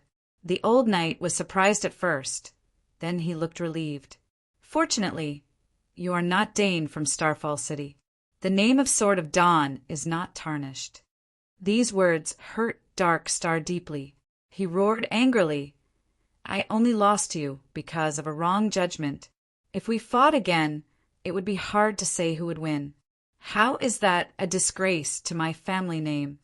Barristan said coldly, "You killed Princess Marcella. She was only 10 years old. She was still a child. Also, they had always treated you as a companion. You betrayed them and assassinated the person you should have protected." "How did you know?" Gino Dane's eyes widened. He stammered, "Did you join that coward Dowling?" Then he said doubtfully, "That can't be right. You don't even know who I am. You can't be the pursuer sent by Aliohetta." "I was nearby. I saw everything," the old knight explained. "I admit I really wanted to kill her. Unfortunately, I failed." Gino sighed with an unpleasant expression. He explained, "From the beginning, I did not agree with supporting Marcella to become king. Dowling was too weak and was unwilling to start a war. But as long as that little lioness was killed, the King's Landing would definitely declare war on Dorne. Only then would Dorne's shame be washed away." "Who supported Marcella's ascension?" Dany asked. "Arain Martell." Dany knew her. She was the eldest daughter of Prince Dowling and the heir of Prince Dorne. "Why did she do that?" "She started a war to avenge Oberon and Ilia. Her goal was roughly the same as mine, but she was too stupid. She tried to push Marcella and her brother Tomon to fight for the throne. I'm going to laugh my head off." It seemed like this fellow was the representative of the Dornishmen's radical faction. What is the relationship between Dane of Hyrene City and Sword of Dawn? Dany looked at the old knight. The main family and the branch family, the lord and the vassals. Dane of Starfall City is the main family. "I see. Just like Stark and Call of Carhold City." Dany nodded. The Long family could also be imitated. These branches had almost never rebelled. Theon of Bela seemed to be a branch family of the Targaryen family. The first Duke of Phoenix's Rest, Theon of Theon Bela, was said to be Aegon's illegitimate brother. In the end, could it be because of the illegitimate bastard bloodline? Darkstar complained, "My family's history can be traced back 10,000 years. all the way to the legendary Dawn era. Why is that relative of mine the only Dane that people remember? Obviously, he is the greatest knight of this era, Barristan said calmly. Because he has a great sword. Dark Star said indignantly. Perhaps, but more importantly, he has a great heart. No matter what the situation is, that relative of yours will never harm a child. Hee, you can tell that to Lannister. How did Prince Rhaegar's 2 children die? Gino sneered. Barristan glanced at Dany. After getting her signal, he walked forward and took out Sir Gino's belt, tied his hands, and threw him to the other side of the sand dune. Your Majesty, what do we do now? He asked. Let him go. Let's not get involved in the affairs of the Dornishmen. To be honest, if this Dane came from Starfall City, Dany might have thought of pulling him into the team for the sake of the orphan of a loyal vassal. However, this fake strength aside, his temperament was too extreme. In other words, he was too egotistical and had his own ideas. This was not the way of a vassal. The old knight nodded and walked back to throw Darkstar's great sword on the ground. Then he left without looking back. Wait a minute, Gino shouted, but the 2 ignored him. He clenched his teeth and shouted, Dany, rise. This time, the 2 who were leaving reacted. Dany suddenly turned around. What did you say? Gino's face lit up. He quickly asked, You are the Dragon Queen, Dany Rise Targaryen, right? Dany did not deny it. Instead, she asked curiously, How did you guess? Ah, you really are the Dragon Queen. Yes. So, the news of the slave rebellion at Slaver's Bay and the dragons in Queers are also true? This news is outdated. Dany squatted beside him and asked, How did you guess my identity? The fearless Barristan, the glorious Kingsguard, I know him too well. The hook-nosed man pursed his lips at the armored knight. Or rather, we all know him. He can lack anything in his life, but he can't live without a king to be loyal to. When that brat Joffrey took off his white robe, the nobles of the 7 kingdoms were guessing which king they would see him again. Renly? Stannis? Robb Stark? There were even people who went to the Iron Islands to ask if Sir Barristan was so hungry that he offered his knees to that idiot Balon. These words were so vicious that the old knight's hand was on the hilt of his sword. What about me? Am I wrong? Darkstar glanced at Dany and asked, Who are you following now? Sigh. The people of the 7 kingdoms have seen through the old knight. Sir Barristan chose justice. He is serving justice and justice, and I am just doing what is right. That's all. Dany said matter-of-factly. The old knight was so touched that his eyes teared up. However, her words that seemed to be defending the White Knight made Darkstar's eyes widen. Can humans really be so shameless? The hook-nosed man's mouth twitched a few times before he continued. When we couldn't find Sir Sammy in all the Westeros, we had 2 guesses. He was assassinated by Joffrey, or he lost his will to fight and hid in a corner waiting for death. However, I saw a living knight, an armored knight who was full of energy. He wasn't dead, he wasn't depressed, he was strong and powerful, and his martial arts were superb. That leaves only one reason the knight has a new king, a king from the Westeros. Coincidentally, I heard the legend of the Dragon Queen at the docks. I know that a Targaryen is not only alive, but also hatched a dragon and became the Queen of Astapor. At first, I didn't believe in the legend of the dragon, but after seeing the 2 of you, when there is only one possibility left, no matter how unbelievable it seems, it is still the truth. At the end, the young man couldn't help but reveal a smug smile. Why are you so foolish? Dany sighed. What? The young man was stunned. The old knight pulled out Devourson and said coldly, You seem smart, but you are really stupid. Hey, wait. The hook-nosed man's expression changed as he shouted, I have something to say. It's useless to say anything. Accept your fate. The old knight raised his long sword and slashed at the young man's neck. I want to be a Kingsguard, sir. He closed his eyes and used the last of his strength to shout in despair. The sharp blade stopped 3 centimeters away from his neck. A gentle breeze blew, and large pieces of silver hair fell to the sand. "What are you trying to do?" the old knight asked, puzzled. "Although I have been mocking you, and even gave myself the name Dark Star to show my disdain for Dawn, I've always admired you. I've always admired you and Sir Arthur Dane since I was young. I've always wanted to be a glorious Kingsguard, a great knight like the Sword of Dawn. The so-called indifference, the so-called belittlement, is just to cover up the unfulfilled desire in my heart. I really want to be a guardian knight of the true king." Jane Dane shouted these words almost in a sobbing voice. At this moment, Dany's vision blurred. She seemed to see a long-haired delinquent kneeling on the ground and crying, "Coach, I want to play basketball." Chapter 224.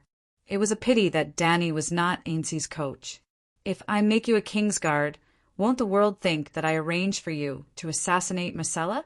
Perhaps even Prince Dalong will suspect that I'm behind this and deliberately sow discord between Dorne and the King's Landing."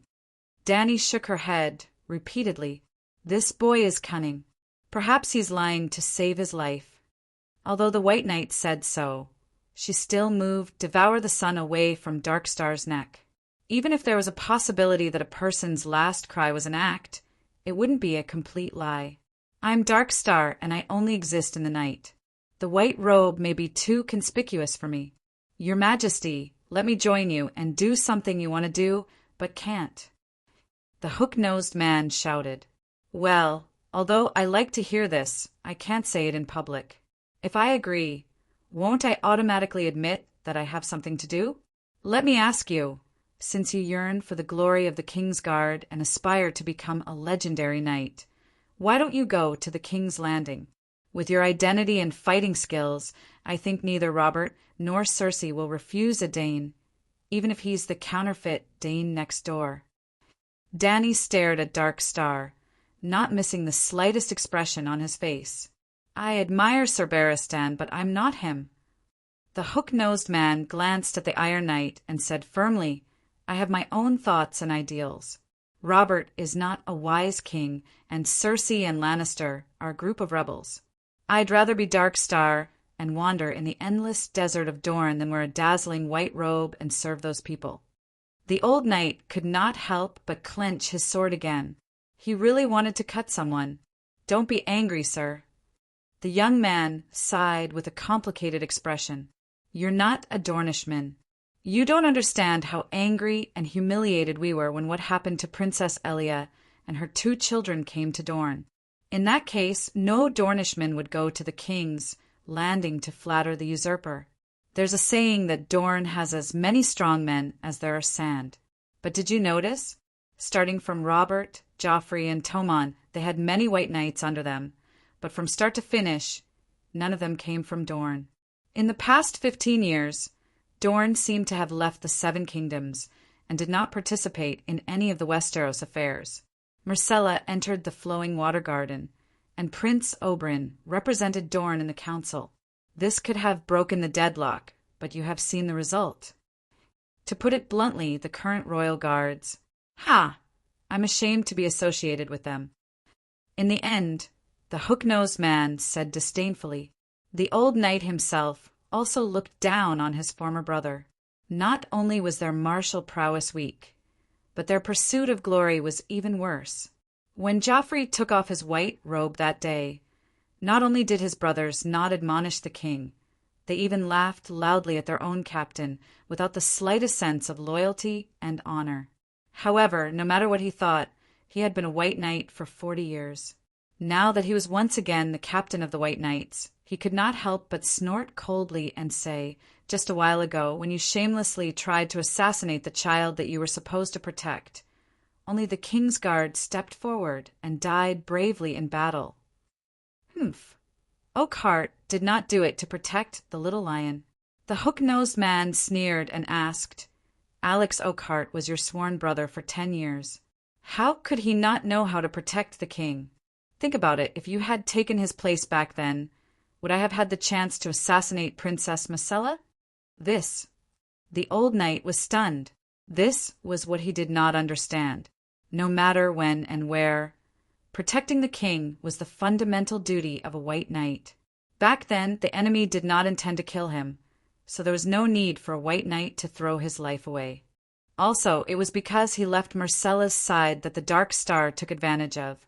I saw that white knight standing in front of Princess Araine, Danny said hesitantly.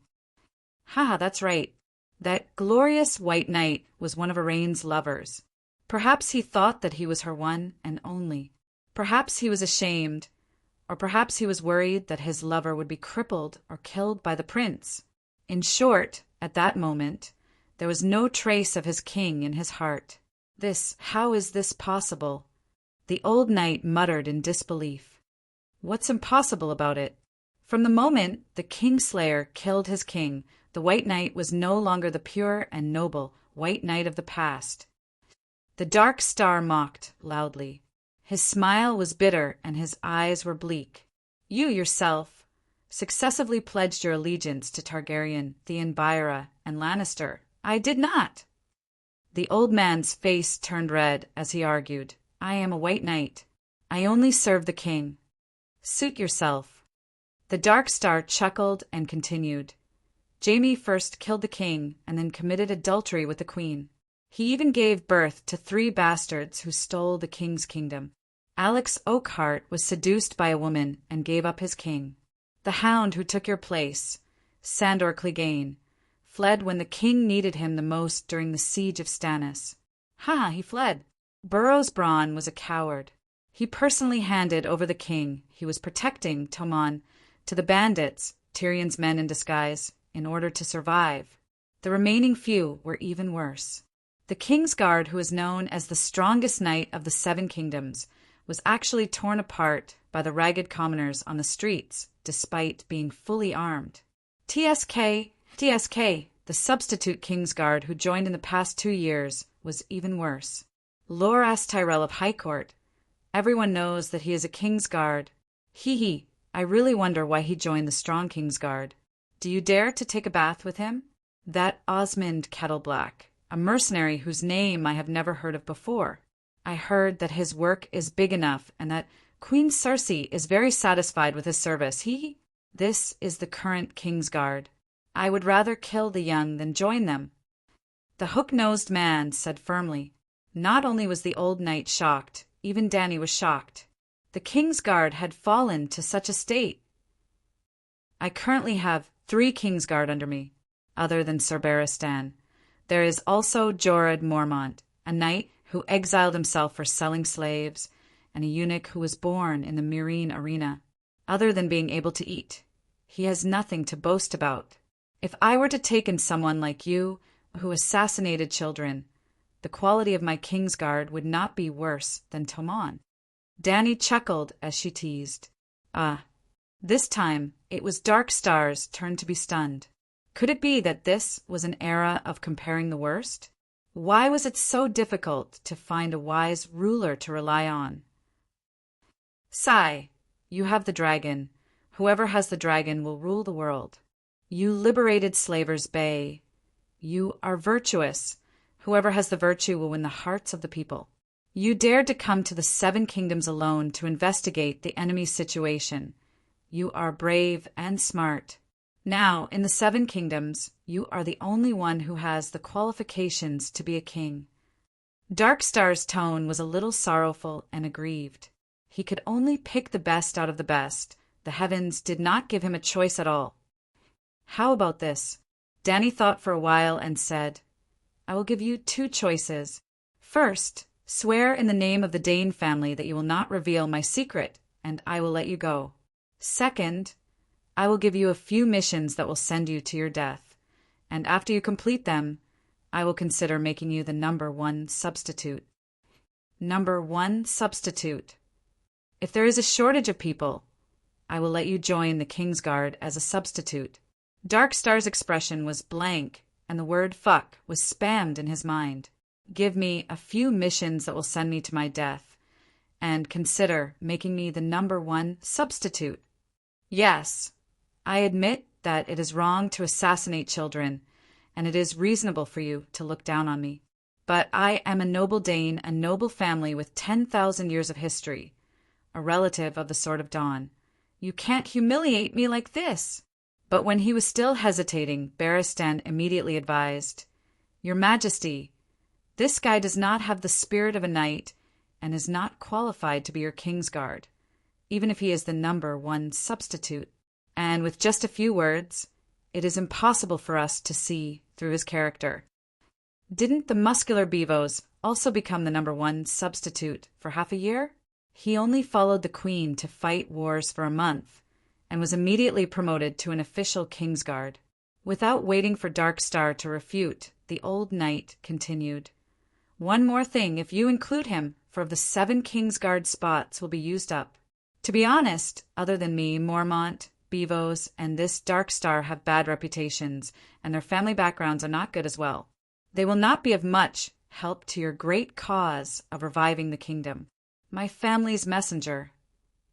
The hook-nosed man almost exploded in anger. At least, he is a far cry from Starfall City's Dane. Starfall City's Dane family had a very high status, and before Nymeria brought the Loyans to Dorne, Dane had been the king of Turbulent River for thousands of years. Even though Nymeria unified Dorne and abolished all the other kings in order to protect her rule, she had no choice but to marry the current Sword of Dawn. Yes, Sword of Dawn was not an exclusive title for Arthur Dane, and the Dane who held the Dawn Great Sword in the past was the Buddhist Sword of Dawn. As for Nymeria's marriage, it was unknown how many times she had married in her life, but in Dorne she had married a total of 3 times. The first time she married Martell, the Martell family back then was not the first Duke of Dorne. Relying on the Loyans, advanced technology, and secret water magic that Nymeria brought, Martell began to unify Dorne. But in order to unify Dorne, war was necessary. Dorne had as many strong men as sand, and there were many ruthless kings like the Sword of Dawn. Not long after, Nymeria's first husband, Mors Martell, died on the battlefield. Then Nymeria married Earl Yuhel of Prison Gate Castle and took the central part of Dorne into her hands. But not long after, her second husband died in battle and Nymeria married again. This time, she found the current Sword of Dawn, Davos Dane. Sword of Dawn, number 1 in the world. This title was definitely not undeserved. No one could kill him, and Nymeria, who had a bumpy road in love, did not lose another husband. If one looked at the map of Dorne, one would know how awesome Nymeria's marriage method was. She controlled Martell in the lower reaches of the Green Blood River, Prison Gate Castle in the Sulphur River Basin, and Starfall City in the Turbulent River Basin. The 3 local tyrants controlled the western, central, and eastern parts of Dorne, which had a long and narrow terrain. Once she took down those 3 men, Dorne would be hers. Although the position of Prince of Dorne would eventually be inherited by Martell's children, Davos and Nymeria also had children. In other words, Dane of Starfall City and Martell of Yong, Halberd City, had the same grandmother. Thus, Dane of Starfall City had a very high status, far surpassing Dane of High Hidden City. Chapter 225. Your Majesty, you should try your best to keep the position of the Kingsguard. After the long winter, when we restore the Targaryen dynasty in the Westeros, the remaining White Knights can be used to rope in the nobles, the old knight advised. What he said made sense. Look at the Mad King Aerys, the White Bull of the old Count Hightower, the son of the Guardian of the West, Jaime Lannister, Prince Dorne's uncle, Levon Martell, Oswell Heen of the Heen family in Hellenberg, and Dawn Swordsman of Starfall City. Even the lowest-ranking Barristan and John Derry. One was the heir of the Count of Harvest Hall, and the other was from Derry City of Hudgian. Yes, Barristan gave up the title of Count and gave his inheritance and fiancée to his cousin. The Derry family was once glorious for thousands of years. At that time, even the Tully family in Hudgian was not as good as them. It was only in the recent few hundred years that they slowly declined. However, the Derry family was the most loyal royalist. As a noble in Hudgian, they did not care about the Tully Duke who was directly under their lord, and stood firmly on the side of the Targaryens. For example, Sir William, who brought the orphans of the mad King Dany, Rhys, and Viserys to escape from the Westeros, was a Darry. Well, the White Knight John Darry and the royal family's martial arts instructor, William Darry, were brothers. Aerys Kingsguard was probably the most brilliant generation of the Kingsguard in history. However, such a strong Kingsguard could not bring the Mad King and his son, which showed how much of a scam they were. If Doe was placed on the Iron Throne, the dragon family would be safe and secure. The old knight's words could be said to be the advice of an experienced strategist. However, there was a problem that he did not understand. The long winter would not be so easy to pass. I need someone who is smart and brave, loyal, and not afraid of death to do something, Dany explained. What is it? I'll do it. The old knight patted his chest and volunteered.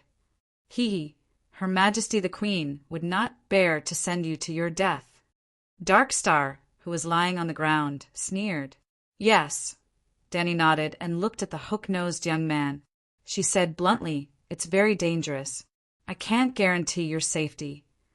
Darkstar fell silent and asked with a frown, Tell me about it first. What is it? Something that concerns the fate of the world. Jenner Dane's handsome face started to twist again. Be more specific, he said. Dany rubbed her chin and said slowly, Currently, of the 9 free trade city-states, Volantis and Rhys have already been confirmed as members of the Alliance. Tarosai, Mill, and Coer joined the United Nations that sealed off Slavers Bay. They even promised to seriously consider sending troops to join the Alliance. Pentos, Novos, and Rollas had relatively weak military forces and were too far away from Slavers Bay. Their current attitudes were unclear. Lastly, Bravos had the strongest naval power among all the cities. They might be hostile to me, but they would never join the Slave Master Alliance. Since the enemy has joint vertical, I can also joint horizontal. But although I am the strong Qin, I still lack a fusion, Yi and Suqin. Although the two of them didn't understand a few words, they understood the general meaning. You want me to be your representative to negotiate with the other city-states. Darkstar grinned and looked regretful. How did you provoke so many enemies? I thought that Lannister and Tyrell were already insurmountable mountains. But compared to the 9 free trade city-states, they sigh. He really regretted it. If he knew that she was so hated, he wouldn't have joined in the fun. He didn't care about the suffering of the slaves at all. The Dornishmen thirsted for revenge and the blood of lions. He only wanted to serve a wise master and rise to a high position while taking revenge, becoming a legendary knight that everyone praised. Dany sneered and provoked him. Aren't you the Darkstar? After taking on such a title and wanting to surpass Barristan and Sword of Dawn, how can you not do something earth-shattering? Or perhaps you only have this little bit of tolerance and vision, and you only know how to bully children and bully them? The hook-nosed young man was not enraged, nor was his face flushed with excitement. He calmly thought for a moment and said, I failed to assassinate the little lion. Prince Dowling will definitely blame me for his daughter holding the princess hostage and fighting for the throne with Tommen. In the coming days, I will be wanted by the kings Landing and Dorne. I can't even return home. I can leave the Westeros and hide for a while. Oh, you agree? Dany raised her eyebrows and asked, What should I do? Go to Bravos first and ask the Sea King why a faceless one would assassinate a liberator of slaves. Also, I had a meal at his house back then. Why didn't he talk about our old friendship? Darkstar's eyes widened and he was stunned. Gulp. He swallowed hard and shouted in disbelief. Your Majesty, just tell me, how many enemies do you have? Well, you should ask. Who are my allies in this world? Dany tilted her head and said, All right, who are your allies? Your family's high hidden city. What? Darkstar was confused. Since you have joined me, the high hidden city of the Rapids will naturally be tied to my chariot.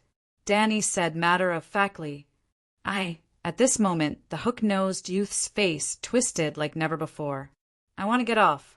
This white knight reserve slot should be left to other great nobles. Dane of High Hidden City is not blessed enough to enjoy it. Sigh, this child has been eating sand and Dorn. He has not seen the world. He is scared silly. Danny muttered to the white knight beside her. Why don't you think about it?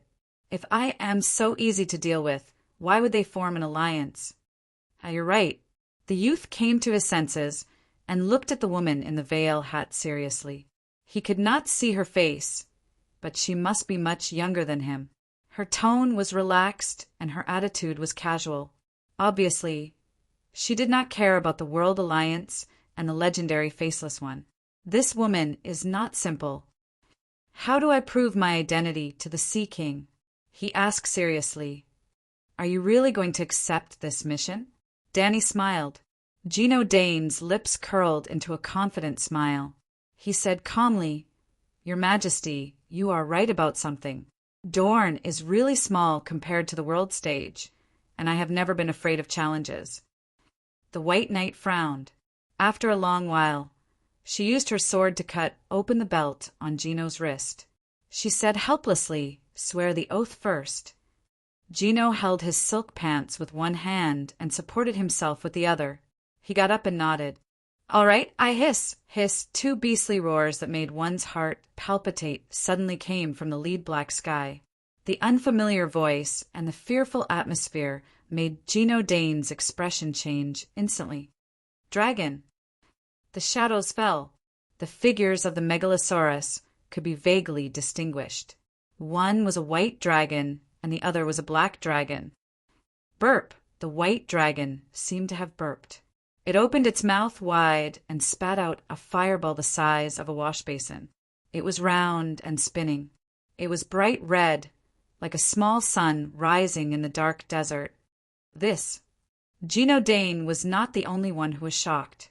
Even Barristan was speechless as he looked at the sun that was suspended in midair. Gino's pupils suddenly shrank. He actually saw another girl wearing a veil hat jump down from the white dragon's back.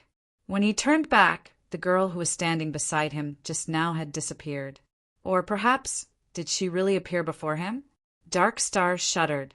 He suddenly felt that everything in front of him was blurry. It was as if he had fallen into a dream. His previous understanding was being broken one after another. Everything suddenly seemed so unreal. You haven't even seen magic before? Danny took off her veil hat, revealing a head of black hair that was as black as ink. Under the bright red fireball, the girl's smooth and fair cheeks could be seen clearly. Her small and delicate facial features and heroic spirit exuded from her. She was a beautiful girl with a valiant disposition. She looked very energetic. However, Gino completely ignored the appearance of the queen opposite him. All his attention was attracted by the fireball above her head. The wash basin-sized fireball seemed to have a life of its own. With every step she took, it would float a certain distance away. When she walked to the left, it would also float to the left. It was always 2 meters above her head, no more, no less. Magic? What kind of magic is this? The old knight was shocked. It's a skill to control fire that I exchanged from the fire mage during the last transcendent gathering. It's a little trick for street acrobatics to earn money. Danny raised her right hand up high, as if she was holding it up. The fireball slowly descended. The bright red light reflected on her cheeks and made her blush. In the end, the fireball floated an inch away from her palm. As the lava-like ball spun continuously, the hot air waves spread out and blew Danny's hair behind her head. This is a little trick. Gino Dane's throat was dry. He was not an ignorant country bumpkin. He had seen too many fire mages perform at Yong, Halberd City's pier. However, he dared to swear in the name of his ancestors that he had never seen such a powerful flame in his life. This was power. The Dark Star was a knight, not a mage. He could not sense things like magic or witchcraft. However, when he first saw the fireball, his instincts as a swordsman warned him to stay away from it. Once it explodes, he would be finished. Yes, he had a feeling that it could explode at any time. The fire mage uses normal flames. I use dragon flame. That's all. To be honest, Dani herself was very shocked that it could have such an effect. She was prepared to ride the dragon and land on the sand to personally accept Knight Gino's pledge of allegiance. However, when she realized that the sky was dark, she had an idea. Why not use the dragon flame as the source of the flame and try out the fire control technique she had just learned? No matter what, she did not expect the effect to be so good. The dragon flame that was filled with natural magic was like a lump of dough. She could easily knead it into a fireball according to her will. It was as if the flame came from her body. Dani suddenly turned her head and met Whitey's bright golden eyes. She seemed to have seen through his thoughts. The fire I spit out, Mommy. You can play with it however you want. It must have something to do with the will of the Megalosaurus itself. All right, stop daydreaming. Hurry up. Come and swear the oath. Oh. Under the red light of the fireball, Gino and Dane knelt in front of Dani and solemnly swore in the name of his father, Dane ancestors, the Dane family name, and High Recluse City to swear loyalty to Dani Rise. It was an oath of a knight to his lord, not an oath of a white knight to a king. Gino had not completed his mission and could not even be considered a reserve white knight. However, Dani's performance was still very effective. Facing the Dragon Queen, who not only had a dragon, but also knew mysterious and powerful magic, the usually rebellious Darkstar also gave 60% of his loyalty on the spot. When Dani promised to reward him with a steel sword of Valeglia, the excited Sir Gino immediately gave another 20% of his loyalty. Chapter 226. Looking at the bright red fireball that had shrunk to the size of a cantaloupe, Dani's expression changed. It had been burning for 3 hours since nightfall. The fireball had shrunk from the size of a wash basin to the size of a cantaloupe. Perhaps it could last for another 3 hours. Now I'm starting to understand Valeglia's dragon and magic civilization, she said slowly. They were in a small campsite behind a sand dune. The three of them sat together and stared at the fireball in the middle that was radiating light and heat every second. They looked at it quietly with blurred eyes, as if they were witnessing a miracle. Can everyone in Valeglia do this? Jenner Dane asked curiously. Maybe only the great wizards can do it. Dani thought of one of the requirements to become a great wizard, a dragon dreamer from the 14th Fire Peak family. She had tried it before, and as expected, she could control the fire of ordinary wood, but her movements were jerky and could not last long. The fireball she made was like a squashed rubber ball, the size of a fist, and lasted for only 5 seconds.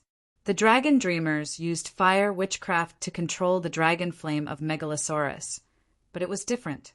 Through the soul connection, they seemed to be able to borrow part of the power of Megalosaurus. Without a doubt, Megalosaurus did not have an oil barrel in its stomach. It was similar to the tailed beast in Naruto, which used its own spiritual power to combine with the fire magic elements in nature to form a magic flame. This was verified by Dani herself. She opened Blackie's mouth and checked carefully. There were no holes for oil to spray. In other words, Megalosaurus converted magic into dragon flame. The dragon flame had magic power, and as the master, Megalosaurus could control this magic power. The dragon dreamers could connect with Megalosaurus souls and gain control of the dragon flame magic power. Just like what Dani had done, he could easily control the dragon fireball. On the contrary, the fire of firewood was mostly the wildfire of nature's will. In order to change their shape, they had to fight with nature's will. It was harder to control than the dragon flame, which had a higher energy level. Of course, for ordinary fire mages, nature's will was definitely easier to deal with than Megalosaurus's will. Only in the hands of the great wizard of Megalosaurus could the fire control spell be used to its full potential. Just like how I used the magic of the Megalosaurus to light up the fire and roast the meat, the people of Valeglia must have gone one step further and invented a spell to extract magic from the magma. It's incredible, Danny murmured. Barristan was worried that the queen would fall into a fanatical pursuit of witchcraft. He could not help but advise, "Your Majesty, no matter how glorious Valeglia used to be, it has been destroyed, which means that their path was not right." Hee, I just feel sorry for them. Danny understood his good intentions. She smiled and sighed. This world is too peaceful. It has developed steadily for millions of years, and we haven't encountered any alien civilizations. What alien civilization? Dark Star asked curiously. Danny thought for a moment and said, "In the era without large ships, Westeros and Ursos did not communicate for millions of years. It was like two independent worlds. The children of the forest are to Westeros what we are to this world. They are content with the status quo, believing that a peaceful life is as eternal as the rising and setting of the sun. Then the ancestors who used bronze weapons came. In less than 10,000 years, the children of the forest with a history of millions of years were almost extinct. So, open your eyes and imagine that there is another world outside the known world. Its development is not weaker than the magic civilization of Valeglia. What would our ending be? This. The greatest ambition of the two natives was to become a legendary knight that was praised by others. The civilization war was as far away from them as the Milky Way. That's impossible, right? How can there be another world outside the world? Darkstar said, confused. In the end, he was still young and had a flexible mind. His ability to accept new ideas was stronger. Although he said it was impossible, he felt that the Dragon Queen's words made sense. The children of the forest might have had the same idea as you. Then, in the face of danger, they became extinct, Danny said calmly. Barristan frowned. Your Majesty, aren't you thinking too much? We are not scholars. There is no need. Scholars? Danny smiled bitterly. I don't know what's wrong with scholars. After thousands of years of development, the magic civilization has not been created. The development of science and technology is almost stagnant. Sigh, let me ask you, how long did it take for Valeglia to become the overlord of the world? Less than 1,000 years. After following Danny and collecting so many secret books of Valeglia, the old knight had roughly flipped through them and knew a lot of secrets. 1,000 years. From a nomadic people who didn't even know how to forge iron, to a super civilization that can extract the power of earth fire. This is the normal path of development. The technological civilization on Earth started from the Renaissance in the 14th century. In the 20th century, people on Earth were able to use nuclear energy. The development speed was almost the same as that of Valeglia. But what about scholars? The scholars were not even comparable to the undead association of the barbarians. At least they had their own ideas of development. Although the speed was slow, they were always moving forward. Even the witchcraft lens had been copied long ago. Therefore, Danny wanted to know more about the lower city of knowledge and see what those people were doing. Your Majesty, you are so special. Dark Star looked at Danny with a complicated expression. Oh, 90% of the kings think about hunting, banquets, and masquerades. The wise kings only think about governing the country and stabilizing the royal rule. No one thinks about the problems from the perspective of the whole world and the whole human race. Genord's dark purple eyes shone with sincerity. The conversation with your Majesty has almost given me a new lease of life. I just don't know what solution you have. I mean, to avoid being invaded by an alien civilization. There is only one way, and that is to work hard to improve the level of our civilization. Danny was in high spirits, and her tone was sonorous. I'm still young, and I have plenty of time. In 5 years, I will conquer the slave city-states of the world. Then, in 2 years, I will take back the Iron Throne. After that, in 3 years, I will establish a perfect new social system. 10 years later, I will plan 2 development paths for this world, technology and magic. For the future, you can think about it this way. Every city will be the capital of Valeglia without slavery. In the end, She added a line that was common in some novels. It will be a great era where everyone is like a dragon. Although it was common, the two natives were excited when they heard it for the first time. Well, it was impossible to be excited. They did not understand it at all. The future was still too far away. In the early morning, after sending Dark Star a coordinate spell, the three of them went their separate ways. Danny and Barristan rode on the dragon and continued westward. Genord looked for a ship to Bravos. When they passed by Starfall City in the afternoon, Danny deliberately let the dragon hover above the city for a while. She wanted to admire the glorious ruins of the Sword of Dawn. In the end, she saw an ordinary riverside mountain city. There was nothing special about it except that the tower was a little tall. However, when the White Knight saw the white stone sword tower at the edge of the cliff, she was so sad that she almost cried. "Your Majesty, I confess to you that the person I love most in my life is Lady Asher Dane," the old knight said with complicated tone. "But I am a Kingsguard. I swore that I would never marry. It is useless to confess my love to her." "So, you love her so deeply, and she did not know until she died. Unrequited love. Why did she commit suicide by jumping into the river?" Danny asked curiously. Asher Dane. Other than her identity as Arthur Dane's sister, Danny knew little about her. She only heard that I'd had an affair with her and had a child named Jon Snow. That was nonsense.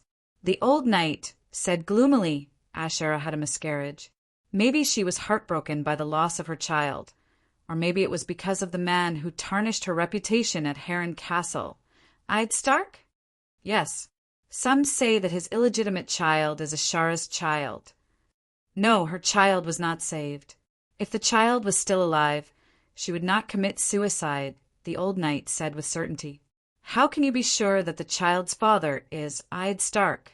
Although he had never seen him, Sir Jorah always had admiration and complaints whenever he mentioned him. He admired his integrity and complained that he was heartless. I don't think he would do something like making a noble woman pregnant before marriage. Right? Danny asked curiously. In Heron Castle, I saw the two of them fall in love with my own eyes. That kind of sigh, I can't be wrong. At this point, Danny did not have the nerve to ask any more questions. They crossed the turbulent river and left Dorne Hill. They entered River Bend, which was only about 500 kilometers away from the old town. In the evening, the two of them landed at the upper reaches of Honeywine River and walked to Rose Avenue. They bought 2 horses at a small inn and leisurely walked to the old town in the south.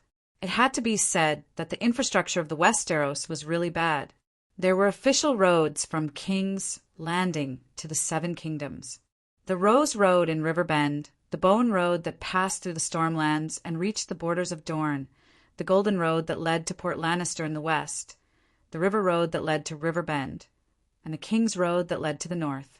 However, these national roads were actually dirt roads in the countryside of the Celestial Empire. The simple texture made Danny feel like she was back in time. There was a mistake. The main road to the market in her hometown was at least scattered with gravel. However, when she went to the vegetable fields to pick cucumbers and tomatoes, she often took such dirt roads. River Bend was still relatively peaceful. Under the orange sunset, farmers were rushing to harvest the crops in the golden wheat fields.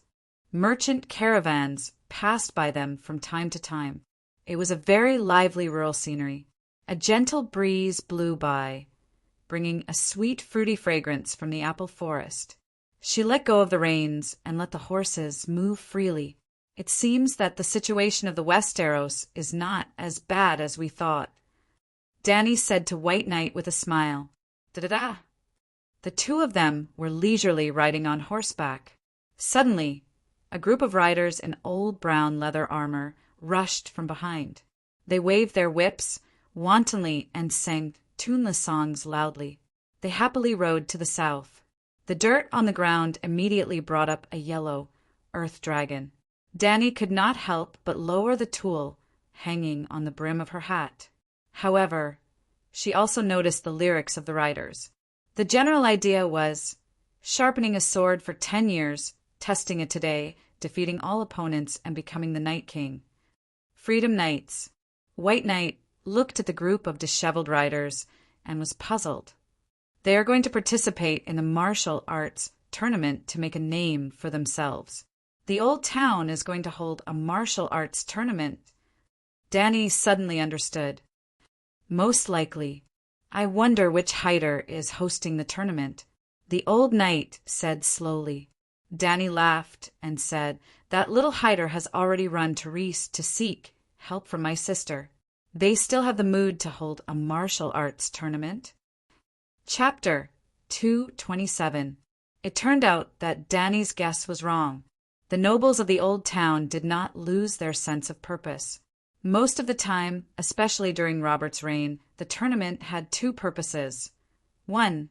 To provide the upper class with an opportunity to gain glory. 2. To provide entertainment for the poor commoners, so that they could temporarily forget the hardships of life in the real world. To put it bluntly, the tournament was the Western medieval version of a large-scale reality show. Music theory was still valid here.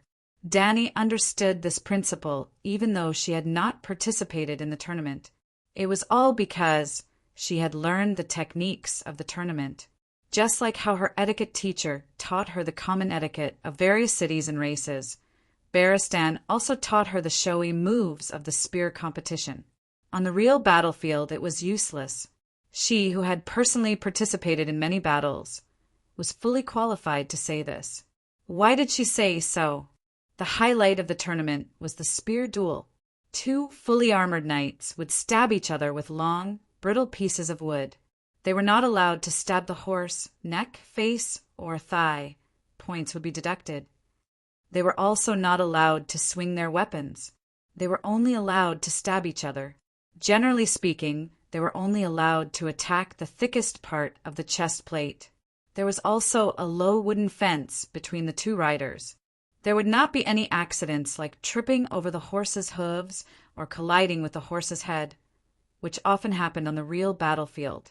Moreover, it was a turn-based, smooth charge from the beginning to the end. There was only one chance to stab in between. It was like an elegant lady taking a stroll in the courtyard. This kind of skill was useless on the battlefield. That was not right. The spear competition required high horsemanship, strength, and eyesight. To put it simply, those who could become the champion of the tournament might not have actual combat ability, but they definitely had the talent to become a powerful knight. Therefore, other than entertaining the public, the feudal lord could also use the tournament to select warriors. If one wanted to train killing skills, the tournament was useless. However, as a sport to train the body and horsemanship, it was very qualified. Danny had always been disdainful of the spear-charging technique, but her body had honestly practiced with the old knight for a period of time. The two came to the old town and saw a large number of tents outside the city wall near the Honey River. Blue, white, gray, sky blue, red tattered, gorgeous, as wide as a palace, as short as a large sleeping bag. The setting sun was like blood. Within the fenced area, the tents were like cobblestones by the river, densely piled up under the city. The shields of the knights were hung at the entrance of each tent. A long line of silk pennants with the family emblems, if any, fluttered in the wind, and fine steel swords and gilded spurs reflected a dim red light in the sunset.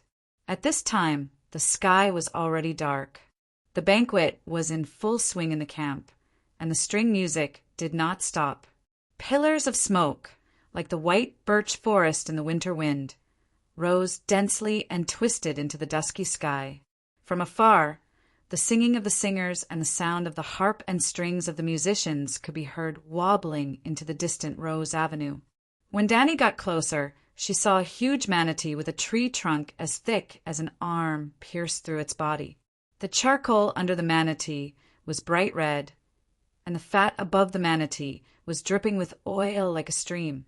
The smell of pepper, laurel, and burnt apples made the passers-by swallow their saliva. Her throat moved and her stomach rumbled. Danny stared at the yellow manatee and said to the old knight without turning her head, "I also want to participate in the tournament." The old knight gently advised, "Not all riders are qualified to participate in Sir Tyrell's banquet. Even if you enter the camp now, you won't be able to eat those delicacies. Besides, even though the manatee looks fat, its meat is a little coarse and not as delicious as beef." By asking the riders by the road, Danny and the rest also understood the ins and outs of this tournament. As expected, the organizer was the family of Count Hathar, known as the heir of the Count of Laughing Bailey and Linny's elder brother, Bel Hathar. However, outside the pure white tent with golden edges in the middle of the camp, which was as gorgeous as a palace, hung the flag of the High Court Tyrell family, a golden rose blooming on a green field. The second son of the High Court Tyrell family, Valiant Garland, had also come. They had joined forces with the Hathar family to gather free riders in the old town to deal with increasingly rampant Taiman pirates. The tournament was like a huge magnet, attracting all the free riders of High Court, Dorne, and even the Western region and the Royal Territory. They had never thought of recruiting a group of fierce leaders from the free riders, but it was easy to find 3,000 to 5,000 elite riders. There was no such thing as a mercenary in Westeros, but there were many similar professions. As a knight civilization in the Seven Kingdoms, there were almost no foot soldiers or mercenaries. In other words, if you didn't even have a horse, employers wouldn't even consider you, and mercenaries wouldn't get any business. According to status, Westeros knights were roughly divided into 4 classes. Free riders, a wild knight with a sword, a broken leather armor, and a poor horse. Mercenary knights, free riders hired by the lord. Productive knights, knights granted land by the lord. Noble knights, nobles with titles and land. Danny and Barristan's current identities were wild knights, and there were as many of them as there were hairs on a cow in the Seven Kingdoms. Of course, there were very few female knights, and most of them had a hard time making a name for themselves. For example, Beauty Brain and Beauty Malice, both of them had aspired to become great female knights since young. But in the end sight, it was fine to be mocked, but for the strong and ugly Brain, if not for her main character, Aura, she would have been strengthened many times over. Malice didn't have the status of a count's heir, and was born in a normal mercenary knight family. She didn't meet her Jaime Lannister saved Brain, and the key was that she didn't look as safe as Brain, so she couldn't survive in the Westeros.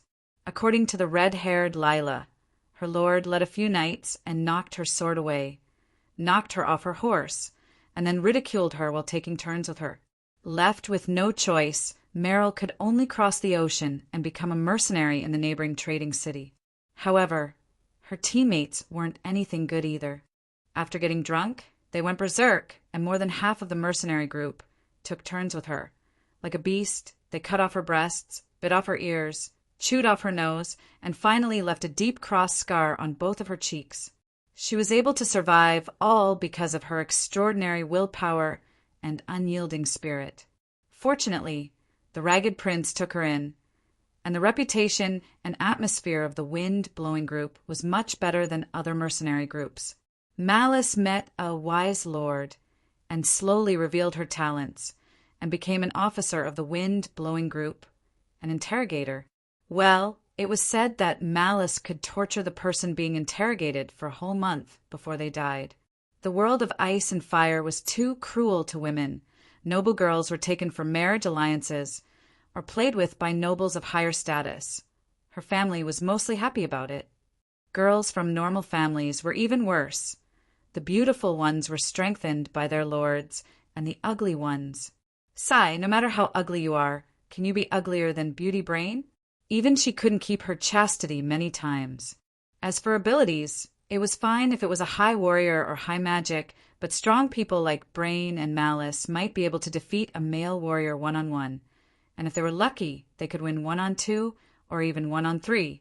But when there were more than 5 enemies, even Arthur Dane couldn't guarantee his life.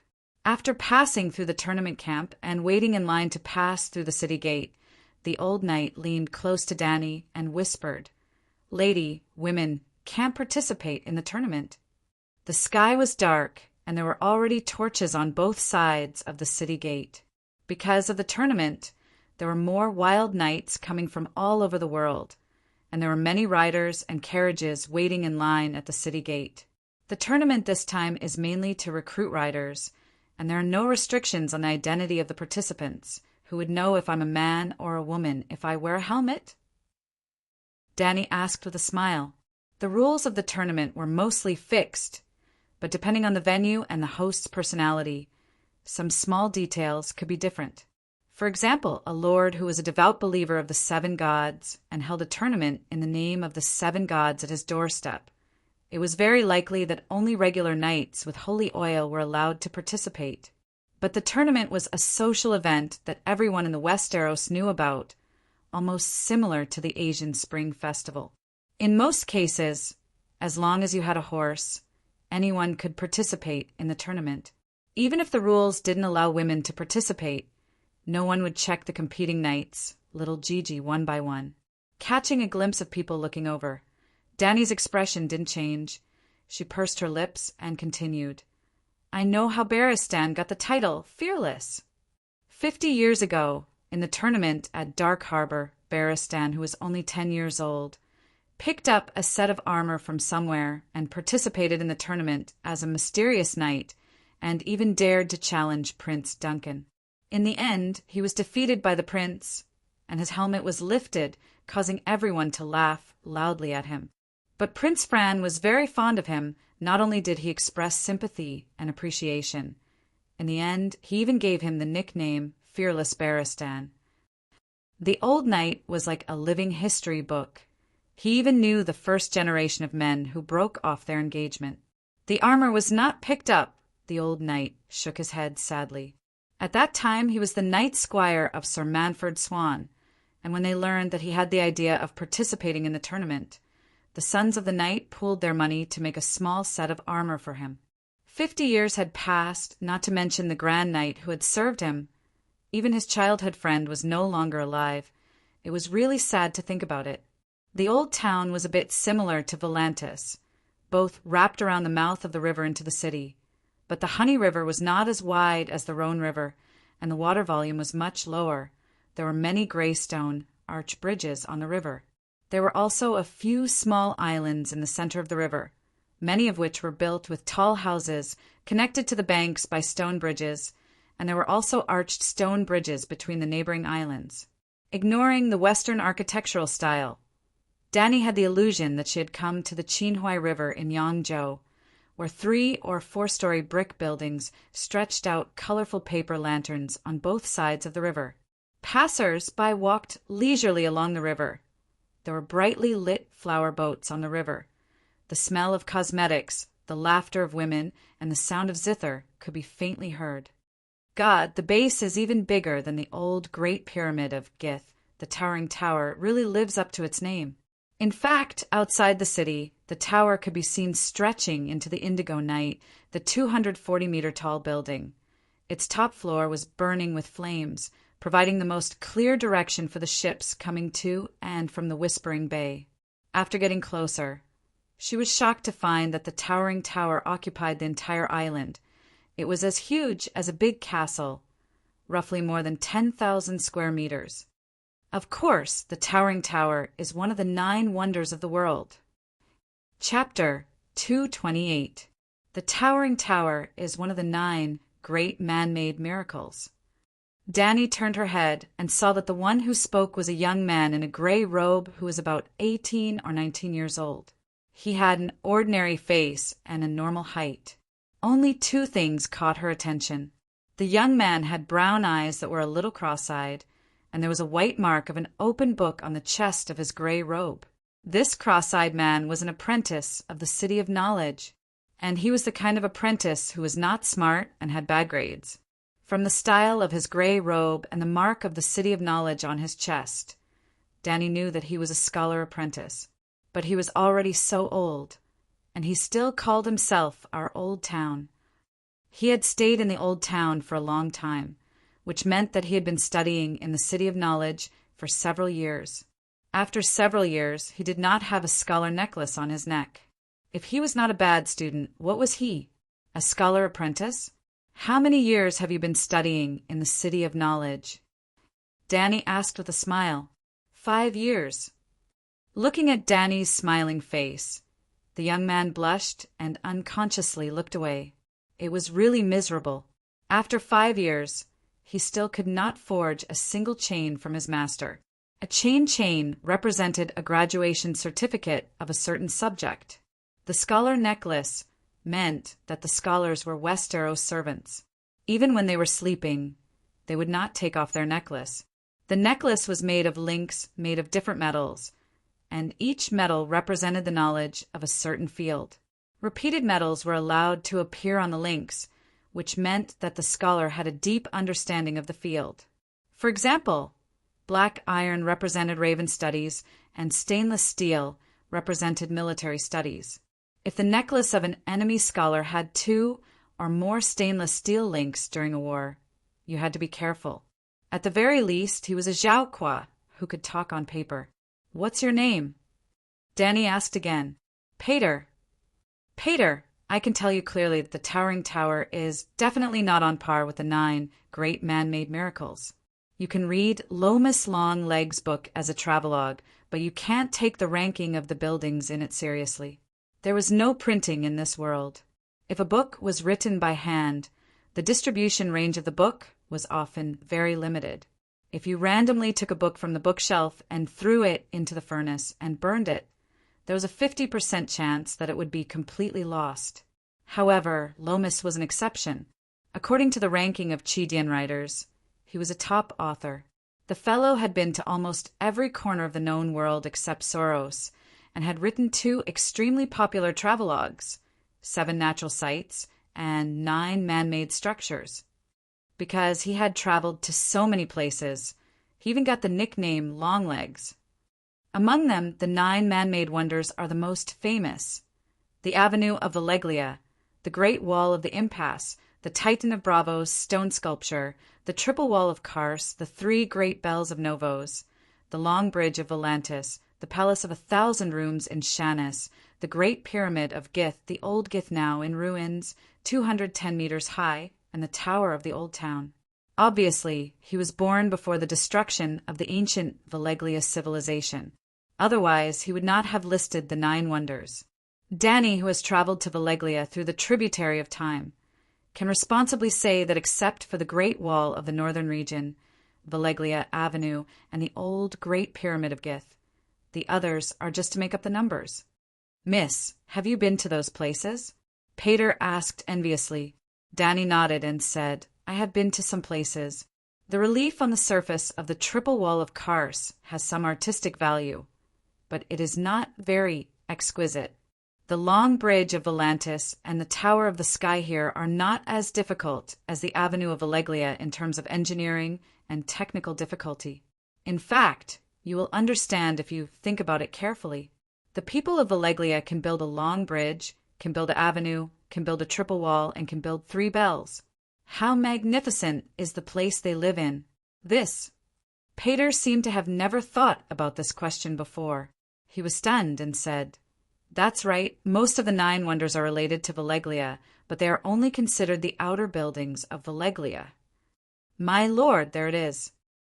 At a fork in the road, the old knight pointed to a small island in the river. "The strong cider there is famous, you can try it. You want to go to the Feather Wine Bottle. That's right, except for the price, the accommodation there is very good. It is clean and tidy, spacious and comfortable. It is close to the Honey Wine River. The scenery is beautiful, and it is convenient to travel."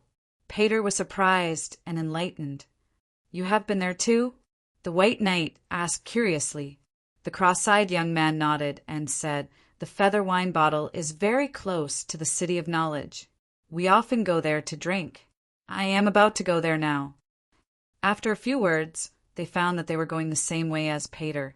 Danny and the old knight were too embarrassed to ride on the horse, so they turned around and led the horse while chatting. Danny explained her background to him.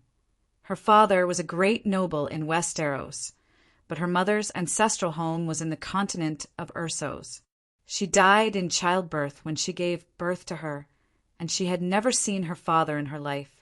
Well, her name was Layla Vesuvius. She was a female knight with money and leisure, traveling with her knight attendants. Peter sympathized and envied this poor bastard daughter. He sympathized with her background and envied her for being able to travel freely. Except for her name, Dany did not lie. But naturally, the prentice thought that she was an illegitimate daughter of a noble family in the king's territory. My biggest wish is to save money to buy a donkey and take turns to ride it around Westeros with Rosie. The young man could not help but reveal his dream to the young and beautiful female knight beside him.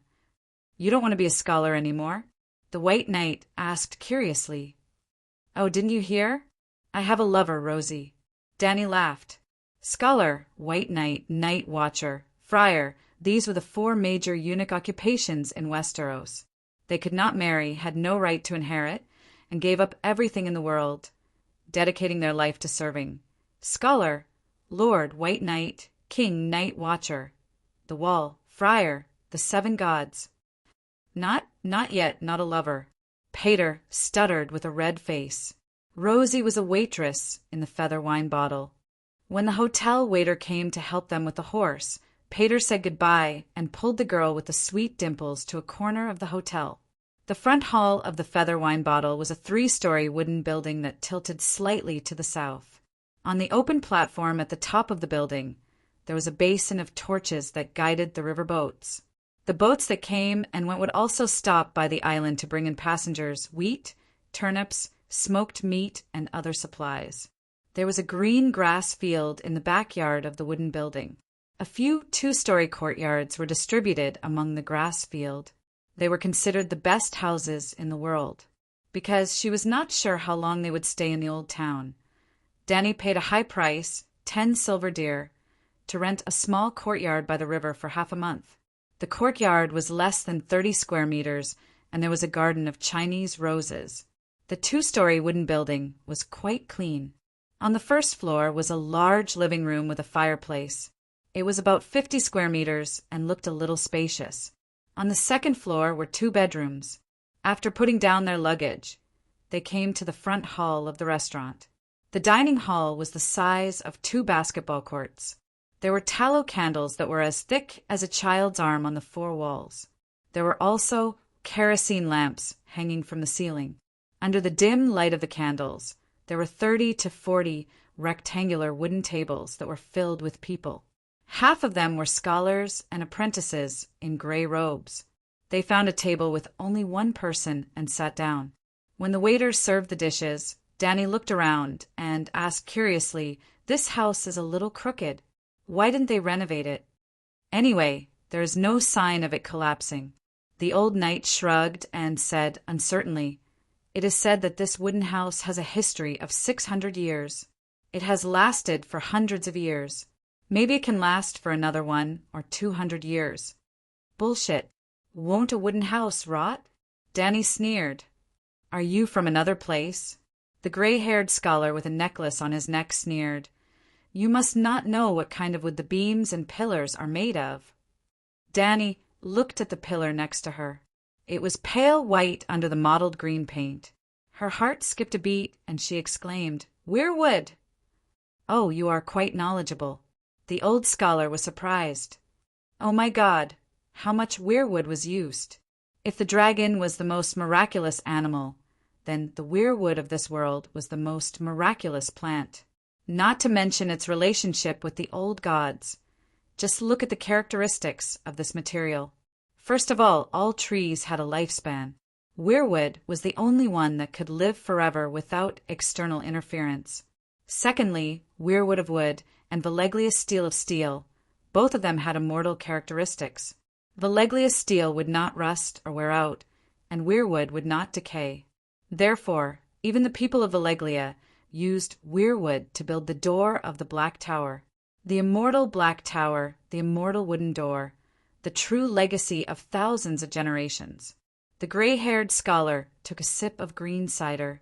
The high concentration of alcohol made his nose shine like a light bulb. After taking a breath, he explained with hazy eyes, "In the early years, weirwood was everywhere in the Westeros. After the invasion of the Undals, The monks of the seven gods thought that weirwood was a symbol of the old gods, so they chopped up all the weirwood south of Neck, burned it, or collected it to make wood. Danny was speechless. The seven gods, a fake religion without gods, had successfully expelled the true gods. This was almost a god's version of the Lisbon incident. A wild mercenary without any supernatural power stabbed the number one of the young generation of the Western supernatural world to death with a knife. Dinner was a castrated chicken stuffed with leeks and mushrooms, crispy fried pork ribs dipped in plum sauce and crab shark soup. It was very sumptuous.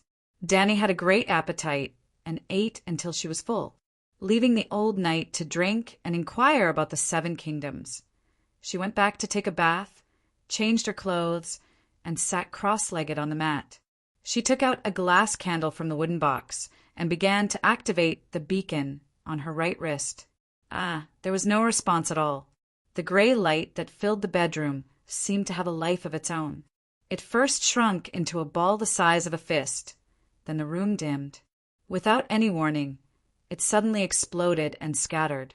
Strange gray light rays bounced back and forth on the wall, like soft silk. Her spiritual power could not contact Kuei, she through the gray light. Blocked me. Danny had a strange expression. Kuei, she left a soul imprint on her wrist.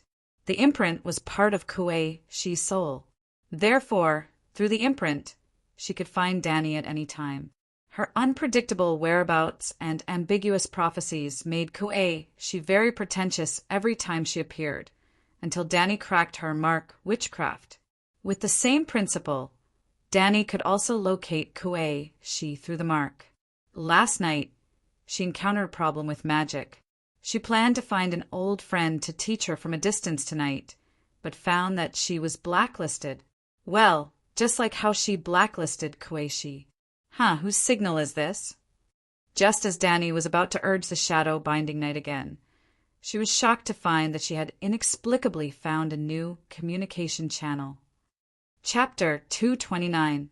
A witchcraft bottle? Or should I say shake it? Both of us activated the glass candle at the same time, and there's a 1 in a million chance that our witchcraft frequency is the same. Isn't this too much of a coincidence? No, the other party did notice me, but the gray light at the top of the glass candle had stabilized and was no longer expanding or contracting. There was an illusory, colorful light at the center of the candle. It was as bright as snow, as bright as gold, and as bright as the blue. Danny's expression was indescribable. There was shock, confusion, and uncertainty. She could sense the other party, but the other party knew nothing about her and was still going on. The other party did not use the same coordinate witchcraft as she did. The sorcerer seemed to be fumbling around randomly, observing everything that he could see through the light of the glass candle. Danny understood that state. She might be able to see the future or the scene of a certain place. She might be able to see some blurry scenes of the past, but there was a 99% chance that she did not see anything. Everything was just an illusion. This was common knowledge in the supernatural world. Anyone who had come into contact with the glass candle and had a little bit of inheritance would know this. That was why Danny had never thought of using the glass candle to peek into the future. The sorcerer on the other side is very close to me. He's most likely a sorcerer from the City of Knowledge. This explains why I can sense him, but he knows nothing about me. That's because the glass candle in the City of Knowledge came from Valeglia. If the great sorcerer did not leave a back door in the glass candle, I won't believe it even if you beat me to death. Danny's expression became more and more certain. She had almost guessed the whole story. She was just waiting to verify it. Let's give it a try. With that thought in mind, a sliver of spirit energy slipped into the illusory light like a loach. Old town, City of Knowledge by the Honey Wine River, Crow Island in the middle of the river. In the misty night city, the sky was heavy and dark. The white crows that were noisy during the day were also quietly nesting in their nests at the top of the tower. In the circular tower below the crow's nest, the entire floor was an open room. The round stone room was more than 100 square meters. There were books and scrolls everywhere. Some were placed messily on the table, and some were simply stacked on the floor. The surrounding walls were almost covered by tattered, colorful maps. A fire was burning in the hearth. A copper kettle was placed on top of the fire. The kettle spout was emitting a humming sound. Under the flickering candlelight, the white steam gurgled like misty clouds. There was a tall black candle in the middle of the room. It was 1 meter tall, thin and twisted. The candlelight was evenly distributed in the room. It was neither brighter because it was close to the room, nor dimmer because it was far away. It was a glass candle. There were 2 people standing by the candle. One of them was a short and stout man who looked like a butcher, and the other was a short-haired young man with long limbs. The butcher wore a chain made of countless metals around his bull-like neck. He was a scholar, or even a doctor. The young man also had a rope around his slender neck. The rope was connected to 3 links. He was an apprentice scholar. "Professor Marwin, something doesn't seem right," the handsome young man said softly. "What did you see?" "Sphinx." Professor Butcher stared at the light without blinking. The young man's expression was conflicted. He didn't know how to describe it. "It seems like someone is looking at us through the flame, but I'm not sure if it's an illusion." "It's not an illusion." A pleasant female voice rang out from the flame. "Ah!" The Sphinx's eyes bulged as he screamed in fear. Professor Marwin was confused.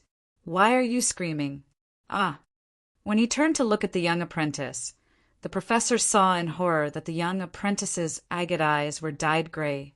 2 beams of gray light flowed out like tears and gathered at his mouth. Gradually, the gray light gathered into a large ball. It was a human head. A human head slowly crawled out from his apprentice's mouth, followed by a torso for limbs. This scene, compared to a gray light figure crawling out from a human's mouth, Sadako crawling into a TV drama, was nothing. Even the experienced professor was shocked. "Oh no, the glass candle is connected to hell. It's attracting the evil spirits." He took a few steps back to the table. His hands reached behind him and found a short dagger. He immediately pounced on it. "How ignorant! You don't even know me?" The light figure had already landed on the ground. It slowly expanded into a normal woman. Her face was blurred. She was about 7 meters tall with long limbs. "Who are you?" The color and style of the woman's clothes couldn't be seen clearly, but there was a flame mark on her chest. Professor Marwin felt that it was familiar. "Fire sorcerer, the inheritor of Valeglia's witchcraft." Danny had verbally changed her class to a fire sorcerer again. "Ah, you. Why did you come from me, The young man took a step back and covered his mouth in fear. "Why did you crawl out from my mouth?" "I'm Shikue from Bravos." Danny introduced herself first before explaining to the 2 who were wary and fearful. "It didn't come out from your mouth. The eyes are the window to the soul. Your eyes are the door to the spirit realm. Previously, you used the glass candle to wander the world, which means that your spirit entered the candle's illusion through your eyes. I caught that spirit and followed it into your spirit realm, then projected it out from your eyes." "I see." The Sphinx was still confused, but Marwin seemed to understand. "In the process of searching for the truth, the spirit we released connected with Sorcerer Layla's glass candle." Something like that, but after thinking about it, Danny decided to tell the truth. "But the main reason is that this little girl learned Valeglia's meditation." "Little girl." The black youth's face was flushed red. He secretly glanced at the short and strong doctor beside him. Seeing that he was only thinking seriously and was not angry, he asked timidly, "Master Wizard, how did you find me?" Danny looked up at the sky and sighed. She announced, "No matter how beautiful a cross-dresser looks, no matter how beautiful he looks, long legs, fair skin, or charming face, one thing will never change. His soul is still attached to little Gigi." The cross-dressing girl blushed again. Although she didn't quite understand, She understood the basic meaning. The other party's spirit was projected in front of her through her spirit realm, and he was most likely able to determine her gender through her soul. The City of Knowledge doesn't accept female students, and it doesn't allow women to become scholars, Blackie explained softly. As she explained, she used her eyes to look at Marwin. However, the professor from the City of Knowledge didn't care about her gender at all. He only frowned and pondered. After a while, he looked at the figure of light Danny and said, "The glass candle in the City of Knowledge comes from Valeglia. The basic meditation inside is a side branch of Valeglia's witchcraft. Your meditation level must be very high, or you wouldn't be able to enter Larissa's spirit realm without her permission. Yes, I once received the great wizard's incomplete inheritance." Danny nodded. So the people of Valeglia did something to the inheritance, and no one noticed it for thousands of years.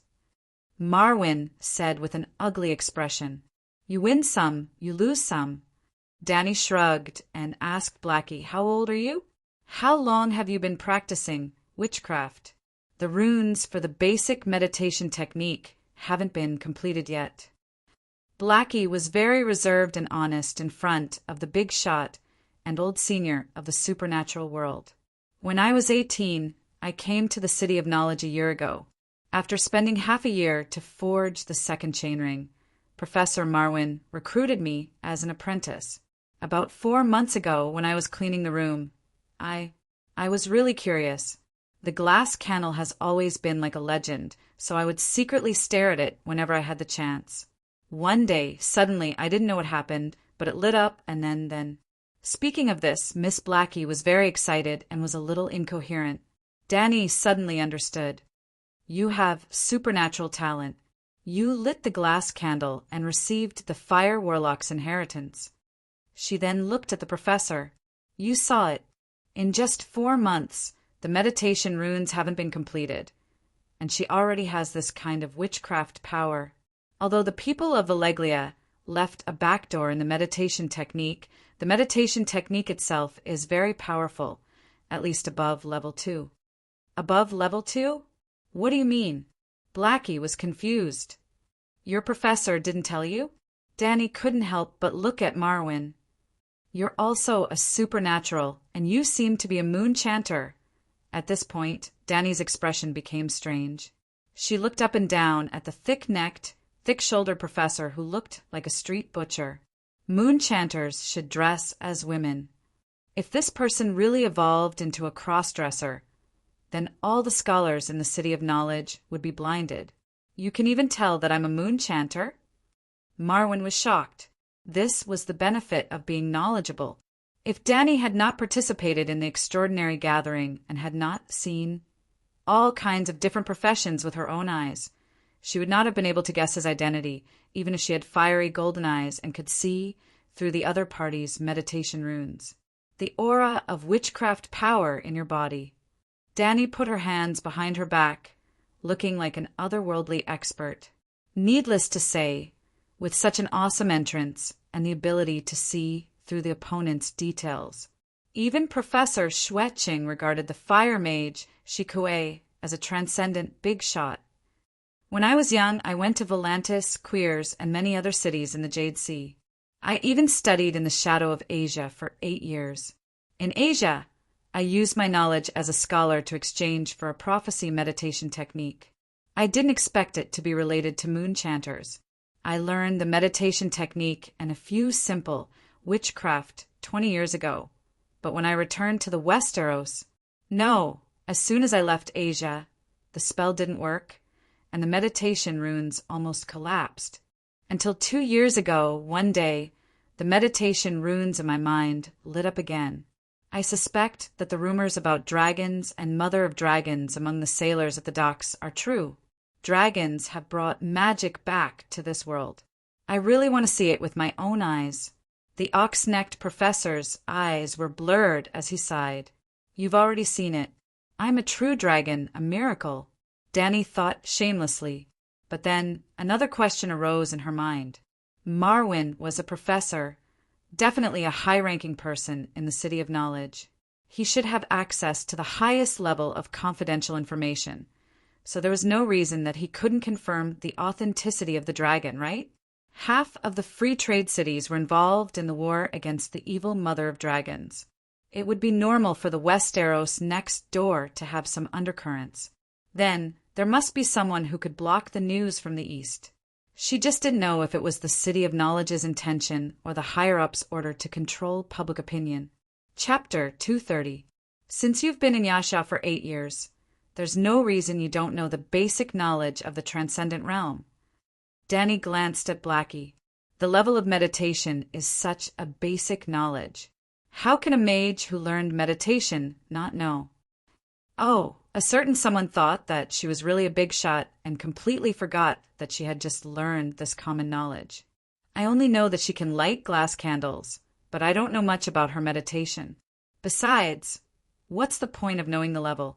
I've already learned it, and it's set in stone. The bull-necked professor smiled bitterly. That's right. It's already a blessing for these rogue cultivators who don't belong to any sect to have a meditation technique. They don't have the right to be picky. You're called Marwyn? Suddenly, Dany felt that the name was familiar. Memories from long ago flashed in her mind. In just a moment, she knew who had mentioned the name Scholar Marwyn before. Do you know a Raza witch, Millie Master? Millie? The bull-necked Marwyn seemed to be reminiscing. A hint of sweetness rose in his eyes.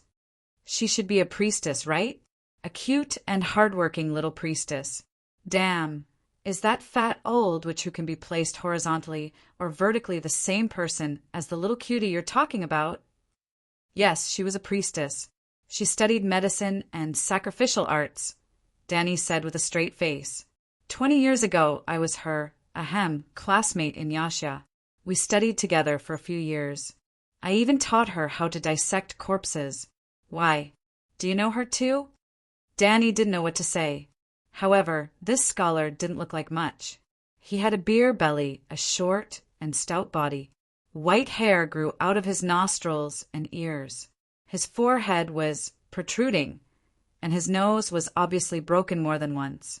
His teeth were mottled with reddish-brown dirt from chewing on sour grass, he and the little cutie.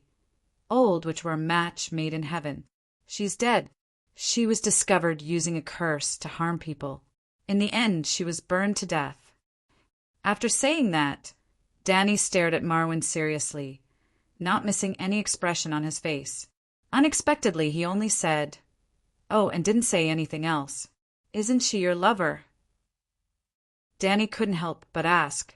We've had academic exchanges, but we can't be considered lovers. After all, I'm a scholar.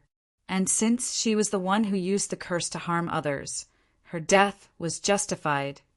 Oxneck Marwyn said seriously. Academic exchange? Research the 7 cries of spring techniques? While Dany was silent, Marvin asked curiously, Mage Layla, where are you now? It's in the old town, not far from the City of Knowledge. Otherwise, I wouldn't have been able to capture your signal. Perhaps Grand Wizard Valeglia had the ability to monitor the City of Knowledge from thousands of miles away through glass candles. But Dany was just a beginner in witchcraft. She didn't know many witchcraft spells, so she just happened to sense Black Sister's power of the will. She was skillful, lucky and close. I wonder if I can talk to you face to face?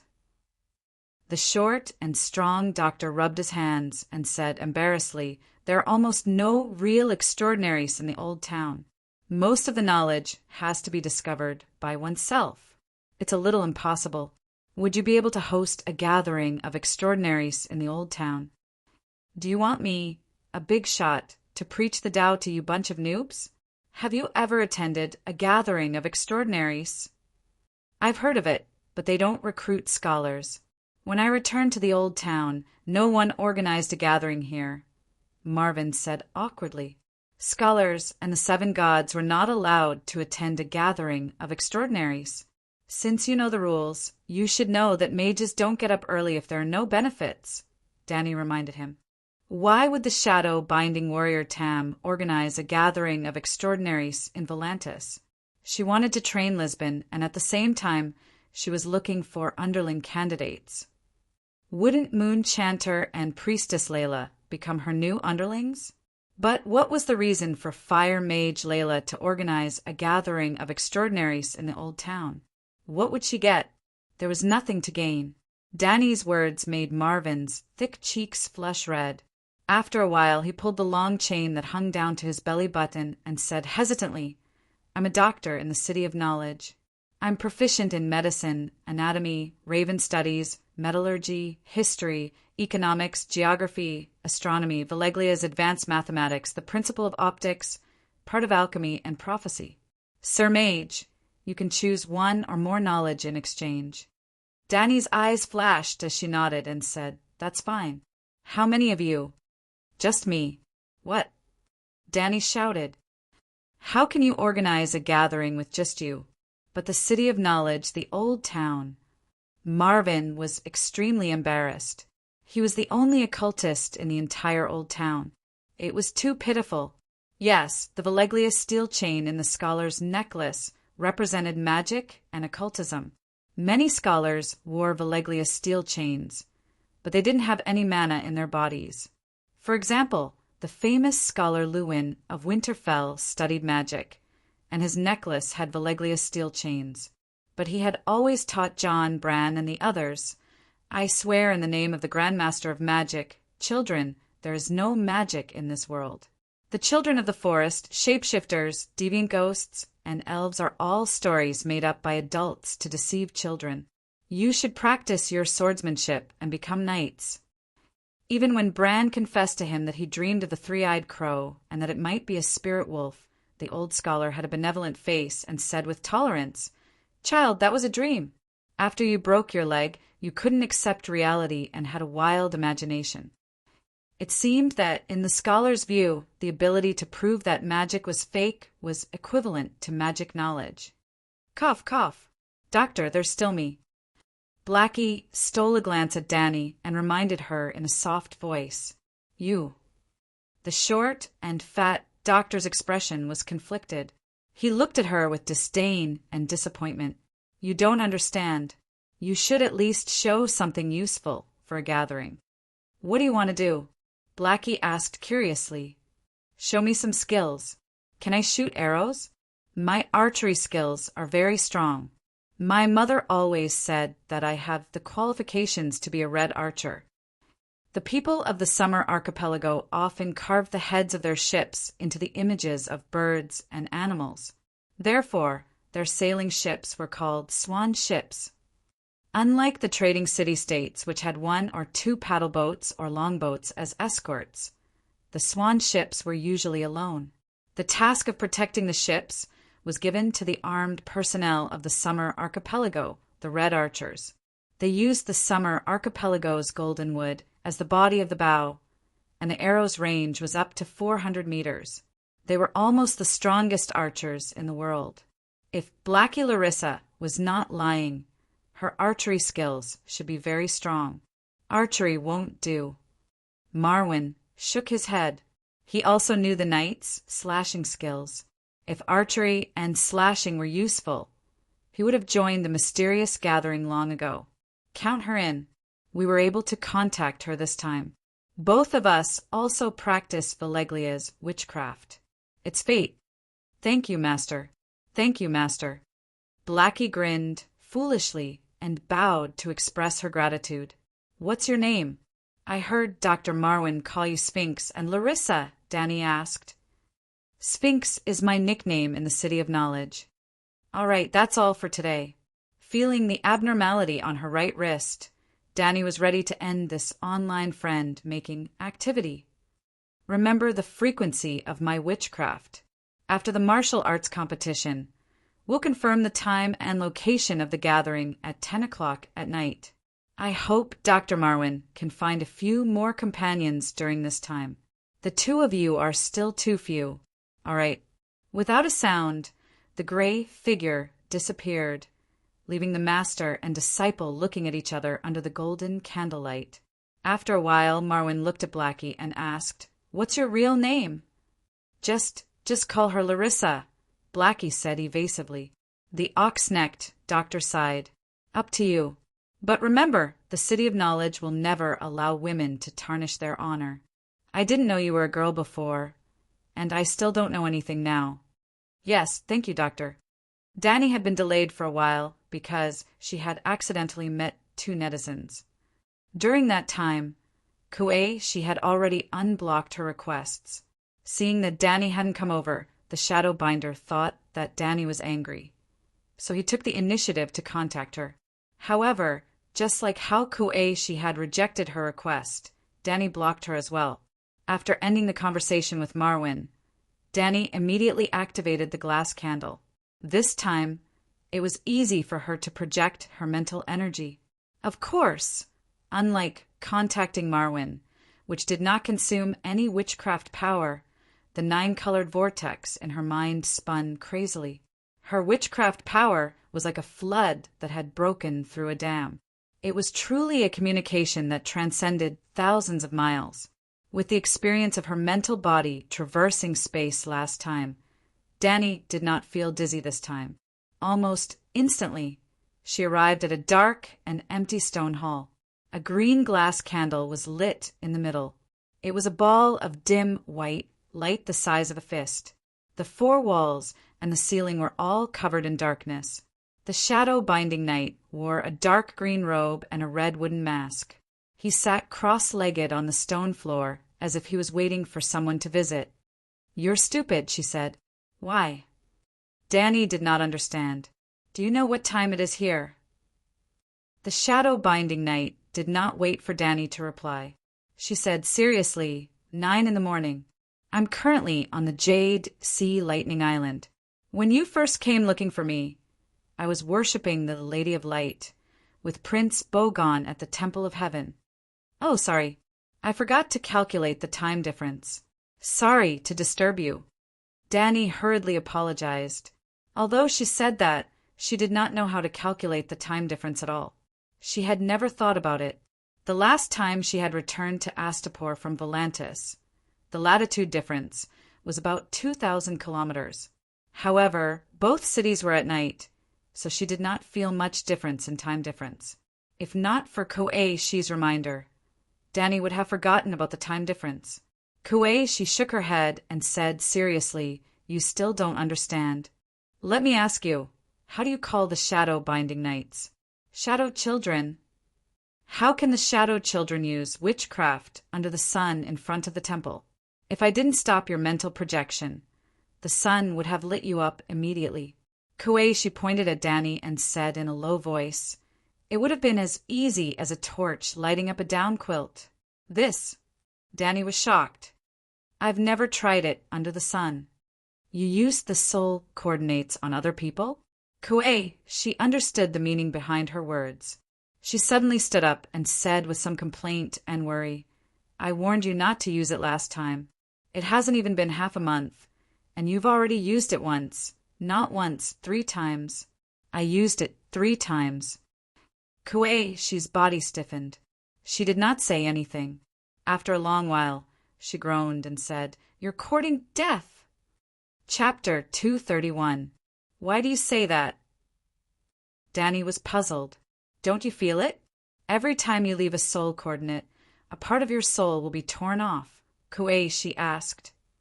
Indeed, the essence of soul coordinate is to separate a part of one soul. This way, even if they are separated by mountains and rivers, the souls of the same body can still sense each other. Danny nodded. Seeing that she was full of energy and her cheeks were rosy, Koei-shi was puzzled. "Do you feel weak, have blood in your hands, vomited blood, dizzy, and dying?" "No, I'm going to sign up for the tournament tomorrow." Koei-shi was stunned. The dark eyes behind the wooden mask seemed to be shining. It was a little like a scientist who encountered a strange biological phenomenon and wanted to. When Danny took a step back in fear, Koei-shi sighed. "Mother of Dragons, you are indeed extraordinary." "No, I'm very ordinary. There's nothing special about me." Danny shrunk her neck and said, "After leaving the soul coordinate 3 times, I felt that I had reached a bottleneck. Maybe I can only use soul coordinate 2 or 3 more times. That's why I came to you. I want to know if you have the second volume of the Soul Coordinate Technique. There's no second volume. You've reached your limit. Your soul can't be separated anymore. Kuei, she shook her head and smiled bitterly. I've told you that Soul Coordinate Technique is a forbidden technique that I created in recent years. It's not perfect. Don't use it if you don't have to. The side effects are too strong. You can't be exposed to too much sunlight. It's easy to be stimulated by the murderous aura. Anti-magic weapons can damage your soul, such as Veleglia steel and dragon crystal weapons. You can't leave a soul coordinate technique on a short-lived person. A short-lived person? If the person you marked dies in an accident, the soul energy left in the person's body will dissipate. You will lose a part of your soul, Kuei, she said lightly. Fortunately, the 3 people I marked don't look like short-lived people. Plus, I can replenish my soul automatically. Even if an accident happens, it won't be a big problem. What's with the murderous aura? Danny asked. You can pass through physical objects in your current spiritual state. Have you tried it? Yes, it's very interesting. But it consumes too much wizard power. Kuei, she nodded and said, You are essentially a spiritual body now. Normal objects can't block the spiritual waves of an illusion, but the murderous aura. If a knight wanted to kill you, no matter what weapon he wielded, it would hurt you. The reason is very simple. His attacks are mixed with spiritual will. No wonder. Danny came to a realization. That dagger gave me a deep sense of danger, and the Dark Star's great sword. Oh my God! Kuei, she put her hand to her forehead and groaned. It's only been a few days, you. If you go on like this, you'll play yourself to death sooner or later. Danny Alice, you must understand one thing. Extraordinaires only have extraordinary intelligence. Don't ever think of yourself as a god that transcends mortals. Even someone as powerful as great Adept Veleglia couldn't face an experienced Grand Knight head-on. The Shadowbind warned solemnly. Yes, I understand. A few days ago, I saw a fire mage who was as famous as you died tragically under the blades of mercenaries. The lesson was quite deep. Danny nodded and said in agreement. As famous as me? Who? The Shadowbind asked curiously. Volantis fire mage Lisbon. Never heard of him. The Shadowbind's voice turned cold. Do you think I'm a nobody? He's the #1 youth in the Western continent. Danny rubbed her nose and said awkwardly, The first person stabbed to death by a mercenary? Danny felt even more awkward. She stammered, I didn't say that. Everyone thinks so. What? It spread? Kuei, she didn't hide her anger anymore. Which bastard is spreading rumors about me? Tam was a good person. She couldn't betray her. I think it's a priest from Koor. Danny put the blame on the dead man. Impossible. I've never been to Koor. Why would they judge a mage they don't know? He might have heard it from necromancer Bo Chung. As if worried that the Shadowbind wouldn't understand, Danny quickly added, Bo Chung is a barbarian, the prince of barbarian. I know that bastard. Kuei, she gritted her teeth. Bo Chung, you're a prince and have the support of the Mage Association. You can definitely take the blame, right? Oh, right. I heard you mention Bogon's royal husband. Who's he? Danny changed the topic. The second royal husband of the Thunder Island Empress. Second royal husband? Danny's mouth twitched. Is there a first royal husband? Do you know the history of Thunder Island? Seeing her thoughts, Kuei, she slowly explained. Thunder Island is located in the south of Barbarian. It's only separated by a narrow sea. The two places are very close. Many citizens of the Golden Celestial Dynasty traveled south to Thunder Island and gradually settled down there. The founding empress of the dynasty, known as the Great One by the Easterners, Galoya, was a pure-blooded Thunder Island citizen. In order to appease the citizens of the two tribes, she took 2 husbands. One was from Thunder Island and the other was a barbarian. This tradition was passed down. The current empress followed the tradition and took a nobleman of the barbarian royal family as her second royal husband. Is Galoya creating a harem on purpose? Danny still could not accept it. Since she's from Thunder Island, she can just find a barbarian as her royal husband. Her descendants will be of mixed blood between the two tribes. Kueishi sighed. Of the two royal husbands, only the pure-blooded Thunder Island daughter, who is born to the first royal husband, a Thunder Island citizen, will have the right to inherit.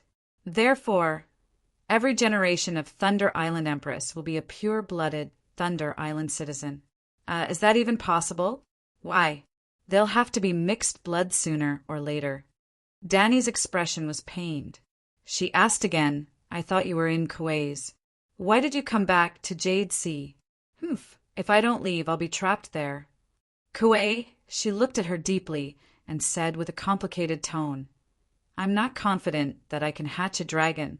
Before you left, I boarded the ship back to Jade Sea.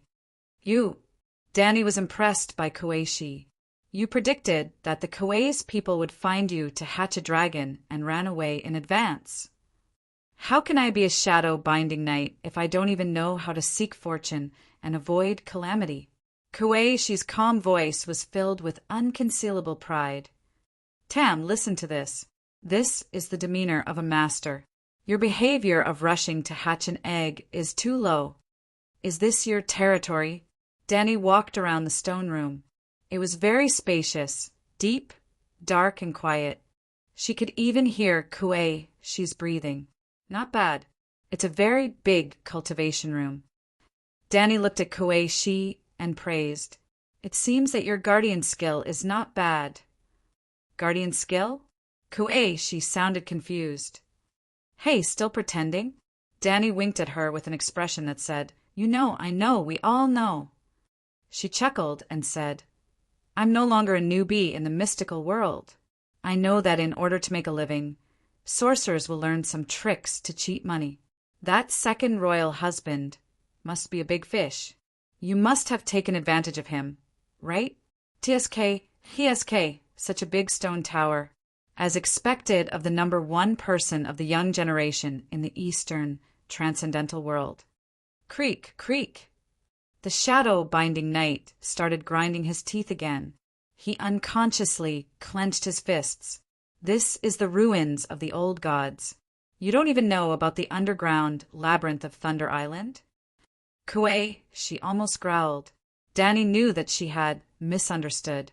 Kuei, she did not seem to have a big project. She immediately changed the topic and asked, Old gods? What does it have to do with the old gods of Westeros? Maybe, maybe not, but the underground labyrinth definitely belongs to the previous civilization before the Long Night. I was invited here to investigate the truth of this place. Danny was really curious. She asked, What's so special about this place? Legend has it that the old gods still live in the depths of the labyrinth. As long as the entrance of the labyrinth is opened, they will spread the plague of the old gods. The infected will first have a fever and headache. Gradually, their thoughts will become chaotic, and they will lose their memories. They will also have hallucinations and auditory hallucinations. Damn, aren't those the whispers of the old evil gods? I've come to World of Warcraft? Danny closed her eyes and sensed for a while. She said doubtfully, Really? I don't seem to feel anything. You can read Overview of the Jade Sea.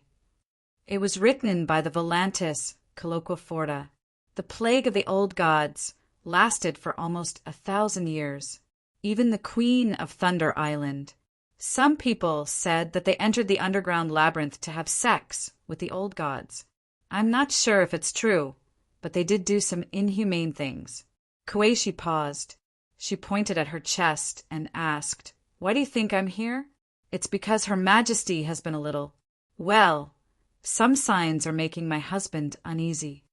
The long night is coming. All kinds of monsters are coming out, Danny mumbled. The long night? You believe the prophecy of the Red God Priest?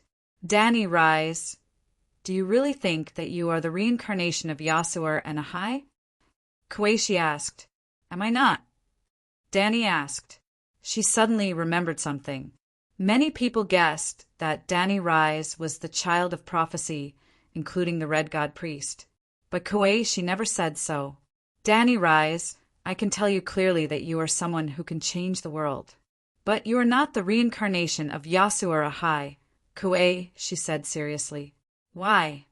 "Because, forget about Yasuo Ahai, even the Light King himself can't hatch a dragon like you." This reason was so strong that Danny couldn't refute it herself. "There's a Shamiliana temple priest called Kaena. She sacrificed a few hundred members of the virtuous Lord's family. In the end, there was an evil soul in the fake dragon egg. What's going on? Can Lalo hatch a demon dragon?" Kuei, she shook her head. "I'm not sure. Lalo is a true god who controls part of the authority of death. Hatching a dragon like you is creating new life. All the gods of death can't do it, but I can't guess their other abilities." Then she asked curiously, "Why is it a fake dragon egg?" Danny touched her nose and muttered, "It's all your old friend's fault." "Old friend?" Kuei, she was confused. "An Yasuo merchant called Bauhan. He insisted on giving me a bottle of fire plaster. It can glue a broken dragon egg back together without any damage. Not even a crack can be seen." "Oh my God! So it's Bauhan, that profiteer. You've cheated the royal family of Kars." Kuei, she screamed. "You know Bauhan too? Well, like the soul mark witchcraft. I invented fire plaster. Bauhan once bought 3 bottles from me. I didn't expect." Danny looked at Kuei, she strangely. "So the culprit of the fake dragon egg is you. Don't look at me like that. I developed fire plaster mainly for my family's porcelain business." Kuei, she rolled up her sleeves, revealing her delicate pale yellow skin. "See, although I was born in Yasuo, I'm not a local. My ancestral home is Xingdu. Have you heard of Xingdu porcelain?" Chapter 232. The next morning, the sky was blue, and the sun lazily looked at the noisy city below. The warm sea breeze rippled along the green Honeywine River and entered Riverside Street from Whispering Bay. The stone road was crowded with people. Danny and Whitebeard rode on horses and slowly moved along with the crowd. Danny's black hair was tied into a valiant ponytail. She was wearing a capable scarlet leather armor, leather pants, and high boots. Her limbs were slender and her body was straight. A long sword hung on her waist, and a pure white cloak hung down, covering the horse's buttocks. Her willowy eyebrows had been deliberately trimmed into sharp, thick, black, sword-like eyebrows. Together with the confident and proud expression on her face and the slightly upturned lips, she had lost the last trace of childishness of a 16-year-old girl. She had completely become a valiant and confident female swordsman. When the mercenaries and knights passed by, they would often peek at her, look at her openly, or whistle and throw flirtatious glances at her. She was very eye-catching. Barristan had also changed his appearance. His long white hair was shaved off and he was bald. His lips and beard were dyed dirty gold. When he was young, he had black beard and hair. The ends of his eyebrows drooped down, making him look more decadent.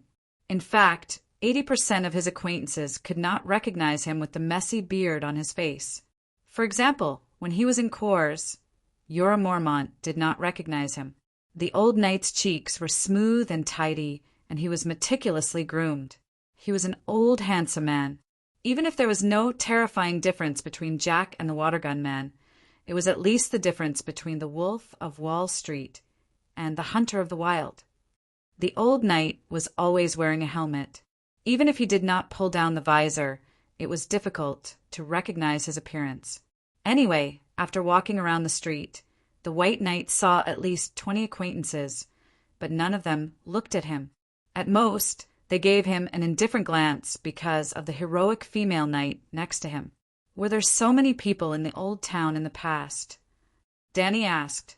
Although the Honeywine River tournament would not officially begin until 2 days later, from Rose Avenue to the streets and alleys of the old town. One could see knights and free riders, bards playing harps or beating leather drums, carriages loaded with hops, ham, large rings of butter, and buckets of honey. There were also merchants, craftsmen, and prostitutes, Barristan explained. Although this isn't as sensational as the martial arts tournament to celebrate the inauguration of the Prime Minister, eyed Stark, a few years ago, Time Inn is truly hated by many, other than the local knights of River Bend.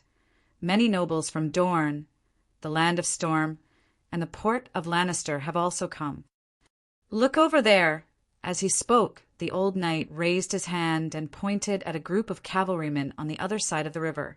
17 or 18 cavalrymen were chatting and laughing on horseback, and from time to time, some of them were convulsing with laughter.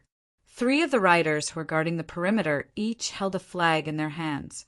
The images on the 3 flags were 3 golden ears of wheat, 2 fawns, and a yellow haystack.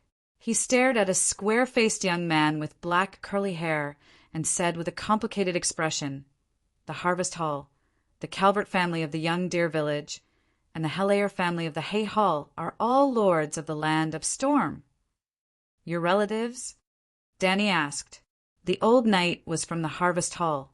He was originally the heir of the Count and had a fiancée, but in order to pursue the glory of the Kingsguard, he gave it all up. Yes, a ruthless man who didn't even want his wife. The current Count of the Harvest Hall, Aston Selmy, my grandnephew. The old knight's voice was so low that Dany almost didn't hear him clearly. She remembered that the old knight had used the fake name Aston to hide his identity in Queers. "Do you want to meet him?" The old man misunderstood her and said hesitantly, "Although the Harvest Hall is the largest granary in the Land of Storm, it doesn't have many soldiers, and now is not the right time." "Sigh, do I lack those people?" Dany waved her hand. "It's just a chat. There's no need. That child is more honest and can't keep a secret." After a few words, the group on the other side of the river had disappeared into the crowd. Dany and Selena also turned into an alley. Under the old knight's lead, they took a few turns and finally came to a street full of riders and swordsmen at the edge of the western city. Blacksmith Street. You can buy any kind of armor here, the old knight said with a smile. Along the way, Dany saw 7 or 8 blacksmiths. Bare-chested weaponsmiths were hammering in front of the forge. There were also free riders who had the same purpose as her, holding armor and loudly bargaining with the shop owners. There were also a few old men with wrinkles on their faces driving carriages and peddling along the street. The carriages were littered with rusty old swords and blades full of gaps. Finally, the old knight took Dany to the front of a huge stone building on the street. The walls on both sides of the wooden door were equipped with glass booths. On the glass booths hung red, blue, and white porcelain full-body armor, as well as griffins, unicorns, bison, and even megalosaurus helmets. As soon as the 2 dismounted, a servant came to greet them and took the initiative to lead the horses to the side. Then, a round-faced maid came out from the door and bowed. "What do you need?" "Swords, shields, armor, mail, and leather armor. We have them all in our shop. I want a full-body armor." Dany said, "Custom or stock? How long will it take for you to pick it up?" Dany asked, "According to your requirements, at least half a month, but not more than 2 months. I need it urgently. We have a lot of stock here." After that, the round-faced maid asked about the price and got a reply from Dany. The price is not important, but the quality must be the best. Then she led the 2 through a hall full of different kinds of armor, and along a cobblestone path through a courtyard facing charcoal, iron ingots, and other sundries. Finally, they came to a row of low red brick houses in the backyard. There was no door or wall on the side of the terrace house that faced the courtyard. The whole house was wide open like a warehouse, but there were no piles of goods inside. It was full of smithing rooms that were filled with rolling heat waves, smoke, and clanging hammers. From time to time, blacksmiths would yell at their apprentices or ask them to do something. At that time, Two young men in undershirts covered in a layer of black ash hurried through the courtyard, carrying a basket of charcoal. Well, they deliberately avoided the cobblestone path. The old knight nodded and said, "Only in the hands of a blacksmith master can you buy the real good goods. Mercenaries who are shy of money will buy the goods that are displayed in the front hall." The round-faced maid smiled at him approvingly and led them straight to the largest forging room on the left. Outside each forging room, there were 2 rows of wooden shelves, hanging a mess of plate armor, iron helmet, throat guard, and other armor parts. A few guests were looking back and forth under the apprentice's introduction. "Do you want to choose by yourself, or do you want me to find an apprentice for you?" The maid asked. "I'll choose." The old knight directly went forward and knocked on a silver-gray plate armor. The maid said to the apprentice next to her and said goodbye to Danny. "After choosing the armor, you can pay the blacksmith master directly." The armor hanging on the wooden shelves looked messy. It was a complete set that was disassembled and placed together. This way, it was convenient for the guests to check the quality of the armor, and also according to the actual situation of the guests, some parts could be adjusted. Just as they were choosing the armor, they heard a conversation coming from the blacksmith shop. A man said with full energy, "Garland, you must help me. There are too many people coming to the old town recently. I don't dare to say the whole country, but all the Riverbend knights who can come are here. But every time a knight comes, there will be 2 free riders, 3 craftsmen, 6 soldiers, a dozen businessmen, 24 prostitutes, and as for thieves, there are so many that I don't even dare to guess. With so many people, things are starting to get troublesome. This morning, a drunkard was found drowned in the Honey Wine River. Can't be sure if it was an accident or homicide.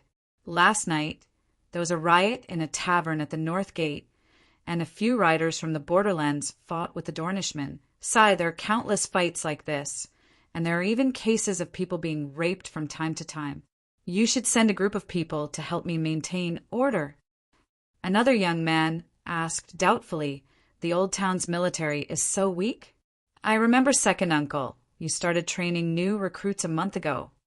"Garland Tyrell, Garland Hightower." The old knight glanced and said in a low voice. Danny also saw the 2 valiant knights wearing leather armor with long swords at their waists. One of them was a middle-aged man in his early 30s with the white tower emblem on his chest, and the other was a young man in his early 20s with 2 large golden roses on his chest. Yes, Garland was Jorah Mormont's second uncle. The old man of the old town, Leighton Hightower, had many children. He had 6 daughters and 4 sons. Linny's was the youngest daughter, and Henry Foley, whom Rhys met, was the youngest son. It was not difficult to understand why Jorah could eat swan meat. There were too many children in the family, and Earl Leighton was already very satisfied to find a powerful earl as his son-in-law. Although his second daughter was married to Duke Hightower, that son-in-law had the good reputation of being the most mediocre general in the world of power. He was known as the inflatable fish in the pugilistic world, and the old man could not be proud of it. Garland said helplessly, "Didn't you notice when you came? The wheat in the field is ripe, and the soldiers I recruited have to put down their spears and pick up their sickles to harvest the crops. Timon is invading the river, and you're letting those farmers go home?" Garland said in disbelief, "Ah, you didn't receive any messenger crows from the City of Learning?" Garland was stunned and said, "Half a month ago, the City of Learning sent white messenger crows to all the lords in the country to pass on the news of the arrival of winter. In other words, we'll officially enter winter next year." Garland shook her head disapprovingly and said, "So what if it's winter? Our Riverbend is not the north, and we can at least harvest 2 more batches of wheat. The next year will be snow, and the 4th year may be the wrong spring, and we can plant and harvest crops again. For thousands of years, we Southerners have spent the winter like this, and we don't need to hoard food to delay the war." 7 layers of hell. Danny shouted very fashionably and could not help but take a few steps forward and exclaim, You mean that Riverbend, the granary of the 7 kingdoms, has no food? Garland's eyes flashed with surprise at first, but soon he frowned and asked, "Who are you? Eavesdropping on our conversation?" "Such a loud voice. You can ask the guests nearby." Danny pointed at a swordsman in chain mail who was picking out iron armor. "Who didn't hear your conversation?" Chain mail waved his hand and shouted, "You woman, don't slander me. I didn't hear Earl Garland and Sir Garland talking." Danny's mouth twitched a few times. "I was standing next to Sir Garland, and my voice was not loud. Aren't you burying your head in the sand?" Chapter 233. Garth Hyder smiled warmly at Danny and explained, "We originally stored grain for winter, but in the past few years, the 7 kingdoms have been in chaos. Hadjian County has been completely destroyed, and the king's domain has been ravaged by the rebels. Count Tully is still running back and forth between the 2 places, cleaning up the bandits and rioters. As for the Stormlands, it is not a land that produces grain. Now that Storm's End Castle has not been taken, there is still a battle to be fought. King's Landing has 500,000 people, and they rely on Riverbend to transport supplies." Then he looked at his nephew and said meaningfully, "So, do you understand now? Riverbend will definitely not lack grain, but in order to maintain the normal operation of the kingdom, every grain of wheat is of great use. First, ensure that the old town is not harassed by Timon. King's Landing." Garth understood that his uncle was hinting that grain was the bargaining chip for the High Court to participate in the King's Landing power game. He smiled bitterly and sighed, saying, "Lannister himself is not in a hurry. Why should we worry? It is already difficult to take care of Riverbend." "How long is the estimated length of winter given by the City of Knowledge?" Danny asked. "About 3 years."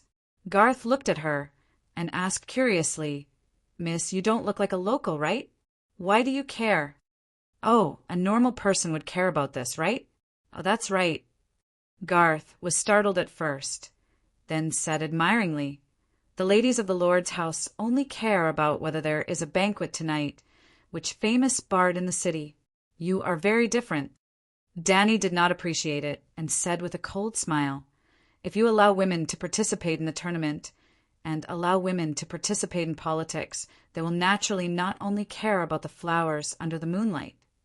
Garth glanced at the long sword at her waist and smiled faintly. "Queen Regent Cersei is also a woman, but I think what she has done in King's Landing now, even her father, Duke Tywin, cannot stand it, right? All right, let's not talk about this nonsense. Let me ask you, how many years will the grain in Riverbend last?" Silence filled the area as soon as she said that. The 2 lords looked at this arrogant and bossy girl with strange eyes. "You are, Danny also realized that these 2 fellows were not her underlings for the time being. She smiled sheepishly and said, "Sorry, it's a matter of life and death, so I was a little anxious. I heard that this winter is unusual. There is also a Red God temple in the dock area. Haven't you heard the priests mention the prophecy of the long night? The second long night. The prophecy of the reincarnation of Yasuar and Ahai." "You don't believe me?" Garth shook his head and explained, "You may not know, but as early as last winter, or even before the winter before that, there were similar prophecies circulating in King's Landing. Many people said that Prince Riga was the legendary son of prophecy. But after a few decades and a few winters, even Prince Riga died, and we welcomed a summer that lasted 11 years. Words are like the wind, and so are prophecies. This has become a story of the boy who cried wolf. No, the one who predicted the reincarnation of Yasuar and Ahai to the Westeros was a friend of Jenny in the city of Barrenstone, a dwarf witch. The Red God priests were very professional, and only in recent years did they become active after the magic tide recovered. Alas, the key was that not many people in the 7 countries felt the surge of the magic tide. Even if the prophecy is false, there must be a long winter after 11 years of summer. This can't be wrong, right?" Danny said, "So, what do you want to say?" Garth shrugged and asked, "Don't mess around. While the south is still warm, hurry home and farm. Go to the north and introduce a batch of cold-resistant winter wheat seeds. Then spread the turnip seedlings all over the mountains and plains. Let's work together to survive the long winter." "It's not that we want to mess around," Garth sighed. "You know about the upcoming tournament, right? I sent the farmers home to harvest the crops, but the threat of time-in is close at hand. In order to recruit a group of idle, mercenary knights at home, I started this tournament. In fact, as early as the end of summer, when the City of Knowledge issued the autumn warning, the Hyder family began to reduce the economic crops in the territory on a large scale and change to wheat, soybeans, corn, turnips, and other grain crops. Danny was also helpless. "But miss, your suggestion is not bad," Garth said thoughtfully, stroking his chin. "The crops in the north are more cold-resistant. We should really buy a batch of seeds back. This winter is unusual. The situation in the 7 countries is not stable, and the winter lasts especially long. 11 years of summer. Okay, I'll ask the scholar to send a letter to White Harbor and order a batch of seeds from Count Mandler." Garth nodded. While they were talking, a brawny man with 7 or 8 scars on his face walked over with a wooden box in his hand. His voice was as loud as a bell as he shouted, "Count, your armor is here. This time, you will definitely become the most dazzling existence in the meeting." "Thank you." Garland stepped forward and took the wooden box. He smiled bitterly and said to his second uncle, "I should have let Loras do this. He is now a white knight. He can't leave the Queen's side." Garth nodded to Danny and left with his nephew. "These 2 are very good," Danny said to the old knight. When the 3 were talking, the old knight had been standing by the shelf, eavesdropping and choosing armor. "My lord, you are lucky to have met 2 of the rare Westeros who are well-mannered and good-tempered true knights. If it were anyone else, unless you reveal your identity, it would cause unnecessary disputes even if you don't get whipped. Nobles will never accept criticism from people of lower status, even if the other party is obviously right." The old man complained. "I know. That's why I praise those 2. Under normal circumstances, the children of the Hyder family are all very good. Lady Linney's is an exception." Danny stepped forward and came behind the scarred man who was arranging the iron ingots. She asked, "Master, did you personally make armor for Count Tyrell?" "Yes, Garth Tyrell was a count with real power in Brightwater City. Brightwater City was located at the source of the Honey River. It was a rich and productive territory that originally belonged to the Florin family.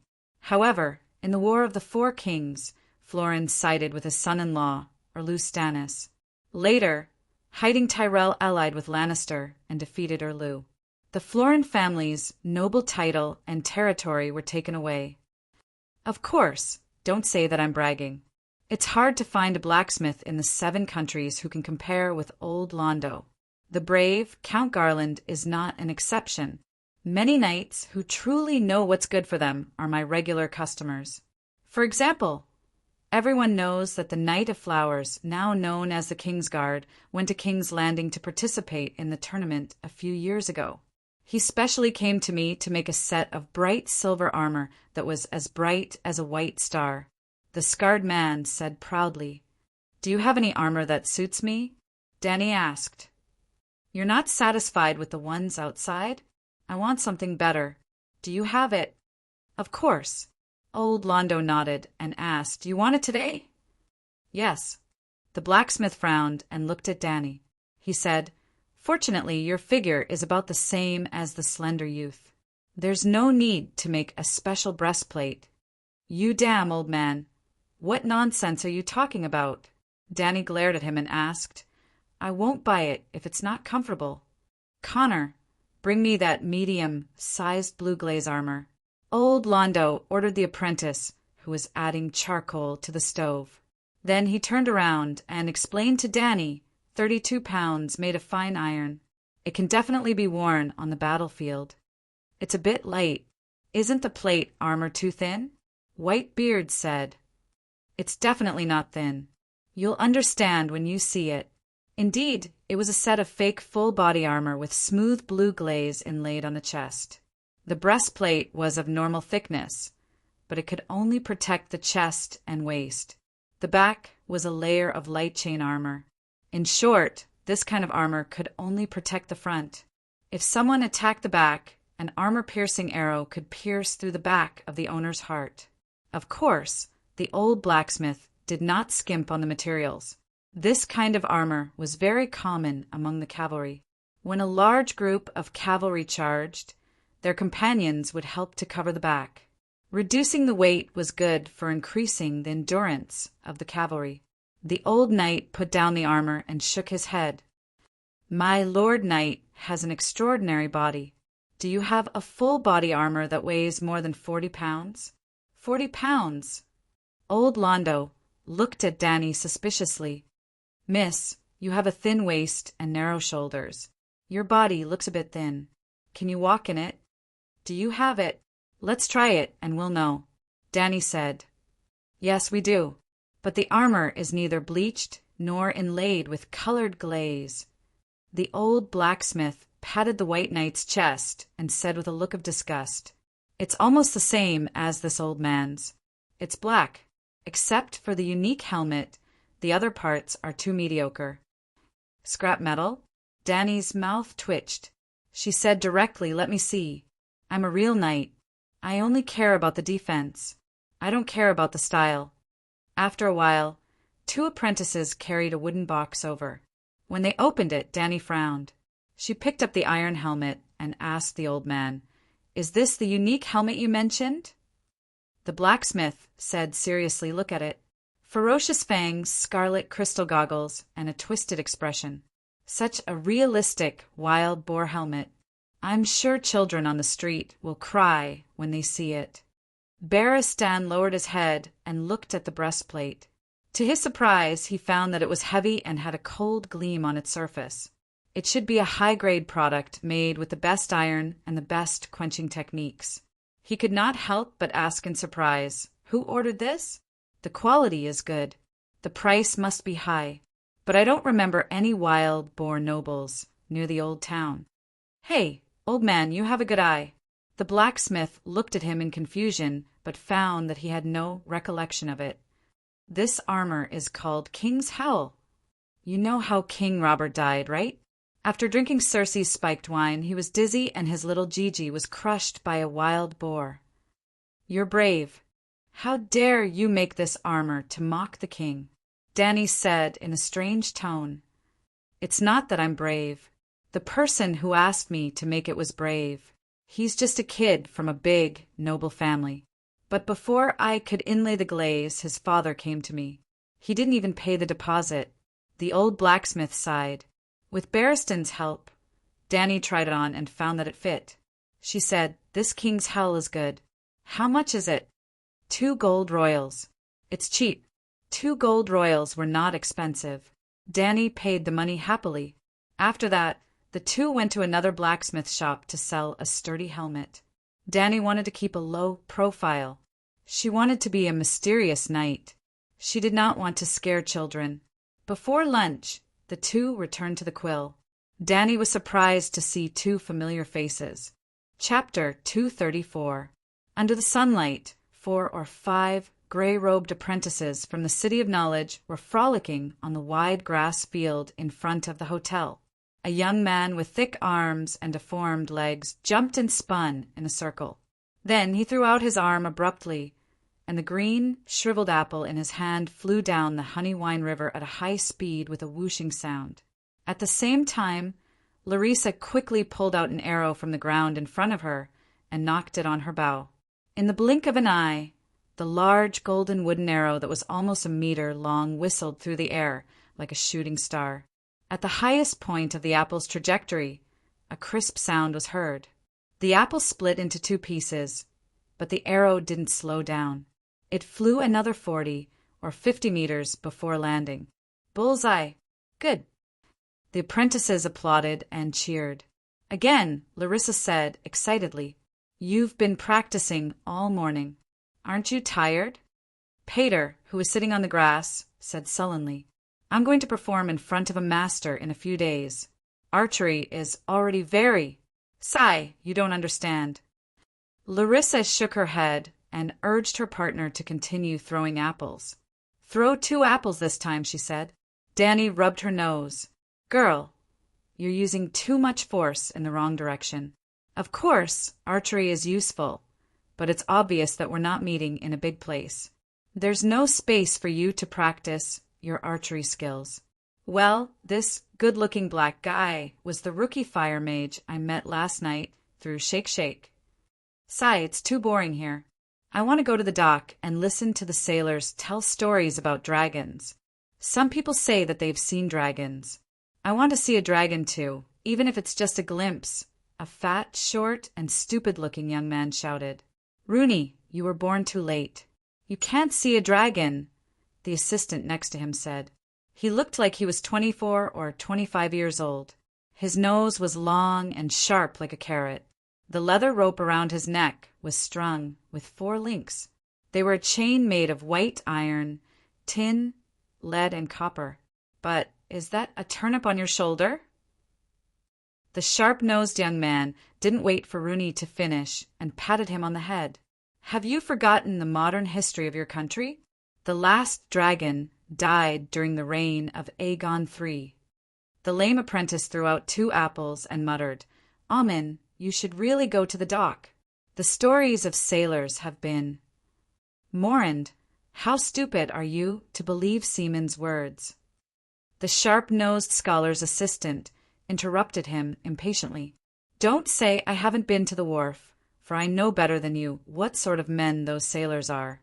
In order to attract attention, they even lied about sleeping with mermaids and staying in the stomach of sea monsters for more than 10 years. The lame apprentice argued, Amen, the stories of individual sailors can be dismissed with a smile, but the same story told by 4 oarsmen who speak 4 different languages.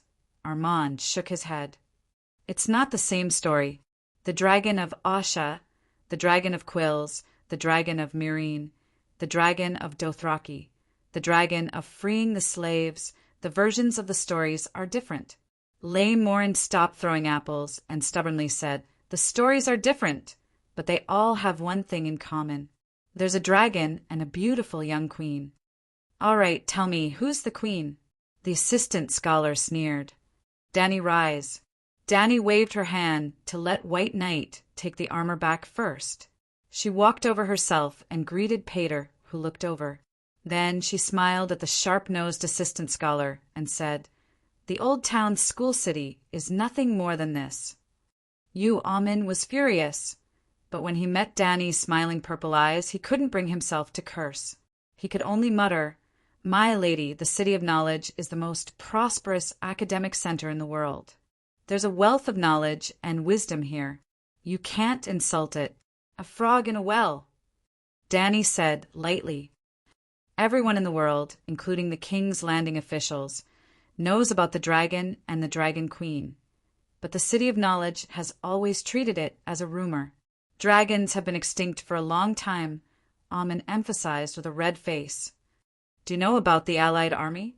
Danny asked. Allied army? What army? Amen was confused. That's not right. King's Landing is considering joining the Allied army, but you don't even know what the Allied army is? Danny was speechless. Was the City of Knowledge so uninformed? Seeing that she didn't look like she was lying, a few nearby apprentices came over. Even Larissa stopped shooting. Do you know that the Mad King's daughter is not dead? Danny asked. Danny Rise Targaryen. I heard that she married the Horse King, Amen said. Dragons are indeed extinct, but Danny Rise hatched 3 dragon eggs 2 years ago and got 3 dragons. The assistant scholar shook his head. Impossible. Since the extinction of dragons, the Targaryens have tried many times to hatch dragons, but they all ended miserably. That's why I said the City of Knowledge has an undeserved reputation. Danny sighed.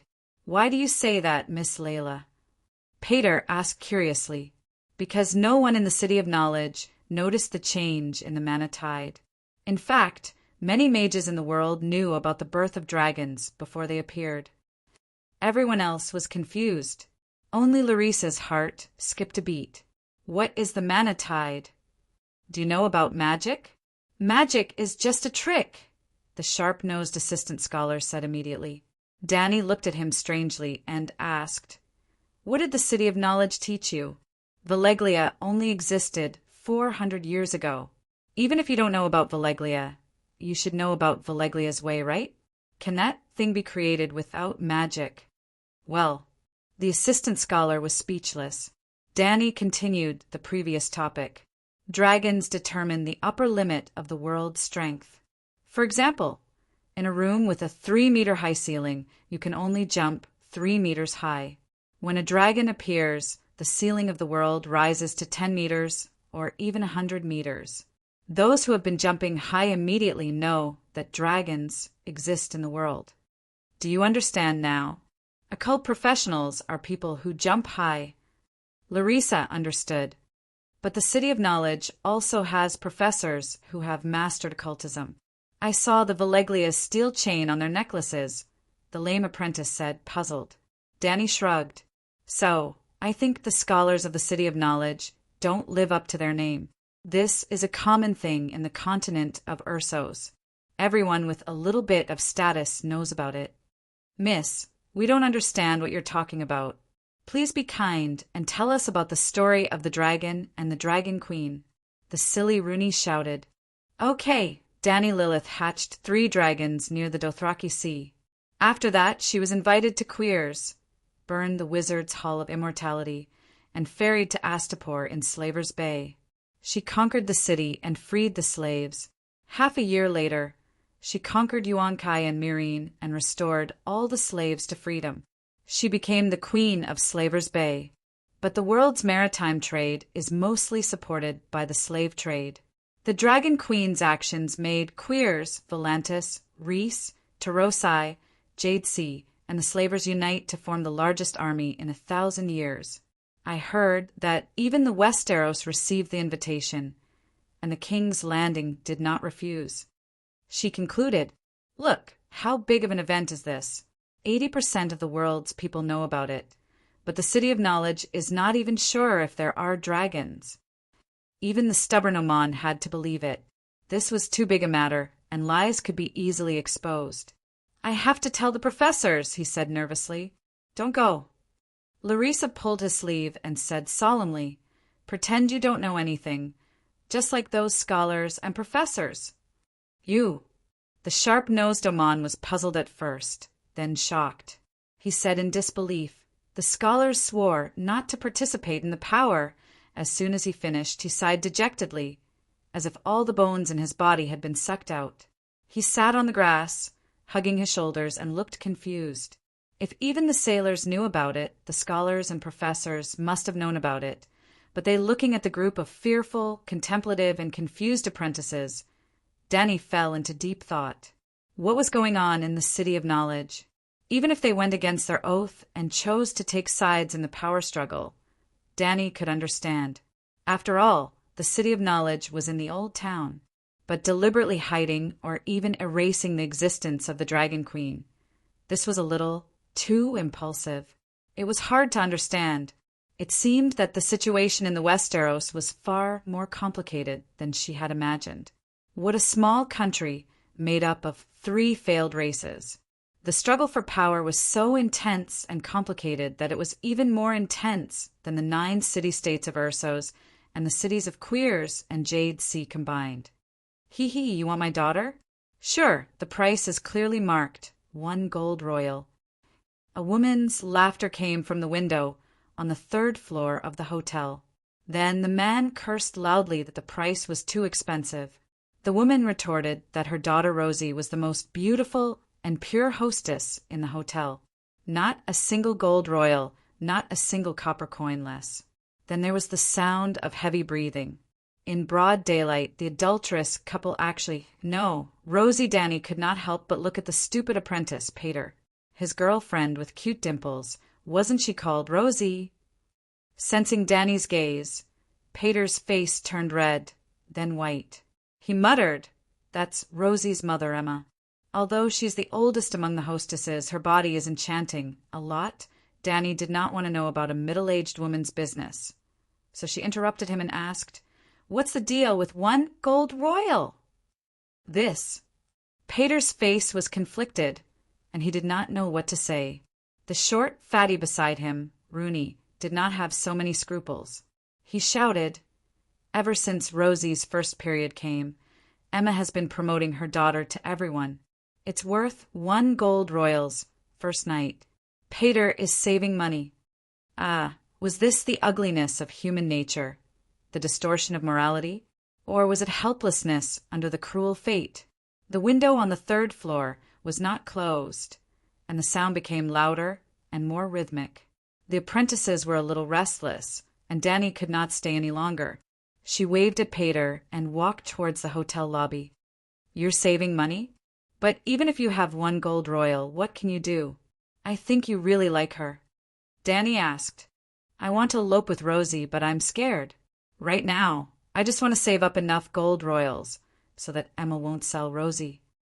For some reason, Pater told the secret in his heart to a female knight whom he had just met twice. Even his friends didn't know about his plan. Maybe it was because her eyes were full of sincere sympathy. Chapter 235. Danny pulled Pate to an empty table in the corner and asked, "You don't want to be a scholar anymore?" "Of course I want to. A scholar can ride a big horse given by the Lord and proudly walk in front of the people in the marketplace. This is the best thing I've ever experienced in my dreams. But I'm too stupid, and I haven't been able to make a chain link in 5 years." Pate said sadly. He was very realistic and knew his own limits. The class rigidity in this world was too serious, and there was almost no way for the people at the bottom to rise. A scholar was equivalent to a super low-level version of the imperial examination. A scholar could indeed be a level higher than ordinary people, but they were only one of the Lord's aides, and their treatment was hundreds of streets worse than that of a gencher. But to become a scholar of a noble family was far more difficult than becoming a gencher. Not to mention, which was more profound in academics, the gencher round was held every 3 years, and a group of people could always be selected each time. There were only 200 or 300 Westeros lords who were qualified to raise scholars, real counts and above, and scholars would work for a lifetime. What was even harsher was that scholars didn't pay attention to 30 years old Mingjing, 50 years old gencher. Under normal circumstances, the Lord would choose a young and promising scholar to be a substitute before their old scholar died. Like Pate, even if he worked hard and finally became a true scholar at the age of 40, there was a 90% chance that no one would want him, and he would have to waste the rest of his life in the City of Knowledge. Just like the countless gray-robed scholars in the City of Knowledge who had no employers. Not to mention the competition for scholars who were born as second sons of nobles. It was too fierce. Danny asked again, "How much money do you have now?" 9 silver deer, 40 copper star coins, 200 copper coins. It was a bit miserable. 1 gold royal was equal to 210 silver deer. 1 silver deer was equal to 7 bronze stars, and 1 bronze star was equal to 16 copper coins. Well, the currency of Westeros was very complicated. Just the copper coins were divided into copper star, copper wheat, half copper wheat, copper cent, and copper coins. There were 5 types in total, from high to low, and they were exchanged in binary. For example, 1 copper star equals 2 copper wheat. Do you think this was for easy change? No, very few people could change between currencies of different metals. The exchange ratio between different currencies was too complicated. Not to mention those illiterate farmers and mercenaries. Even many peddlers couldn't do it. Without an abacus or a calculator, they often found the wrong money. Danny's personal experience was that she bought the same thing with a silver deer twice, but the amount of copper coins the shop owner brought back was not the same. Previously, Danny did not understand why the people of this world made the currency so complicated. After becoming the queen and receiving tens of millions of gold royals from Slave Bay, Dany gradually understood. In short, the distribution of wealth in society was extremely uneven. For example, the Westeros had a history of more than 10,000 years. Casterly Rock City had been mining gold for thousands of years. Based on Lannister's shrewdness, he would definitely get more in than out, thus accumulating an uncountable amount of gold. Everything else aside, Tywin had lent Robert at least 3 million gold royals, which was solid cash. The entire western region had a population of less than 1 million, so on average, a beggar in the port of Lannister would have at least 3 gold royals. But we all know how ridiculous that average GDP is. More than half of the people are actually dragging the country down. The gap between the rich and poor in Westeros was so big that it was almost, alas, it was difficult to compare. But look at the miserable young man Pater. His status was actually higher than 90% of the people in the country. But under normal circumstances, it would be difficult for Pater to save enough gold royals for himself in his lifetime. Even if he was lucky, his lower body would be smooth sailing, and there would be no disease or disaster. But according to his speed of saving money, by the time he had enough gold royals, Rosie would have already become his mother. It could be said that the highest grade of currency, gold royals, was almost meaningless to him. Gold royals were meaningless to ordinary people. But for the country's economy to develop normally, there must be a balanced currency system. Just like in the real world, there were currency denominations of 1, 5, 10, 20, 50, and 100. Did you see it? It was almost the same as the 5 types of copper currency in Westeros. It was almost in the form of binary. I'm afraid many people have never used 2 yuan, right? If there were only copper coins, most of the people could still calculate clearly. The amount was small, and the highest grade of copper star could only be exchanged for 16 copper coins. Adding and subtracting numbers within 10 digits. There was nothing wrong with the peddler's brain.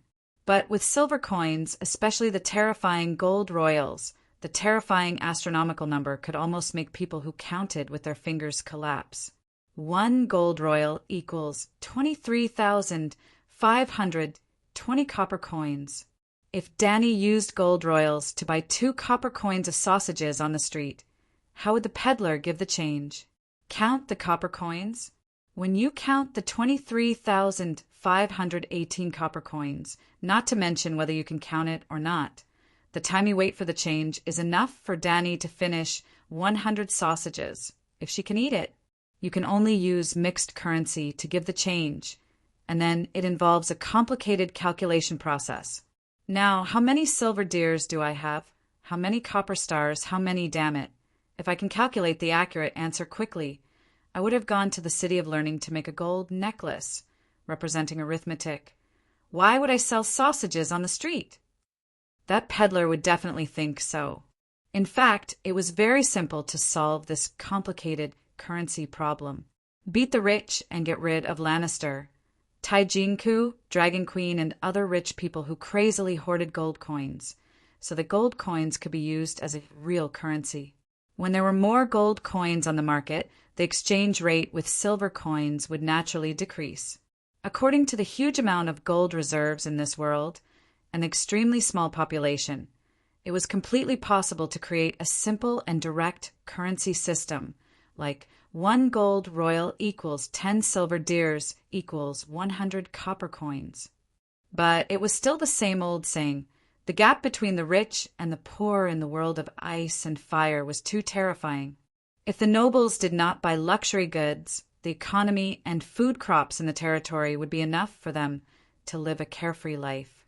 In other words, the stingy lord only had income in his life and no expenses. Even if he only saved 10 gold royals a year, in Westeros, if your family did not have a history of more than 1,000 years, you would be laughed at as a local rich man. The premise was that you had a lot of money. Like Littlefinger, who was poor and had a shallow background. The nobles would never laugh at him because they did not treat him as a companion at all. For example, if someone was splashed with a bottle of mineral water at a speech conference, Big Horse and Little Horse would definitely make fun of him in private. But if someone was pushed into the river, would Big Horse and Little Horse pay attention to him? Obviously not. Even if they laughed at him, it would only happen in the circle of people of the same status. Back to the main topic, a small family with 1,000 years of history could save 10 gold royals a year. And even if the entire noble circle was included, the newly mined gold would not be enough for them. Therefore, the social classes below the nobles and big merchants had almost no gold royals to use. Gold royals were rare, and their value naturally increased. Normally, this was the time for the country to intervene. But the nobles were equal to the country, and the nobles owned all the gold royals. If the gold royals appreciated, the nobles would become rich. And if the nobles became rich, the country would become rich. Such a country would only work hard to promote the appreciation of the gold royals and make the exchange rate of metal currencies more and more unbalanced. In the end, the common people were oppressed to the baseline of barely being able to eat and wear only in summer. Even if the nobles were drunk, they would still be rich. With money, they would have power, and with power, they would be able to maintain their rule for 10,000 years. How unfettered! This was why Tywin could easily spend 1,000,000 gold royals to buy a sword, and why Pate could not keep his girlfriend's chastity after working hard all his life. Dany pondered and asked, "If you eloped with Rosie, would you have the ability to support your own small family in the future?" Pate said, "I studied astronomy for the first 2 years of my life. I did not pass the doctor's examination, but I also know some basic stargazing and calculating the changes of the seasons. Maybe I can help the nobles manage the village." Dany nodded. In this world where the 4 seasons were unknown, with Pate's ability to distinguish the time of sowing, he was more than qualified to be the village chief. Pate continued, "After failing, I realized that I was a little stupid, and it was a little difficult to become a bachelor, so I chose a more applicable subject. Well, I put more effort into Dr. Ambrose's lectures. 3 years later, I still did not get the silver chain. Silver represents medicine, but I know how to set bones and how to use leeches to reduce fever. It's also not bad to be a wandering country doctor." "Not bad, not bad." Dany nodded and praised. Although leeching blood was a bit of a joke in this technologically backward world, leech therapy was one of the most mainstream branches of medicine.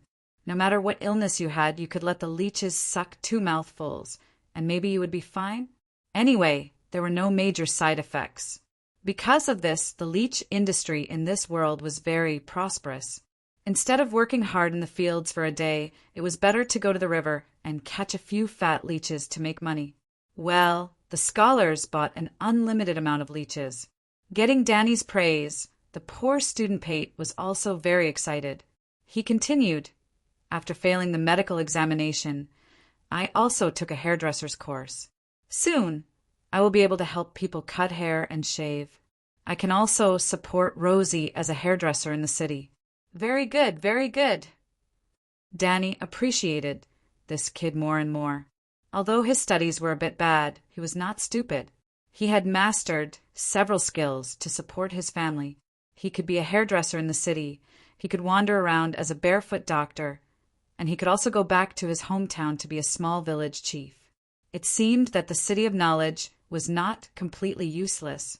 Dany thought for a moment, stared at his brown eyes, and said seriously, "A gold royal and a copper coin are no different to me, but I will never pay for a whoremonger. If one morning I hear that you eloped with Rosie, I will immediately help you pay for the colored gold that will satisfy Emma. Then you and your little girlfriend will be completely free. How about it?" "Thank you, Miss Layla. I will seriously consider it." Pate said seriously. It was very easy to give him a gold royal now, and it was nothing to Dany.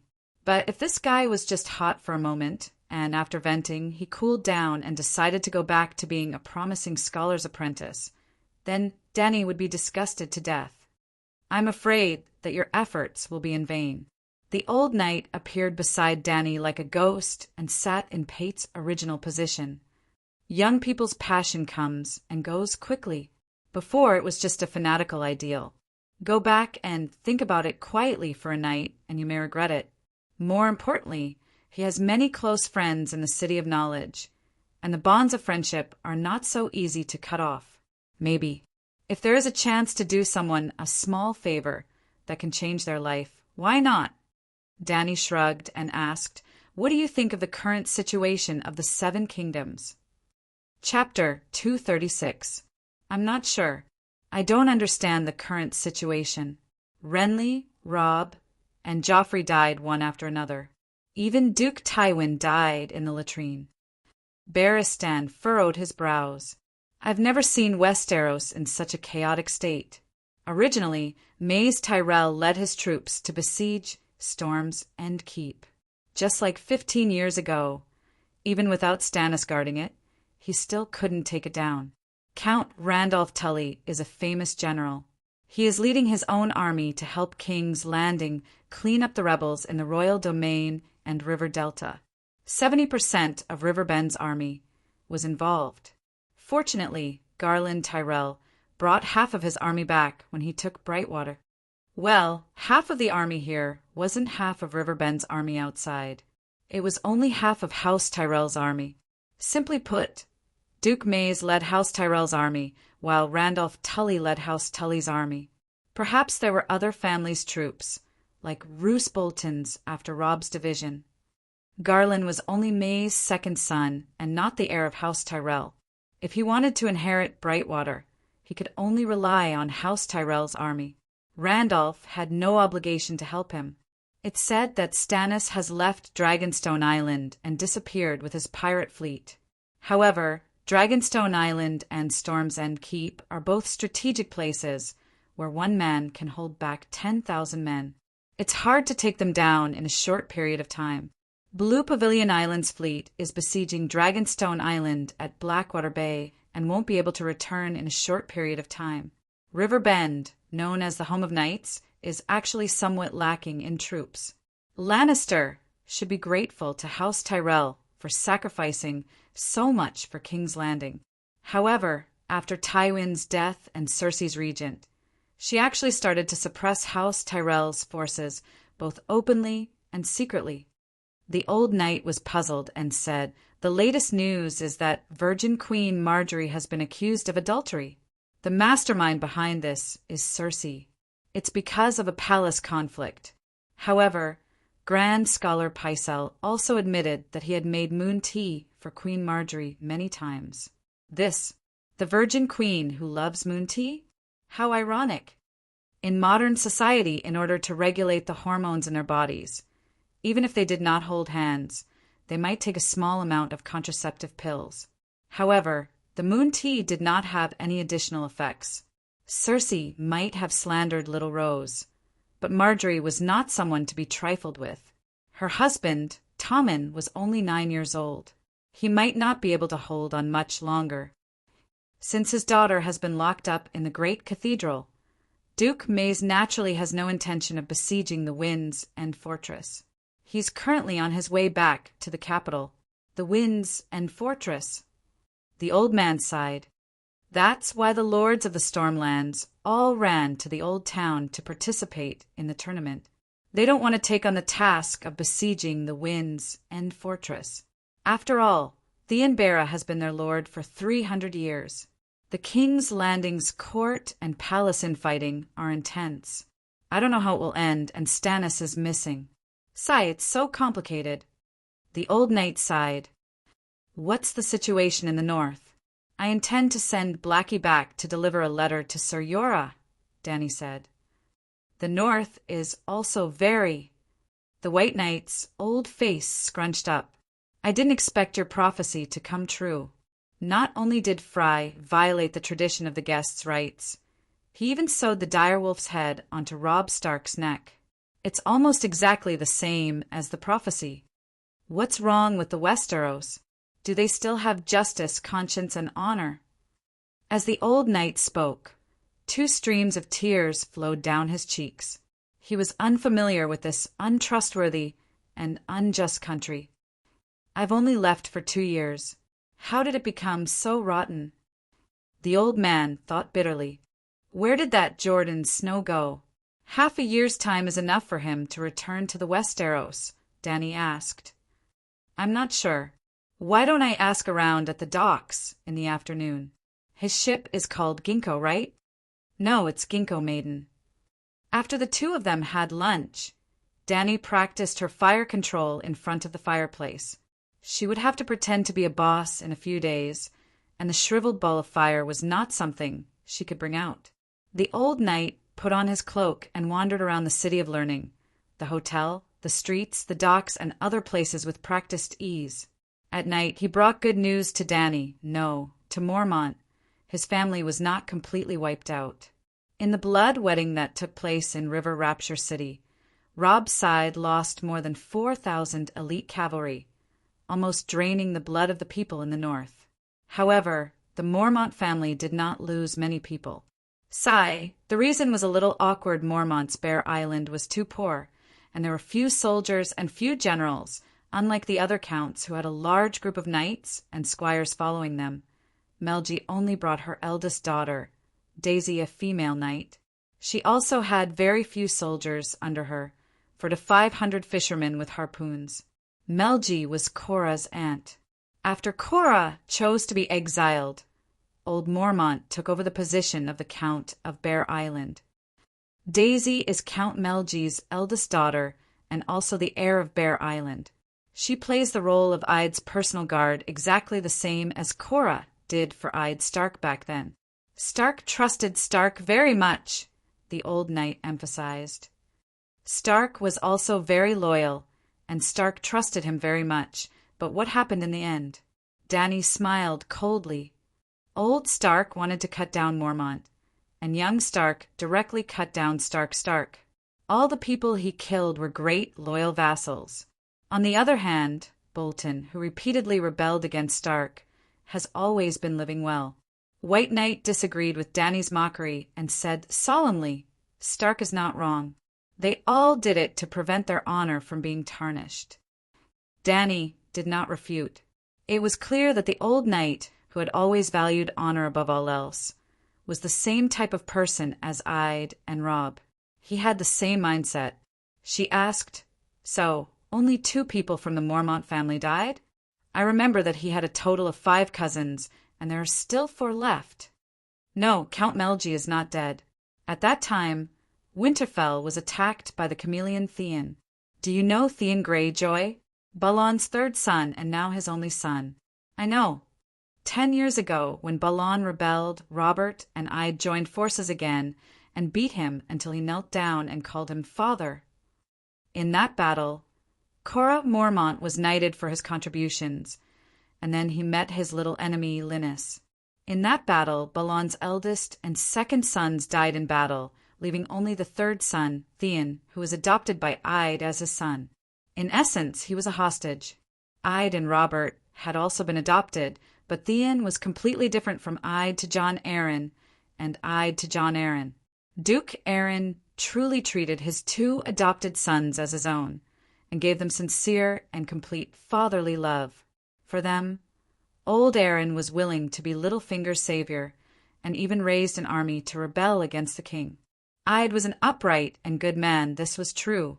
He also wanted to learn from his adoptive father and treat Theon as his own son. But reality did not allow this. Neither Theon nor Ide could do this. Ide had the possibility of killing his adopted son at any moment as long as Balon rebelled again. He would immediately cut off Theon's head. Ide knew this, and similarly the already 10-year-old Theon also knew this.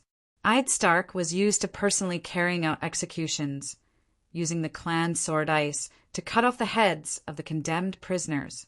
Every time he cut off a head, he would let Theon watch from the side. It wasn't that Ide was abnormal. Theon was also his attendant and had to follow him and learn from him at all times. That scene, one could completely imagine how great the shadow in Theon's heart was at that time.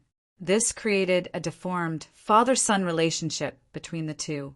Ide had fatherly love for Theon, true love, and Theon, who had always lacked fatherly love on Tywin Island, also felt his adoptive father's feelings for him.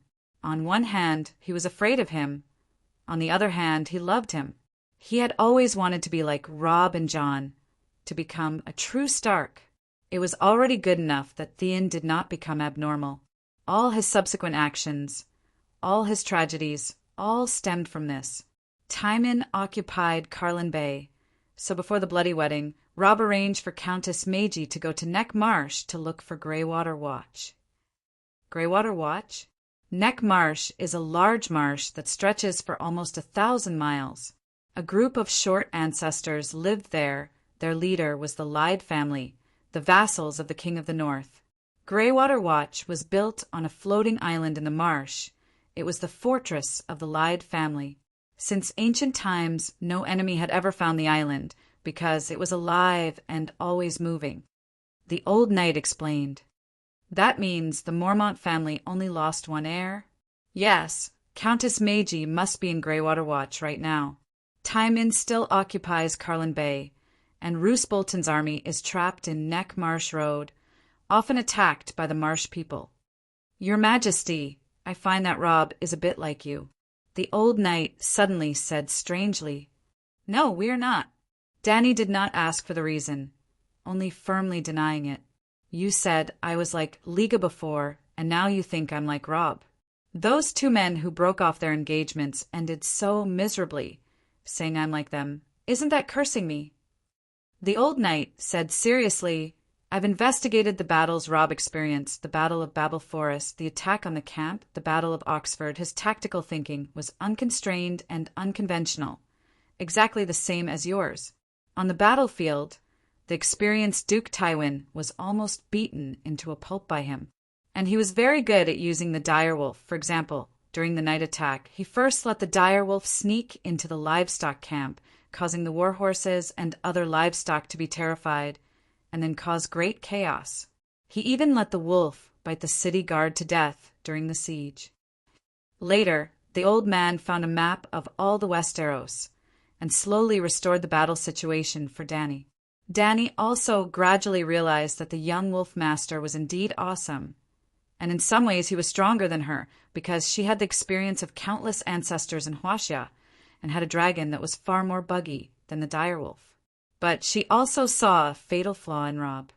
Robb only cares about fighting Lannister and doesn't seem to pay much attention to Stannis, High Court, Dorne, or even his Aunt Lisa. He has a poor grasp of the overall situation and lacks a brilliant politician by his side. She touched her chin and commented regretfully. In fact, Dany misunderstood. It was not that Robb did not pay attention. He was just mentally and physically exhausted by the series of events, and gave the task of uniting external forces to his mother Catelyn. There was no doubt that Catelyn was a qualified and great mother, but her political talent was the same as her husband died, which was almost zero. That night, Blackie took off from the mountain where he had stayed for a day. This time he would not land midway, as Dany wanted to test the dragon's flight limit. The next morning, Dany brought the armor that had been reprocessed and moved out of the city with Barristan. Yes, she signed up for the tournament as a mysterious knight and would be living in a big tent for the next few days. Chapter 237. It was not necessary to stay in a tent to participate in the tournament. In fact, Dany would go back to the city to sleep at night, but the ground outside the city was spacious, so she could practice her riding skills and martial arts. Although Dany had practiced spear competitions before, it was her first time participating in actual combat. She was prepared to practice with the old knight. There were 2 days before the competition officially began. She did not expect to improve her skills, but at least she could be more familiar with the atmosphere of the spear competition. Starting from the base of the city wall, along the Honeywine River for half a kilometer to the north, she could see hundreds of gorgeous blue, white, beige, yellow, and red tents. There was a fence around the camp, which belonged to the nobles. The knights wore shining armor, rode tall horses with gold and silver decorations, and held the family flag in their hands. They galloped around the camp shouting. In the area further away, there were scattered tents. There were no fences, no trenches, and no plans. They were scattered messily on the open space by the river. One of the tents, made of green canvas, belonged to Dany. She was not the only one who practiced riding and spear skills. Her armor was roasted in the bonfire, so it was dull and mottled. It was not eye-catching among a group of mercenaries. During the 2 days, she practiced her spear skills. Carpenters built a huge wooden grandstand and arena in the wheat-harvested field by the Rose Avenue. The main grandstand on both sides of the slender arena track was at least 15 meters high and had 5 floors. Of course, not all knights were qualified to participate in the competition in the main arena. The number of riders who came to participate in the tournament was small, only about 2,500 contestants. When Danny was surprised by the large number of contestants, the old knight told her that he had participated in at least 20 tournaments in his life, and the scale of this tournament was only below average. Danny was shocked. "You are only 64 years old, and you have participated in more than 20 tournaments. How frequent is that?" If we really count, just in the 14 years of King Robert's reign, there have been more than 20 martial arts tournaments. But as a king's guard, I have to protect the king, especially King Aerys. He is different from Robert and does not like to watch the tournament. The people of the 7 kingdoms like the tournament so much. Danny was a little surprised. Other than the tournament, what else can the nobles do? Barristan said disapprovingly. "Last time, when I became prime minister, he held a prime minister's tournament. For months ago, on the naming day of Prince Joffrey's 12th birthday, King Robert had just held a tournament. In King's Landing alone, it was held twice a year. If other lords have extra money and want to celebrate their children's birthdays, they can also hold a tournament. In fact, King's Landing held 3 tournaments that year: Joffrey's naming day, the Prime Minister's inauguration, and Joffrey's own coronation." "How many times have you won the martial arts tournament?" Danny asked again. 5 or 6 times, other than strength and skill. Luck is also very important. On the 3rd day after Danny came to the old town, Dahe flew for 2 nights and 1 day in a gliding mode at 200 kilometers per hour, covering nearly 8,000 kilometers and returning to Astapor. In the form of a dragon spirit, Dahe used its claws to write about 1,000 words on the ground, roughly describing Danny's actions in the past week, ignoring the part about Linny's. It also told Yura a piece of good news and a piece of bad news. The good news was that the Mormont family did not suffer much in the bloody wedding, but the bad news, your father, Commander Jiro, died outside the Great Wall. The night watchers violated the guests' rights and killed Ghost Father Cast, who served them. Old Mormont was killed by his sworn brother in the process of stopping them. The night watchers swore to give up their previous identity and status, and only recognize them as brothers for the rest of their lives. It had to be said that when a kingdom was about to fall, there would definitely be demons. Other than the great demons that could be seen with the naked eye like the deviant ghosts, the demons of human nature were even more terrifying. Mormont could not help but wail when he heard about his father's tragic death. He cried and confessed. "I'm sorry, father. I've disgraced the honor of the Mormont family." Danny looked at him crying with Dahe's eyes and felt sad. No matter which world it was a very sad thing for a child to want to take care of his parents, but not to wait for him. She even had the urge to let Dahe carry him home to attend the funeral. But on second thought, old Mormont died in Cass Castle. That place was most likely occupied by the deviant ghosts, and Father Yura was most likely a corpse ghost. How could they attend the funeral? Just as she was thinking, Danny noticed something else. The sky was dark in Astapor, and it was noon in the old town. Therefore, she decided to take this opportunity to calculate the distance represented by the time difference every hour, and also estimate the diameter of the planet. But just as she finished calculating, she thought awkwardly, the old town is not the same dimension as Astapor. It might not even be on the equator. This error is a bit big. It would be great if I could perfectly understand the magnetic field coordinates in Dahe's senses, but it's a pity that it's more difficult to understand than magic. Just as this thought came to her mind, Danny's heart skipped a beat, and suddenly an exciting thought came to her. Magic. Can I teach Dahe black magic? For the first time, she entered Dahe's sea of consciousness in the form of a dragon spirit, dismantled the meditation runes one by one, and taught Dahe step by step so that it could learn. Although Dahe did not understand what she meant, it obediently learned. As a result, it could not even condense the most basic runes in the sea of consciousness. Why are you so stupid? After teaching for more than an hour, Dahe could not even condense the first rune. Danny, who had always been very patient with the 4 dragons, could not help but lose her temper at the excellent student. Dahe sent a thought. I feel wronged. I did what you said, but it just did not succeed. Could it be that IQ is also a threshold for learning magic? Danny pondered. There was no doubt that the dragons in this world were very smart, but their intelligence was relative to other mentally retarded animals. Compared to humans, the Megalosaurus intelligence was like that of a child. When it was just born, under the guidance of Danny, Dahe's intelligence improved very quickly, far surpassing that of its 2 brothers. But a year later, no matter how much spiritual power Danny gave it, it encountered a bottleneck, and the speed of its intelligence improvement was extremely slow, almost stagnant.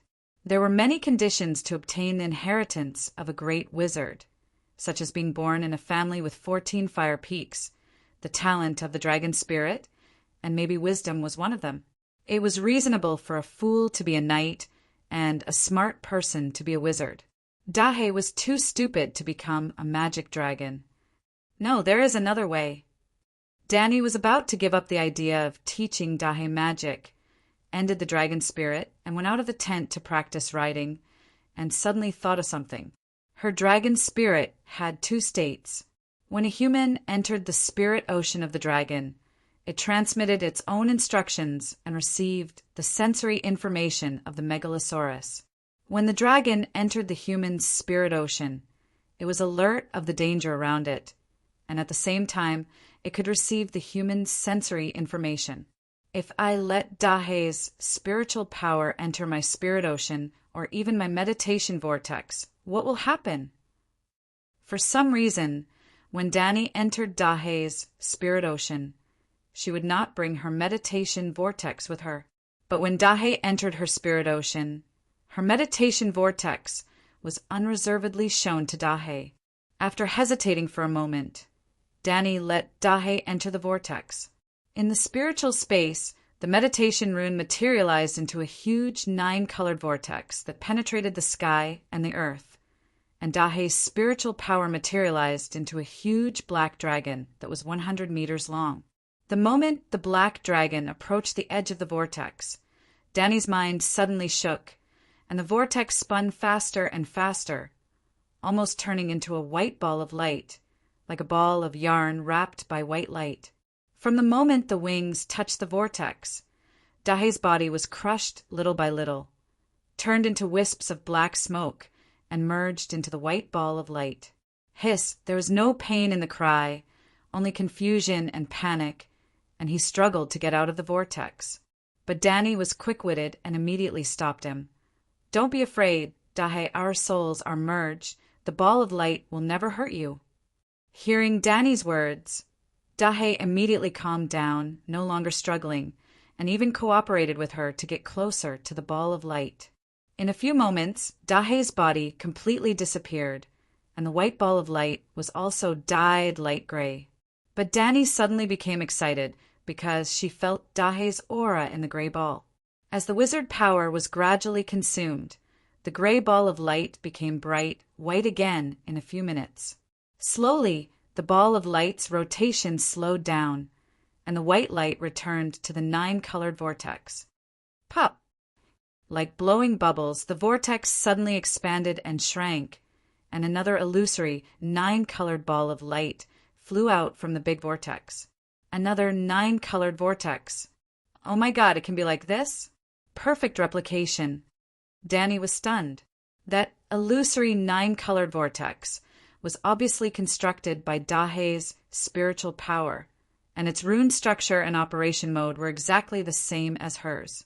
Without hesitation, She immediately changed into her dragon spirit state and sent a trace of her spiritual power into Dahe's spirit see together with the illusory vortex. Buzz, buzz, buzz.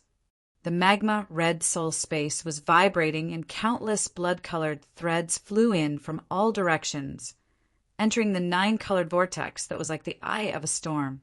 Visible to the naked eye, the illusory 9-colored whirlpool began to solidify and even began to expand. Finally, it stretched across the soul space that resembled a pool of magma, connecting the heavens and the earth. The dark red space began to become resplendent and colorful. So big. Looking at the 9-colored vortex that was like an upside-down mountain, Danny was shocked. This was Dahe's magical power. Like Danny, who did not receive the inheritance of the great wizard, Dahe had wizard power in its body, but it was all scattered in its blood and spirit sea, and the growth was slow, the utilization rate was low, and the efficiency was low. According to the comparison of Danny's wizard power before and after learning the meditation technique, Dahe's power had increased by at least 5 times with this meditation technique vortex. Moreover, the meditation technique was actively absorbing the mysterious high-energy in the universe, and the level of its magical power was also increasing. This Dahe was going to become a demon. Squeak! Dahe also noticed its own changes and roared excitedly at the sky. Squeak, Little Green, who was sleeping on the stone wall, was awakened and roared back unhappily. TSK, TSK. Dahe stared, and a strange light flashed in its blood-colored vertical pupils. Boom! It stuck out its neck, and 2 bright red fire snakes that were 4 to 5 meters long came out of its nostrils. Squeak! Little Green was so scared that it turned over, and half of its body rolled down the stone steps. Ah! Yora Mormont woke up from his mournful thoughts, and quickly got up and shouted, "Don't fight! Don't fight!" Squeak! Little Gold, who was originally hiding in the corner, blinked its golden eyes and shrank further inside. "Oh, Dahe, I haven't seen you for a few days, and your nose can shoot fire now?" Yora reacted and exclaimed. Chapter 238. Under the morning sun, the top of the 5-story wooden platform was imprinted with a layer of warm red light. The flag of the White Tower and the flag of the Golden Rose on a green background stood side by side, fluttering happily in the warm morning breeze. The elegant Sir Baylor Hyder left his seat and came to the railing of the platform. He smiled and gestured with his hands. When the audience and riders below quieted down, he announced loudly, "In the name of my father, the old man of the old town, Leighton Hyder, the Honey Wine River tournament officially begins." Wow, the audience, whether they were standing at the side of the arena or sitting on the wooden platform, all stood up and applauded. Bang, bang, bang, bang. In the middle of the 2 wooden stands, the contestants crowded together also hit their shields on horseback. Danny, who was at the side, actually did not hear anything. She only saw the others howling and hitting their shields with their swords. She also took down the oak shield hanging on her saddle, placed it in front of her, and hit it with her iron gloves. "What are they doing?" she asked the old knight beside her. The white knight did not sign up for the tournament, but as the mysterious knight's attendant, he had to stay by Danny's side at all times. If Danny was alone, it would be difficult for her to even get up and down the horse.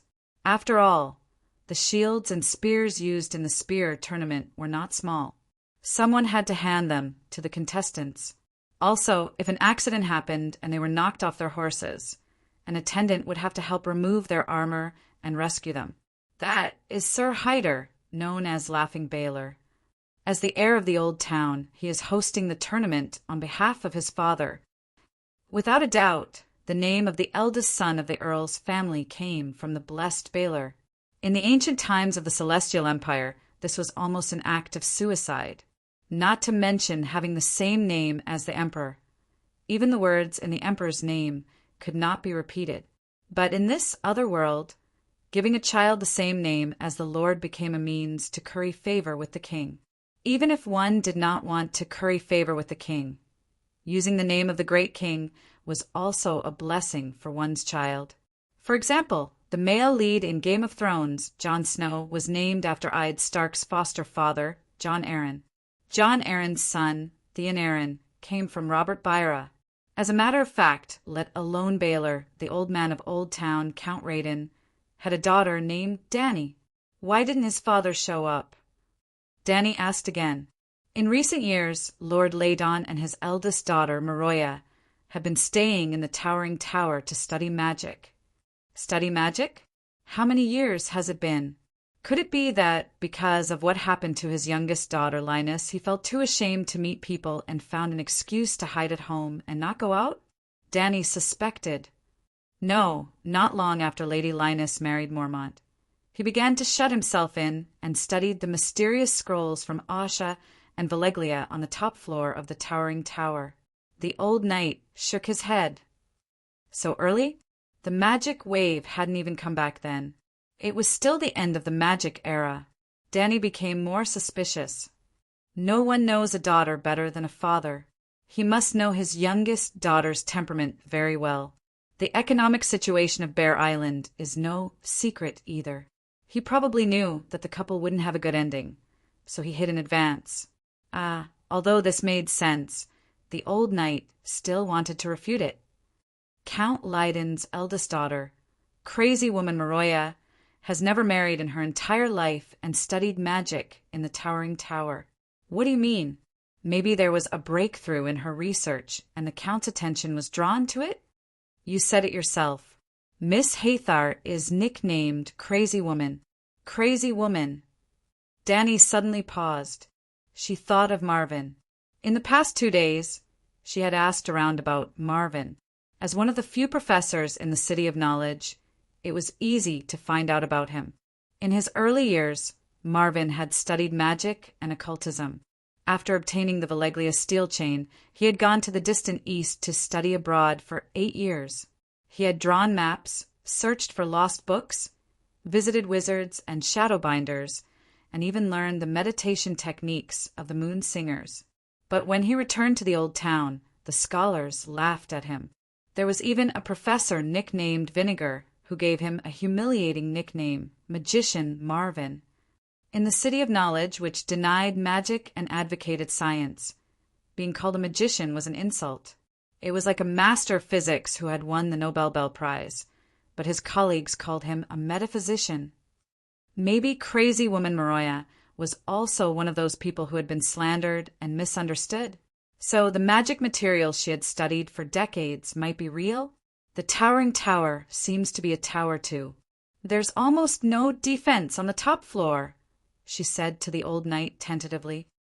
The old knight's face twisted as he struggled to squeeze out a sentence. The City of Knowledge that records the history of the 7 kingdoms is right next to us. If we really do it, we'll definitely go down in history and infamy. Whoa, whoa, whoa, whoa. Just as Dany was about to say, I rule the spring and autumn and we're all saints, the crowd in front of her suddenly burst into cheers that were louder and more passionate than before. What's going on? She stood on the saddle and tried to look ahead. She didn't know when, but there was a curly-haired girl around 12 or 13 years old next to Laughter Baelor. She was a little far away, so she couldn't see her face clearly. She was wearing a pure white dress embroidered with golden lace, and her long brown hair was naturally draped over her shoulders. Baelor was smiling as she placed a golden rose wreath on her head. Lilia, Lilia, Lilia! Someone in the crowd shouted, and then the others followed suit. The scene was like a pot of hot pot soup heated by a 3,000-watt induction cooker. White Knight sucked in a breath of cold air and exclaimed, 7 gods above, the crown of love and beauty! That little girl, named Lilia, is Baelor's daughter? Yes, Laughter Baelor is about the same age as Prince Liga. His daughter should be about the same age. She's probably going to have her first period and can get married. Maybe Sir Baelor wants to pick a husband for her. After putting the wreath on her daughter, Laughter Baelor waved her arms and said something. Immediately, 4 knights in gorgeous armor stepped out of the crowd and knelt down on one knee below Lilia. She was probably swearing that she would protect her crown and fight for her honor. Baylor also knelt beside her daughter, kissed the back of her hand, and vowed to protect her daughter's crown. Seeing this scene, the crowd below cheered even louder. Although the martial arts tournament was often held, the Queen of Love and Beauty was not always there. Most of the matches were one-on-one, turn-based. The loser would be eliminated, and the winner would advance to the next round. The winner of the last round would be declared the champion. There was also a competition mode. The organizer of the tournament would let his daughter be the Queen of Love and Beauty. 5 powerful guardian knights would swear to fight for her honor. After the elimination round, the other winners could challenge one of them. If the guardian knights could also advance, they could take their place after winning. The final winner could choose the original woman to be the queen, or they could choose another. For example, in the Prime Minister's tournament held at the beginning of the story, there was no Queen of Love and Beauty. Well, although the Knight of Flowers gave Sansa a bouquet of roses after one of his victories, Sansa was not the Queen of Love and Beauty that year. Loras himself was not the Queen of Love and Beauty. Every time he won, he would give a beauty a flower. First, the organizer, King Robert, did not elect a Queen of Love and Beauty at all. He did have a daughter, but Princess Marcella was too young to marry. The main purpose of the tournament was to welcome good friends, not to show off his daughter. Secondly, the Knight of Flowers gave Sansa a rose, not a crown. At the time, he had only won one of the matches, and the finals had not even begun. In the end, only the champion had the right to choose the Queen of Love and Beauty. The champion of that year was the Hound. Of course, it could also be said that Sansa was the Queen of Love and Beauty without a crown, because the Hound only expressed his masculine urges to her. Sigh, the Hyder family is really full of talents. Lelia's crown will most likely be kept. Her 5 guardian knights, her father, 2 uncles, and 2 cousins are all powerful true knights. Normal lords would never dare to hold a Queen's Crown tournament. It would be too embarrassing if the 5 guardians were all defeated before the finals, the White Knight said with a complicated expression. After the 5 guardian knights were chosen, Dany and the rest of the contestants in the arena began to disperse. This was the main arena. During the auditions, only famous noble knights had the right to show their might in front of others. Wild knights, hired riders, and mysterious knights like Dany had to go to the desolate arena nearby to fight. With 2,500 contestants, the first round alone would take more than 1,000 battles, and each battle would take at least half an hour. So, along the banks of the Honeywine River, there were 100 arenas. Dany received the arena number 87. After walking north for more than a mile, she saw an arena that was less than 20 meters wide. The arena was paved with soft yellow soil, sprinkled with water, and drawn with lime powder 200-meter-long lines. The lines were 10 meters apart, and in the middle was a wooden fence that was 1.5 meters tall. The riders would charge at each other through the fence. Beyond the lines were the audience seats. The arena was 100 meters long and 5 meters wide. There was not even a guardrail, let alone a wooden seat.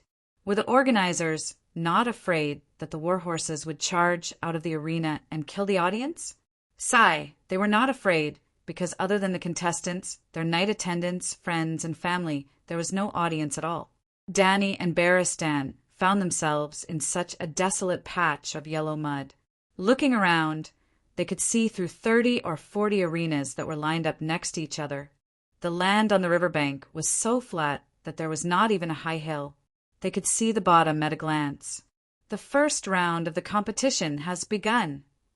The MC, whose leather armor was printed with a huge white tower pattern, stood in the middle of the arena and shouted, "Shitshell Jimmy! Shitshell Jimmy, are you here?" I'm here.